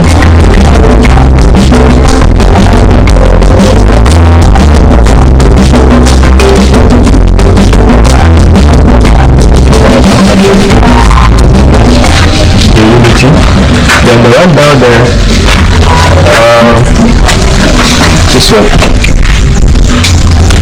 this one we call it the museum worker. What does it mean? A museum is someone's name.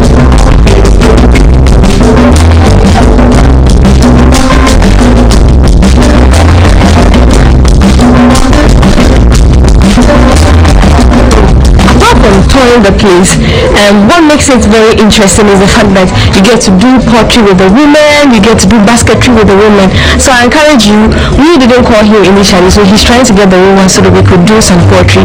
If you are coming here, I encourage you to call them in advance so that they can arrange the basketry for you. So yeah, this place is beautiful, and the fact that the patterns mean unity, there's one mean togetherness. This is very unique. It's very unique, especially unique in the upper east region. So let's go to the top. Let's see what they have there.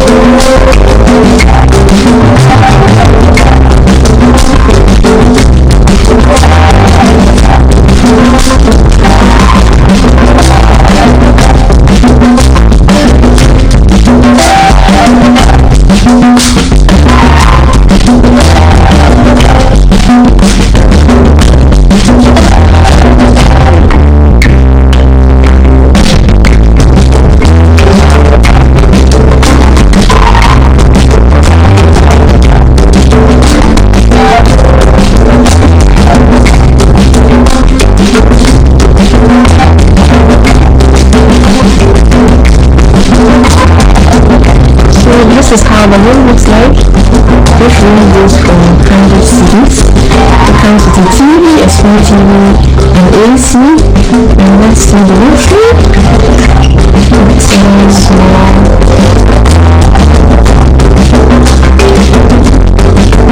So we're currently entering the art gallery. These are some of the pots.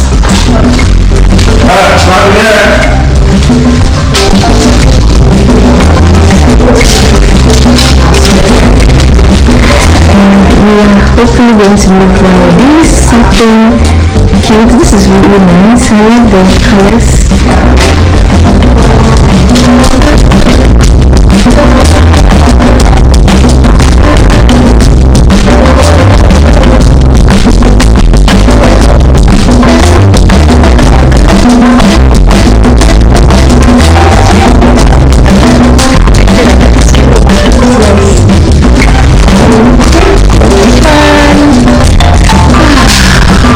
Is this?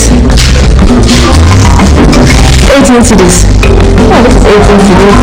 This big bag is 60 CDs. And yeah. And this is 35 CDs.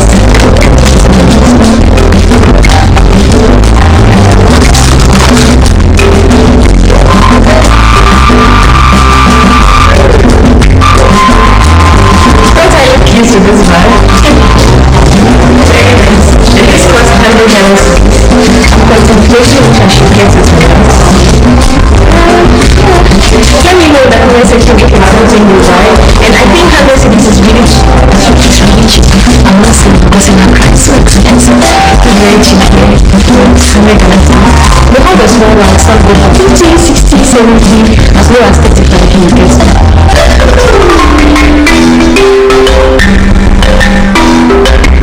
So that's the clean powder.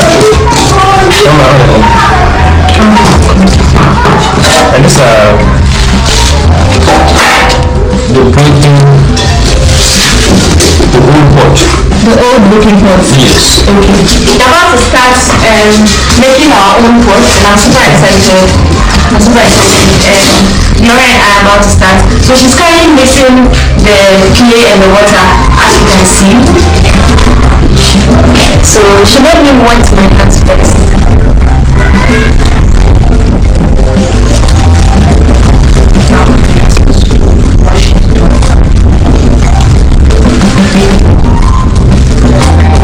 It cost us 40 Ghana cedis to have this pottery experience.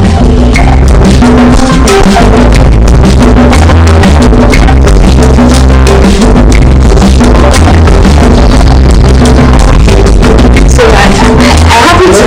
Mine doesn't look nice, so she's coming to help clean it up for me.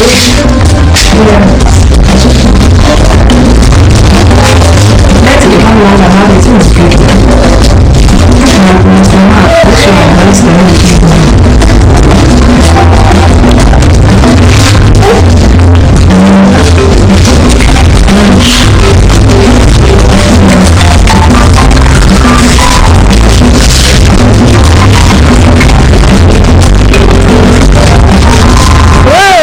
Now it looks much better.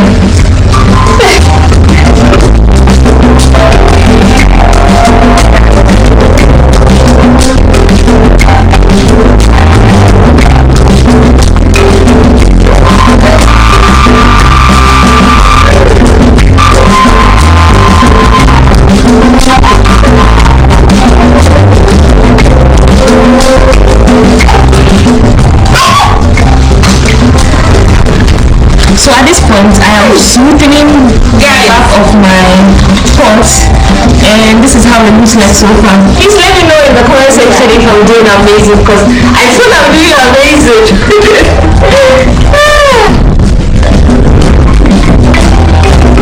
So Auntie is helping me.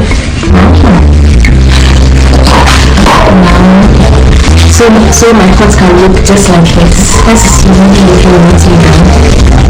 This is how it's going.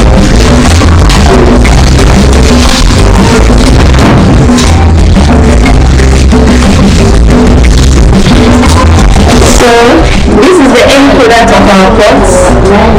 How it looks like.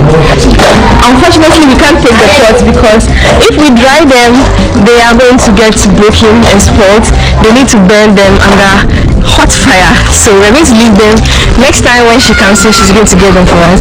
Yes, so that's just it with making of the pot. I hope you enjoyed watching this vlog as much as I enjoyed being here at the Sirigu Pots and Art. Yeah, until next time on my next video from the Upper East region, I want to say thank you so much for the love and support. I love you all. Until next time on my next video, let me know what you think about this video. Did you find this educative? Did you find it fun? Did you find it exciting? Let me know in the comment section. Until next time, I want to say I love you all as always. You're my favorite person. So I got a souvenir from the table. This is how it looks like. Yay! I really like it. It's a flower mask. And I'm going to keep this forever. It's love from the Upper East region. So yeah, we are going. This is the car we came with. It's cost us 150 cedis in and out. Yeah. Our driver has been sold us for high darling. Yeah.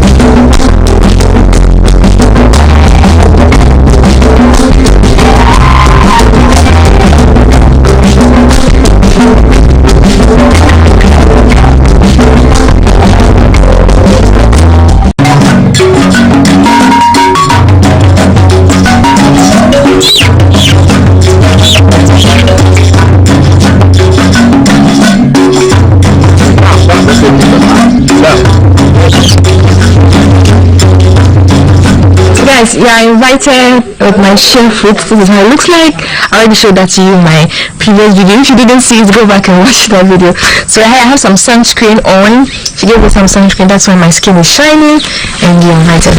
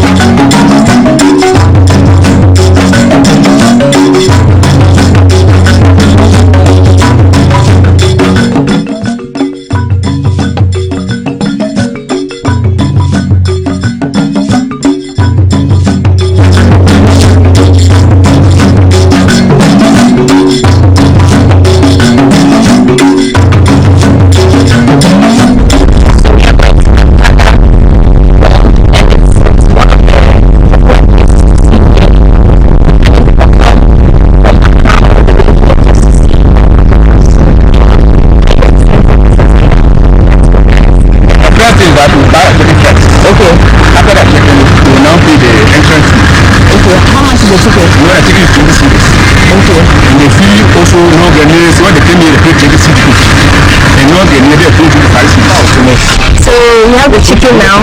This is the chicken that will be used to feed the. I mean, this is the only way they can come out. If they hear the sound of the chicken, they know it's meat. So let's go.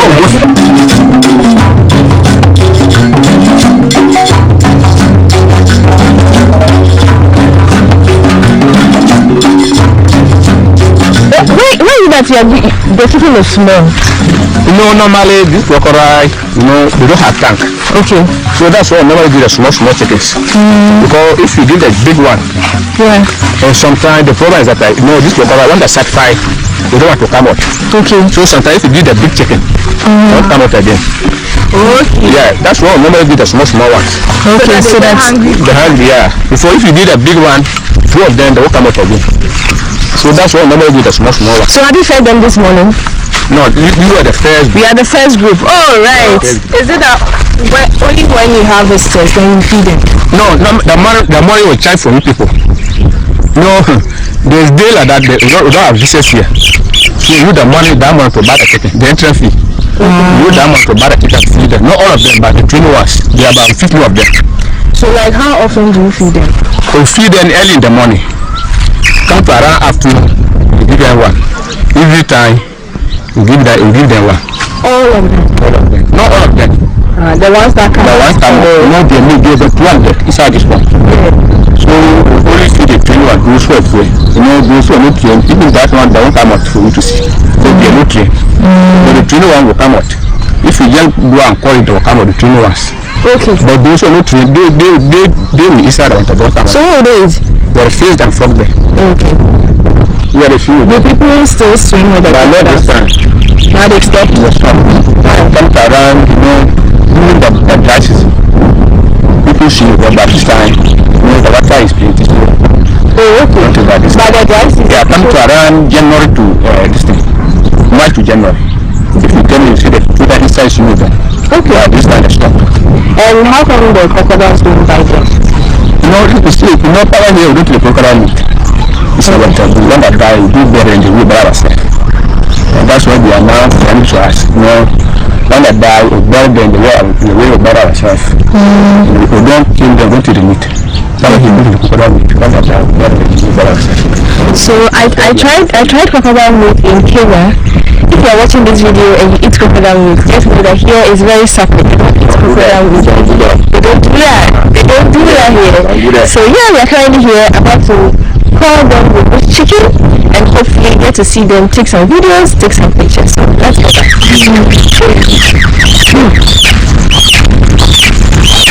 Yeah, I want to capture the crocodile in like slow motion.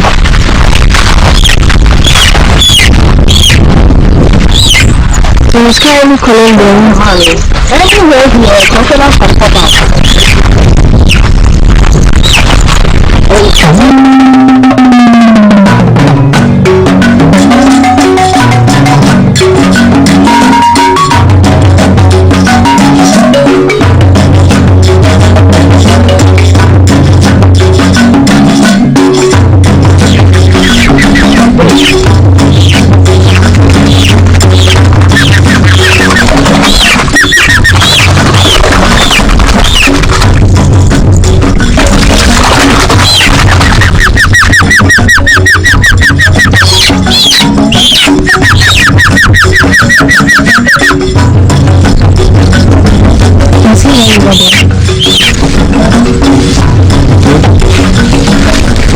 Let's practice.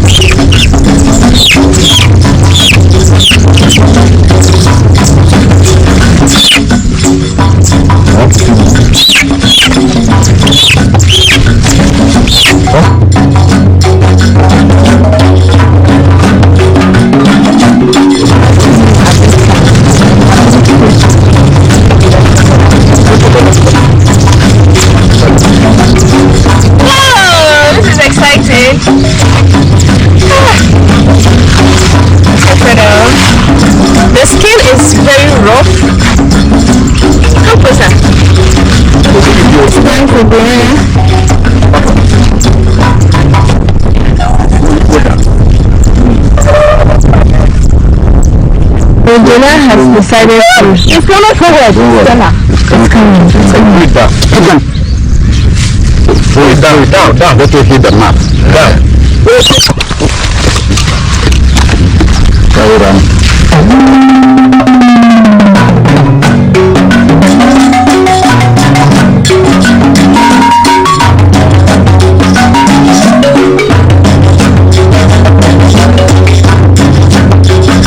Is there only one crocodile we are going to see? Yeah, many, because the chickens are one. So if you want to see 21, let's buy more chicken. Yeah, so oh, okay.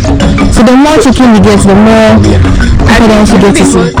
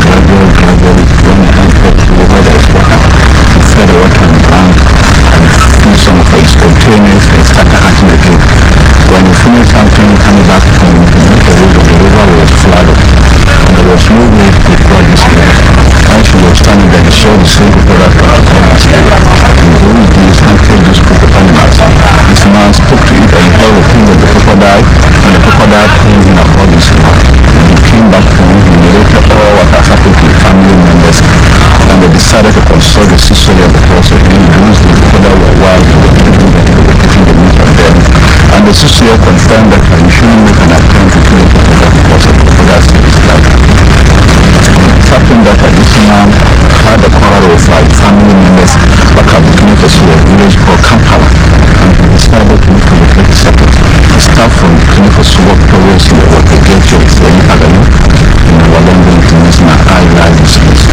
That is why we also had a new Parapara. So when he settled here for a few minutes later, there was something around. He met a small water land, so took other land this water. The companies denied and back up in the pursuit Kampala, others, other here. So the CCO agreed. And the CCO confirmed that the crocodile does keep his life at heart, he can still listen. So he shouldn't make an attempt to kill any crocodile, should rather protect them. From there, to vow not to take the meat of it or killing the old man of the descendants to do so. From there, we should follow that tradition up to now. When they die, we bury them like the way we bury ourselves, and every year they are going to reproduce in us, so they are not many other year. So when they are about to leave their eggs, they come to our houses where we dump the refuse, the ball and the big end of them and eggs, or the size of the river bank. And the normal start to leave their eggs January and the hatch April. And they go soon to mean that the total number of people who still gather here represent the total number of crocodiles. Each crocodile represents human soul. So this is the brief history about our crocodile from the orientation. Okay. A number of years ago when I was told that I think that person who found black product became I think the first. And so is it that they lay the eggs everywhere or just at the chips?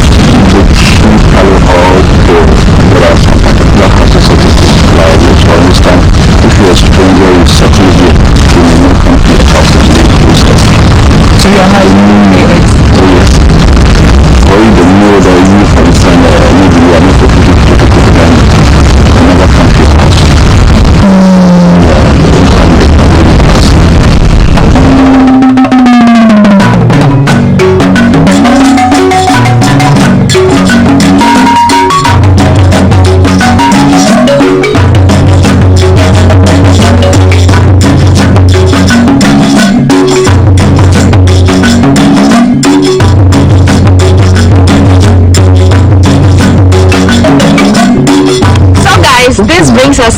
of this vlog.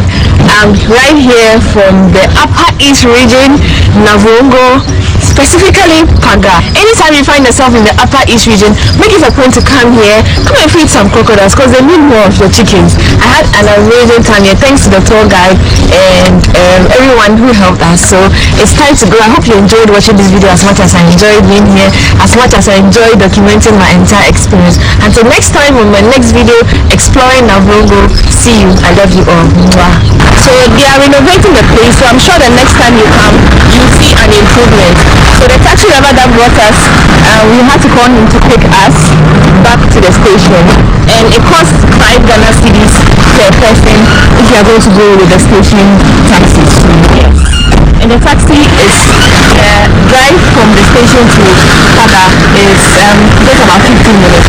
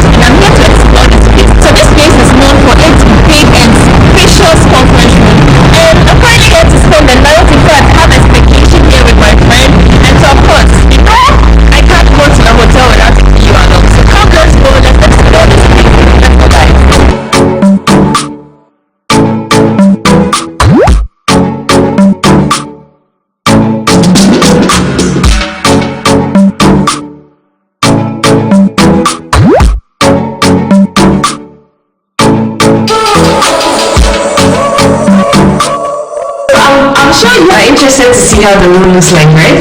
Come, let's go. So this is the washroom.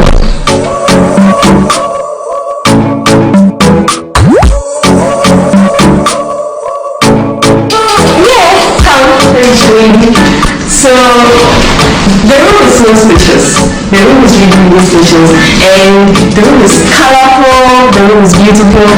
The furniture has like a vintage touch. So if you're an art lover, you really love this because at any point like there's beautiful art facing me, behind me, in front of me, and it's so beautiful.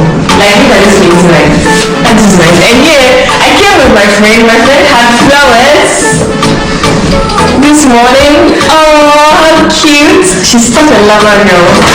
And this is going to be my room. I came last night and I had fried rice and chicken. It was so good, and I woke up to this beautiful view. Let me show you my view from here. Meet my friend. Hi Millie. Do you all remember her from my Codeville video? I remember you. I'm a popular guest. Yes, she's very popular on my channel. Let me know your favorite part of the room. Is it this painting? Is it the bed? Or the washroom? Or this painting? It comes with a TV, a fridge. So this is the fridge.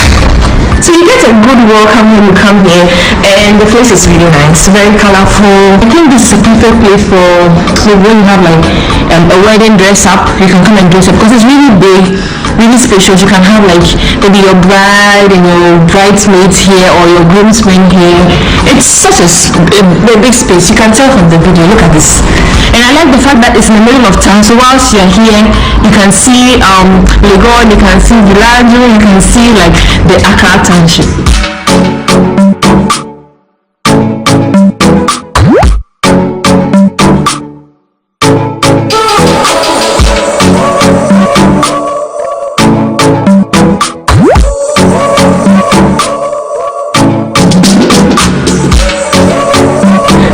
Yesterday I made a new friend. friend, and she happens to be the manager.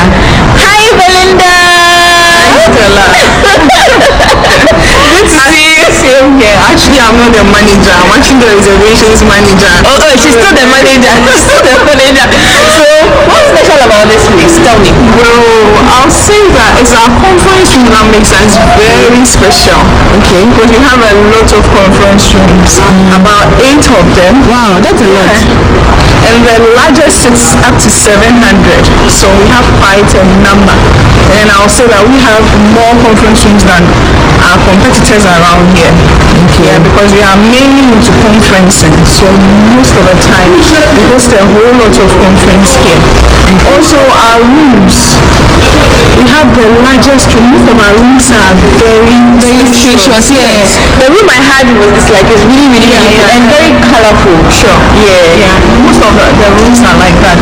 Big space, and guests really enjoy coming there because of the space. And then the vintage touch. The wood. Yeah. So you see, that really makes people come here often.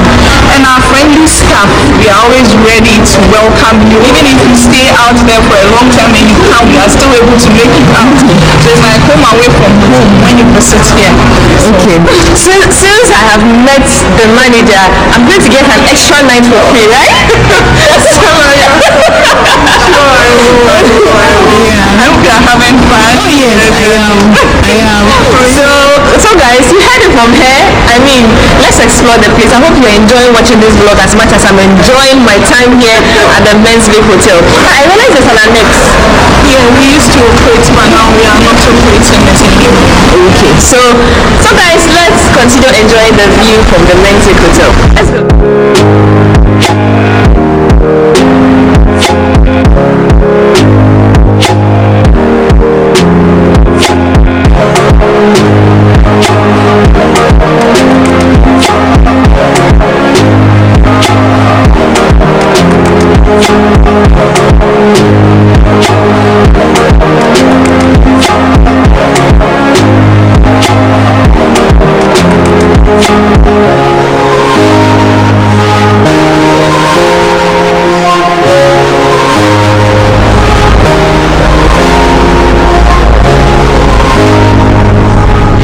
Wow, they really have big halls. Like, wow, I think it's really known for like conferences. So if you are a company, you want to have a conference, so you don't have to sleep here to rent their spaces.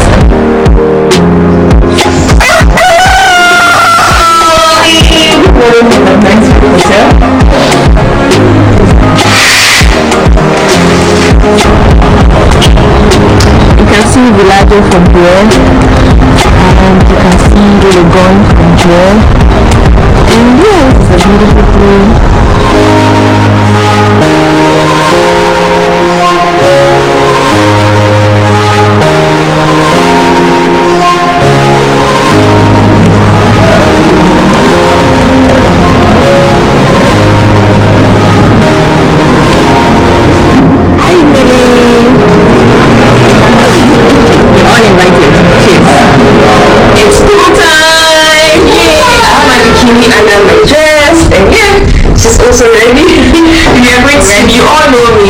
Somewhere with a pool and decide not to swim. It's not possible. The only thing is today I don't want to get my hair wet, so I have here something to cover my hair. And yeah, so let's go and see. We are currently in the rainy season, so you can't be assured of a good weather every day. But thank God that this way the sun is out and little. Yeah, so we are going to swim.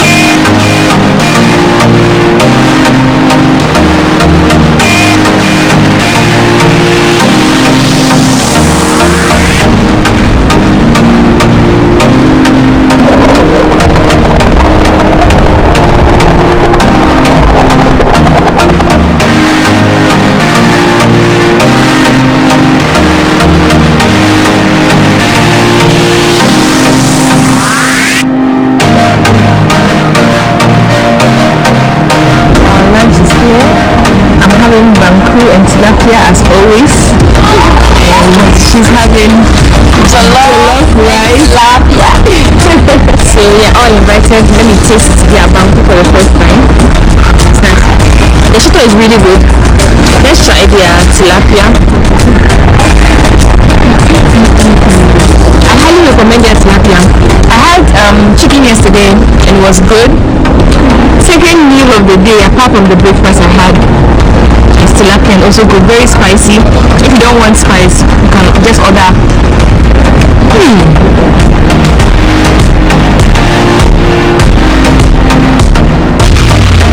So I'm here at the gym and I'm the only one here. Let's see, this is my outfit check.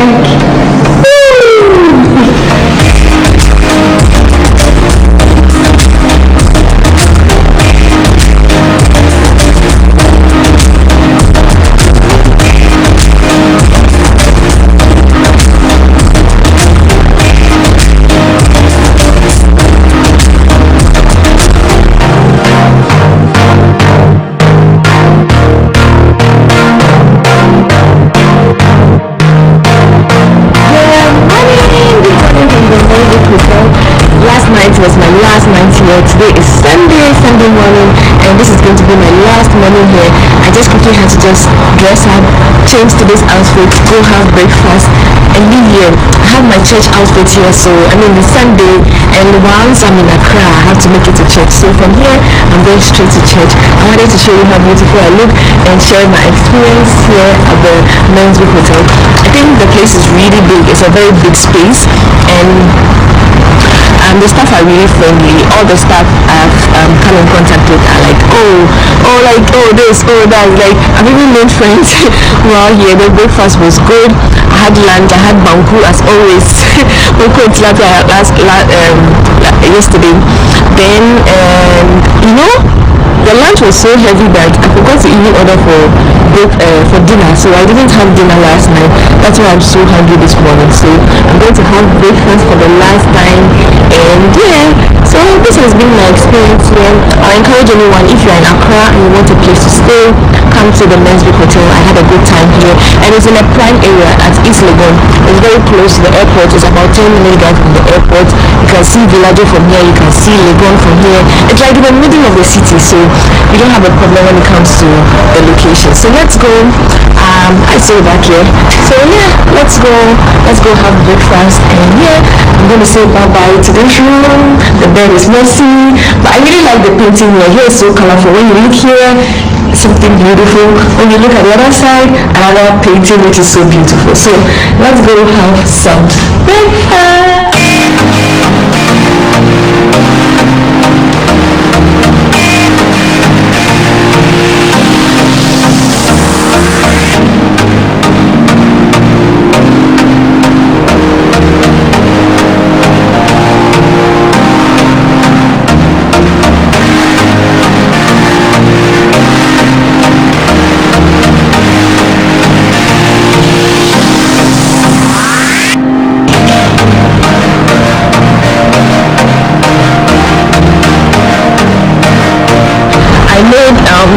Three new friends while having breakfast, and yeah, I have 3 new subscribers. So if you're watching this, shout out to you.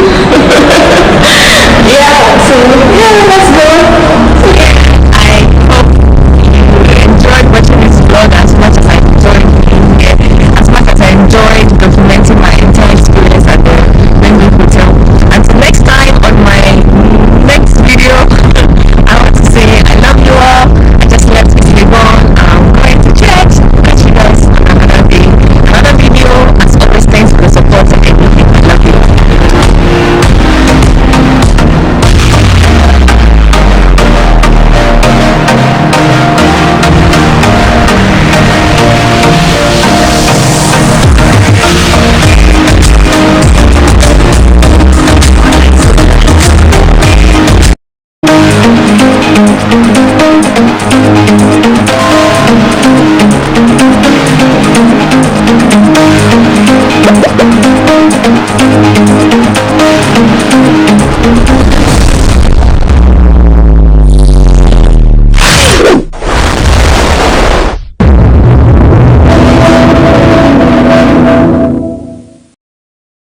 Your boyfriend sponsors you. you exchange something for your boyfriend. It's not free. There's no free lunch.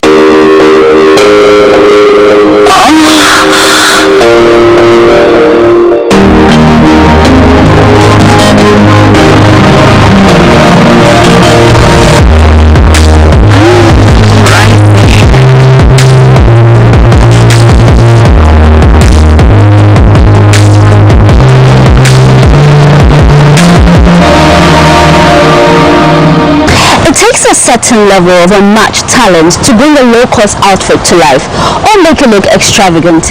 Ladies, you don't always have to break your back to look good. Learn to stay within budget. But why are women who live lavish lifestyle always cited for dating big men? Can't we make our own money? This is Mons and Cardos with Paula Amabroni, and in this episode, we shake some three-legged tables. We'll be right back.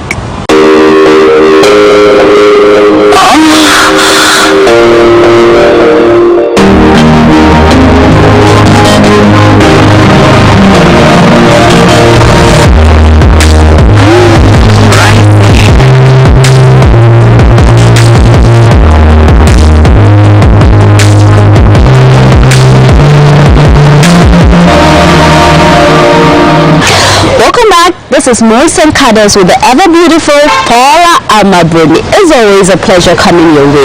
Now today's topic is something of interest to me because I see a lot of ladies doing the thing wrong just because they want to look good. They have to break the bank. You know, sometimes you don't even have the money, but you just go beyond board just to sleep.